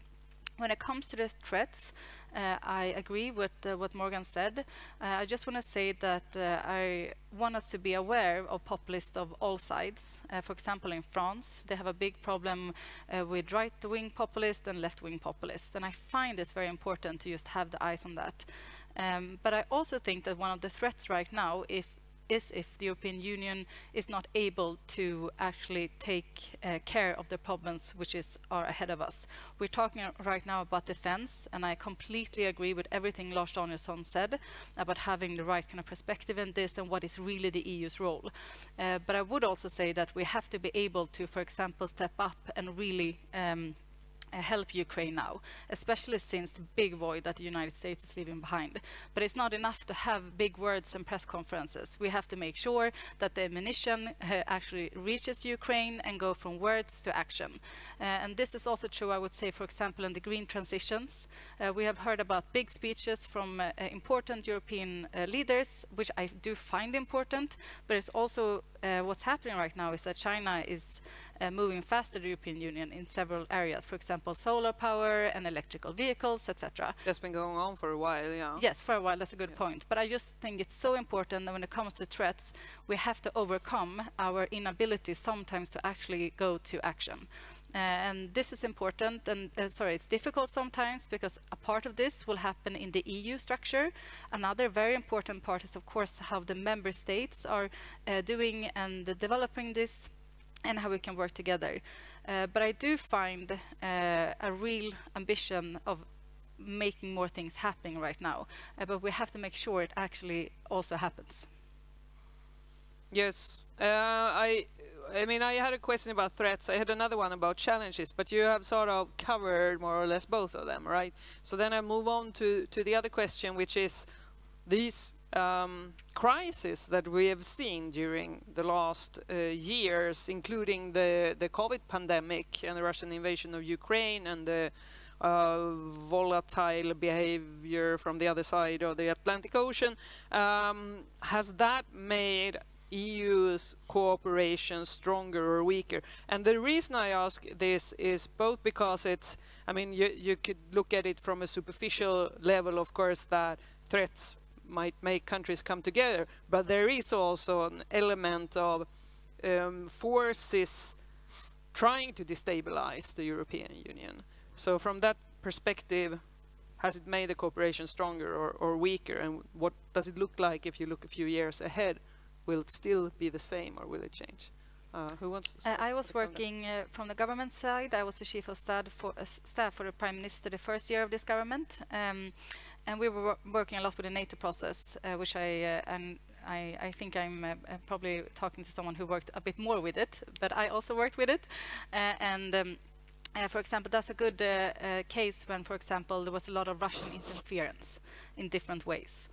So we can see this, and you know what happened in Poland and Estonia just the last few days. I mean, this is a real crisis which can make an institution like the European Union or countries for that side act too fast, or just to act, that the act of acting is more important than what you're doing.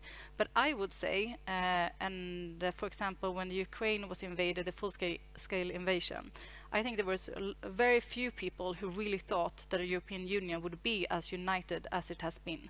Of course, we know about Hungary, we know about a new FICO government, of course, but still, there's been, I feel a lot of pride on how not just coming together with words, but also this huge aid packages, this military mechanism where we can come together and help all countries to really contribute military to Ukraine. So we've seen some very important actions from that. So I am hopeful, and I think that we have been using these years of crisis to make the European Union sharper and better. So that's my point of view. Morgan.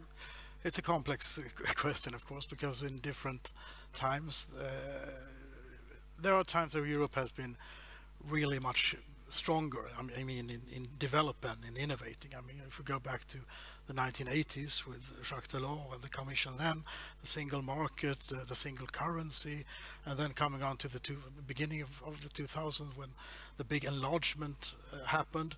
So Europe has really, during its time of existence, has really shown on in different periods of time that the European Union has really met with the different conditions and the challenges.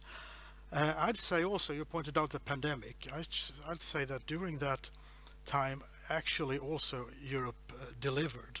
I mean, a lot of the vaccines, both the production and the vaccines that we bought, and the ability to produce so much was actually part of the European initiatives, and that was extremely important for the whole continent.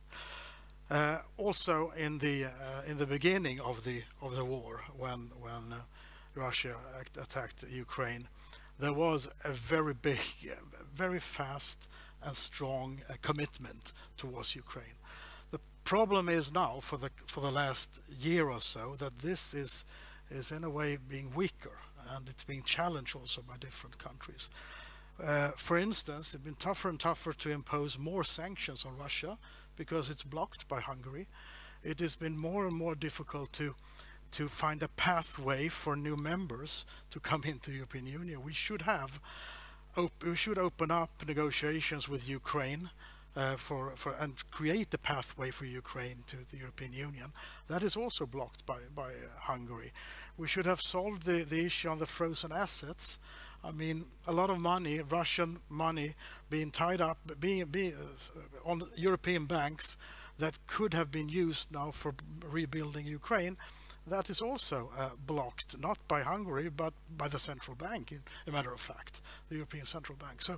So there are a lot of things like that actually we must keep on working with so that Europe delivers. And the last year or so, it has gone backwards in many ways. But we have to do what we can in order to turn that around. I very much agree, and I just want to add that the one thing that, once again, maybe I'm standing here with a lot of hope, but I feel like for me right now in this destabilized world with everything happening in the United States, in Ukraine and Russia, Europe is the hope. It's in the force and the ability of the European Union that I myself find some hope of what will happen tomorrow. And one thing I thought was very positive in that sense, that was, for example, a pandemic, when a first reaction, which can happen in crisis, was very bad, to shut down borders, and I think France stole some of our vaccine or something. But very fast and very quickly we worked through those obstacles. But I also very much agree with everything that Morgan said about this last year, and we have to keep on working, and there are definitely some rainy clouds on the sky, but also the way that we have overcome some of the very difficult concrete stops or the initial reactions have made me even more hopeful about the European Union. And if I might just add on what you're saying, that Europe is a hope. I mean, it's even more important now when we actually have a situation, well, Russia is behaving as it has been behaving for hundreds of years. It's not a surprise for us. But US is now also behaving in a way that is very difficult to actually sort out where they are going. And in this unstable world, Europe is still the continent where we stand up for a rule-based world order, for the UN Charter, and for everything that has made the world actually roughly stable for 80 years after the Second World War. And it's even more important now that Europe keep on doing that and carrying that torch, if I may say so, for the rule-based order. And may I also add that in that perspective, it is also important now, when we have US there and Russia there, that the European Union reaches out also to other parts of the world, Africa, Latin America, Asia, in order to uphold that rule-based world order, because otherwise we will sooner or later have a situation where we're going back to how it was before the Second World War, when it was a world which was much more unstable. It was a wars, everybody was turned against each other, and there was no nothing really to cling to for the world. So Europe is in many ways, as you said, the hope and the thing that we have to build on.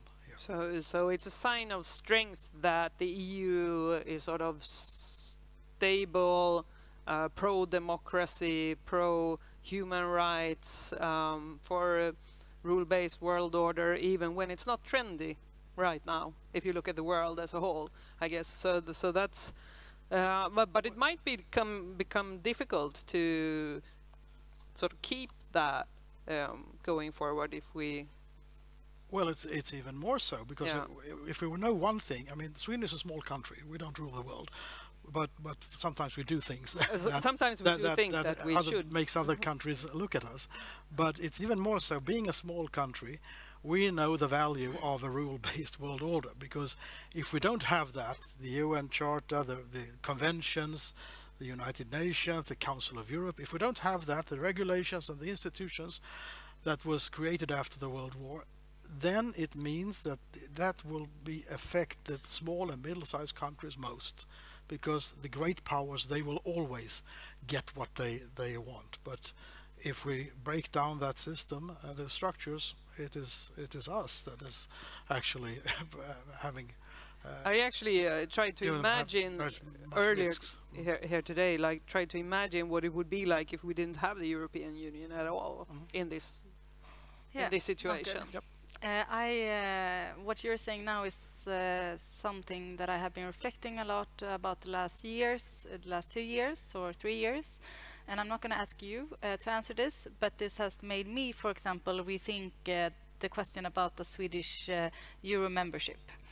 Because of the need for a small country, not just the economical discussion, which I is very important as well. But when it comes to the necessity of being a part of a rule-based, bigger structure, for example, with now happening in the White House with these tariffs, like thank God, as you said, that we are a part of the European Union, to not be pinpointed that, you know, in or even higher risk of being extradited of some certain Swedish important area.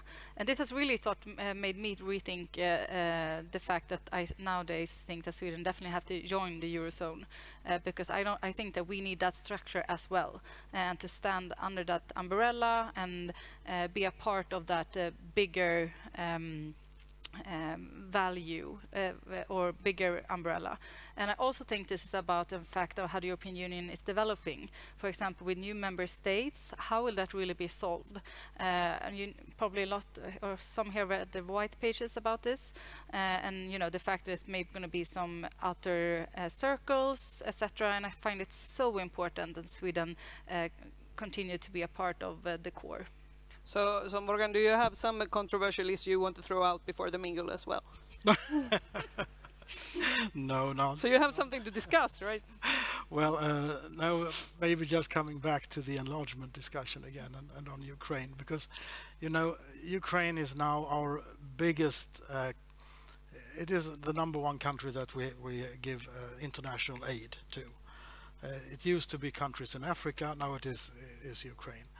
I hope, and it's not a controversy about that, but I hope it doesn't keep on being so, because I hope that Ukraine, giving more and more access to the European market, should be able to trade itself out of this situation that they have when they want to rebuild their country.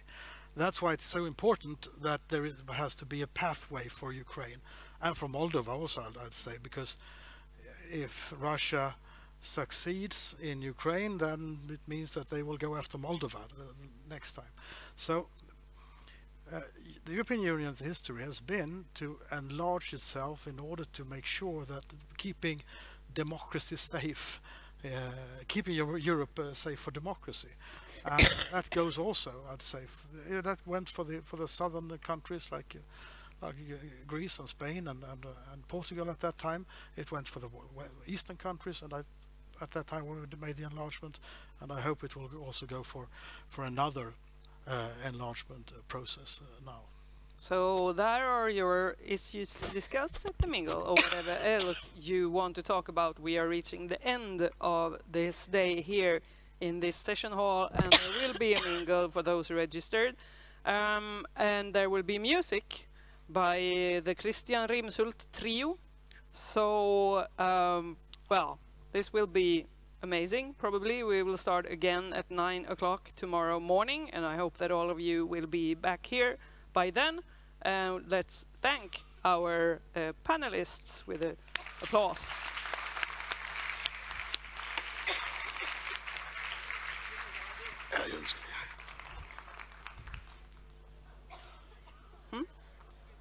Ja, vad jobbigt. Ja, det är bra att vi slutar nu då.